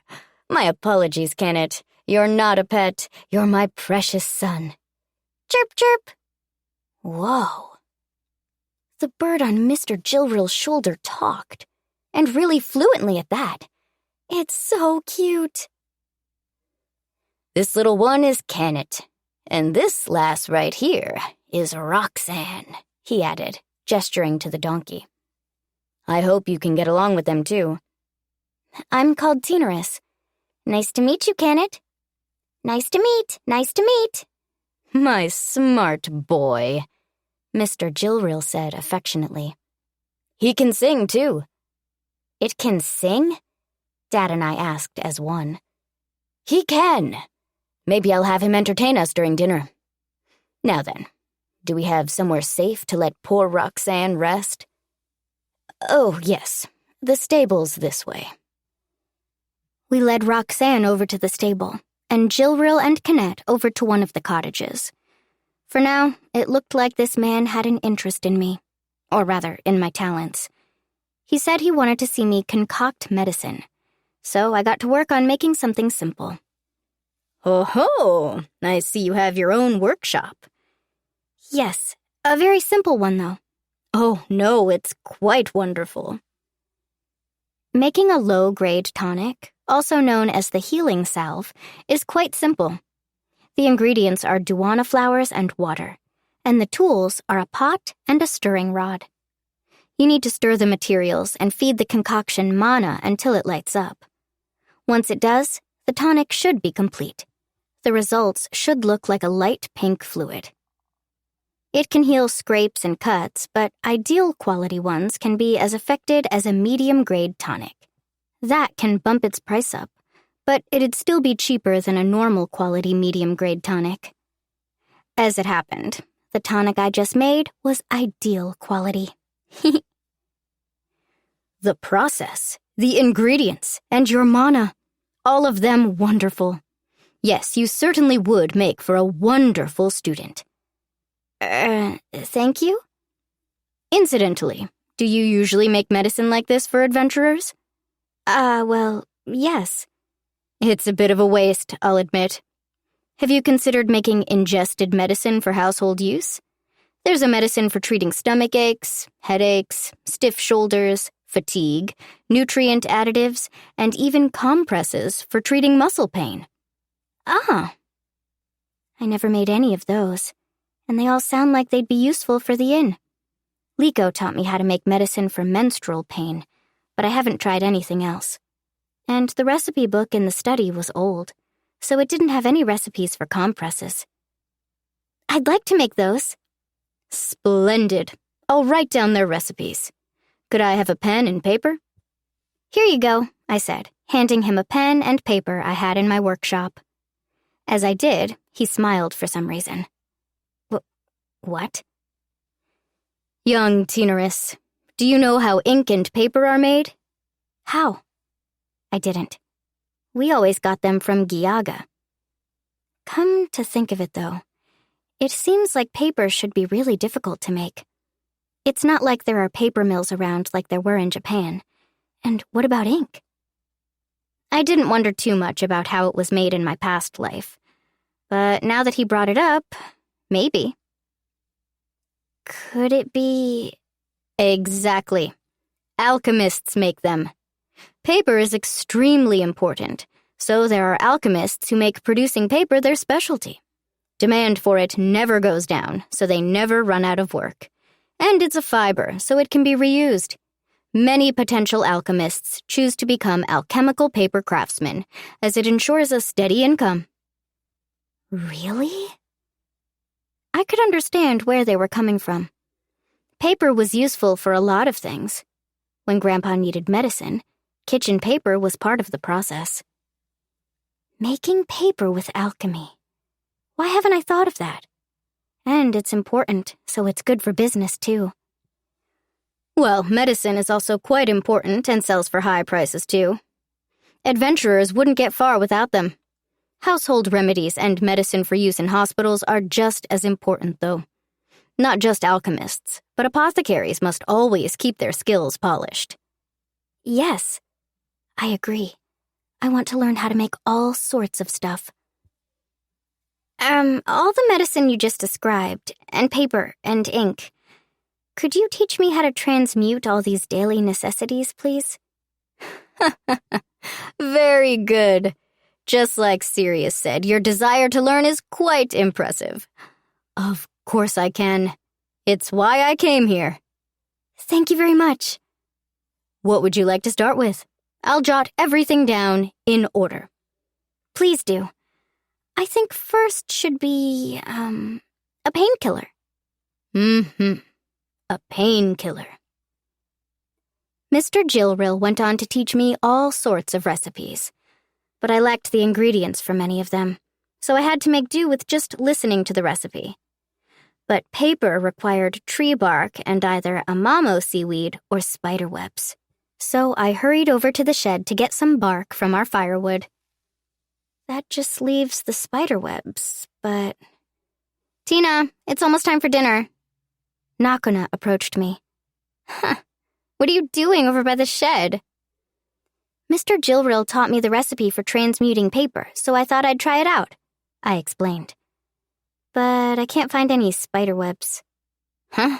Spider webs? You use spider webs for alchemy? I do. I nodded with a grin as Nakuna took a startled step back. She's probably better off not knowing I use it to make soap. Is Mr. Gilrill our only guest today? Yep, the group that stayed here yesterday checked out this morning. Speaking of which, how long do you think he's going to stay?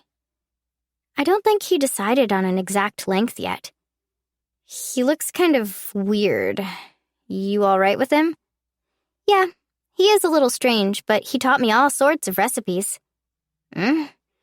Just don't spend too much time with him alone. You're a cute girl after all. Nakuna is the one person in the house I don't want to hear that from.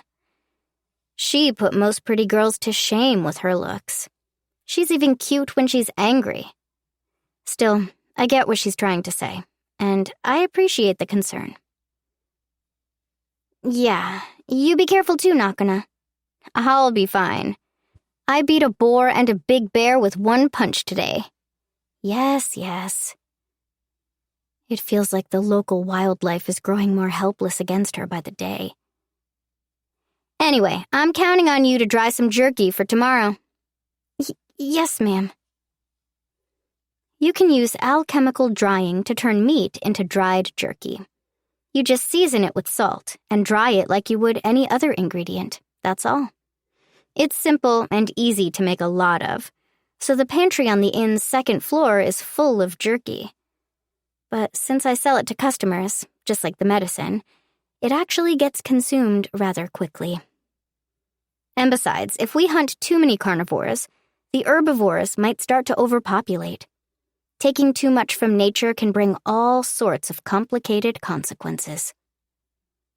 I'd considered making dried fish provisions, but apparently dried fish looked pretty disgusting to people in this world.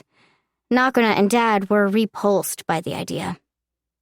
It's tasty, though. I tried roasting it in a fire and had Dad eat the results. He changed his mind at once and went, "Gods of Damarl, this is so tasty. I can't stop eating it. I need some booze." But that made him drink so much alcohol, I had to stop. On that day, I received a grim reminder of how scary dried fish provisions can be in the wrong hands. But I did want to make some, since they were useful as ingredients for other recipes. But Dad might snack on them while drinking. This, too, has complicated consequences. Oh, right. Since it's just Mr. Gilrill here, we should ask him if there's anything in particular he wants to eat. Well, if there are no other guests, why not? I'm looking forward to trying your new dish, Tina. You make it sound like it's already been decided. I mean, if we have the ingredients ready, I guess I could. But shouldn't we ask Mr. Gilrill what he wants first? Dad, about Mr. Gilrill. When I told him we have a hot spring, he went to take a dip, and he said he wants something hot enough to burn his mouth for dinner. Got any ideas, Tina? What? That's an unusual request. Dad had already asked him what he wanted to eat, but the answer was so weird, it made me completely forget to thank Dad. I didn't understand what he meant either, so I asked him 5 more times. That's some thorough double-checking. What do you think, Tina? Dad asked me uncomfortably. Personally, I think food shouldn't burn your mouth, but I think so too. he did say that even if it sears his tongue, he'd just drink some tonic and it would heal him at once. I don't think that's the problem here. Probably not. So what do we do? What do we do? Something hot enough to burn the mouth? Why would he ask for that? No, if that's what the guest wants, we should accommodate.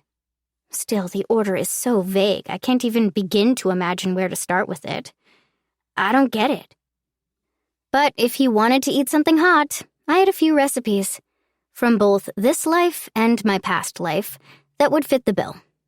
I could make hamburger steak with what we've got. Nakana hunted some boars and bears, so if we can just get the smell out of them, it should be simple enough. If what he wanted was piping hot food, a well-stirred hamburger steak should do the trick, right? There were other options like steak, boar stew, a hot pot. Oh, right, a hot pot. How about that? But I wasn't sure how to actually make hot pot. We don't even have any earthen pots anyway. Earthen pots.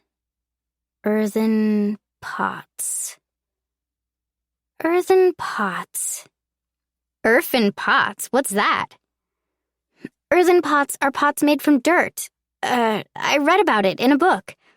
You use clay from the ground and fashion it into a pot, and then roast it in real hot fire until its shape solidifies. It creates a really good pot that doesn't let the heat escape. That sounds interesting. But going that far for just one guest feels a little, excessive. Yeah. Going as far as making earthen pots for this feels like a waste. So I guess a well-stirred hamburger steak would work. All right, I know what I'm making. Oh, good work. So do I leave dinner to you? Yeah, I'll handle it. So that's decided. Tonight, we're having well-fried hamburger steak. I went into the kitchen, where I began mincing up the meat. Of course, working on it tired me out, so I relied on Nakuna and her superior physical prowess to handle it for me. "What, are you making sausages?" she asked me when I came to her for help. "No, I'm making well-fried hamburger steak.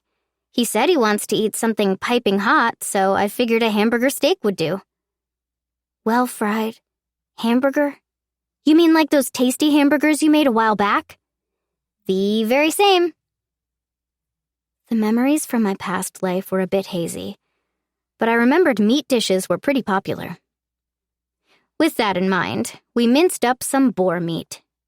We also cut onions, this world's version of onions, and mixed together eggs, breadcrumbs, salt, pepper, and rugmegs, this world's version of nutmeg, I think. Also, since the meat had a strong, gamey smell, we put in a lot of jaji, this world's version of ginger, to mask the scent. Since Dad and Nakana didn't like vegetables, I added ias leaves to soak away the smell. Ias leaves don't have much of a flavor, so they wouldn't spoil the dish for them.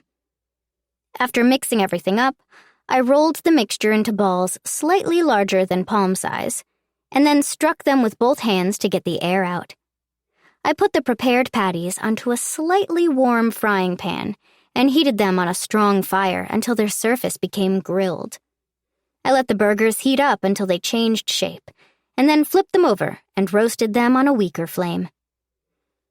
But this wasn't enough to be called well-fried hamburger steak. To that end, I decided to make some soup today. I used milk. Not cow milk, but Rofala mem milk. Rofala mems are basically goats. I added sliced tomatoes, and lots of water. Salt, pepper, rule grass, sliced onions, jaji, and some vegetable broth I had ready. I added freshly picked mushrooms, butter, and a tiny bit of mana. I used an iron plate with a deep bottom to cook it in. It looks good. What's the soup in that pot for? That's a good question, Nakuna.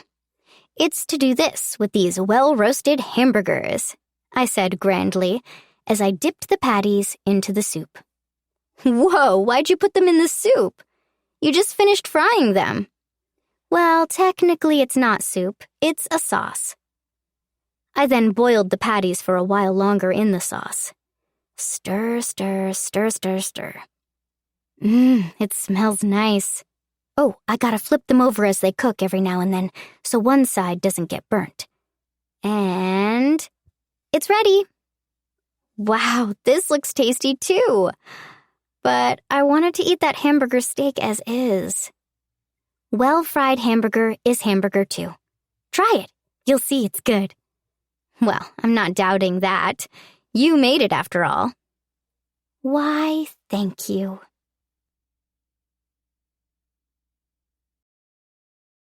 Audible hopes you have enjoyed this program.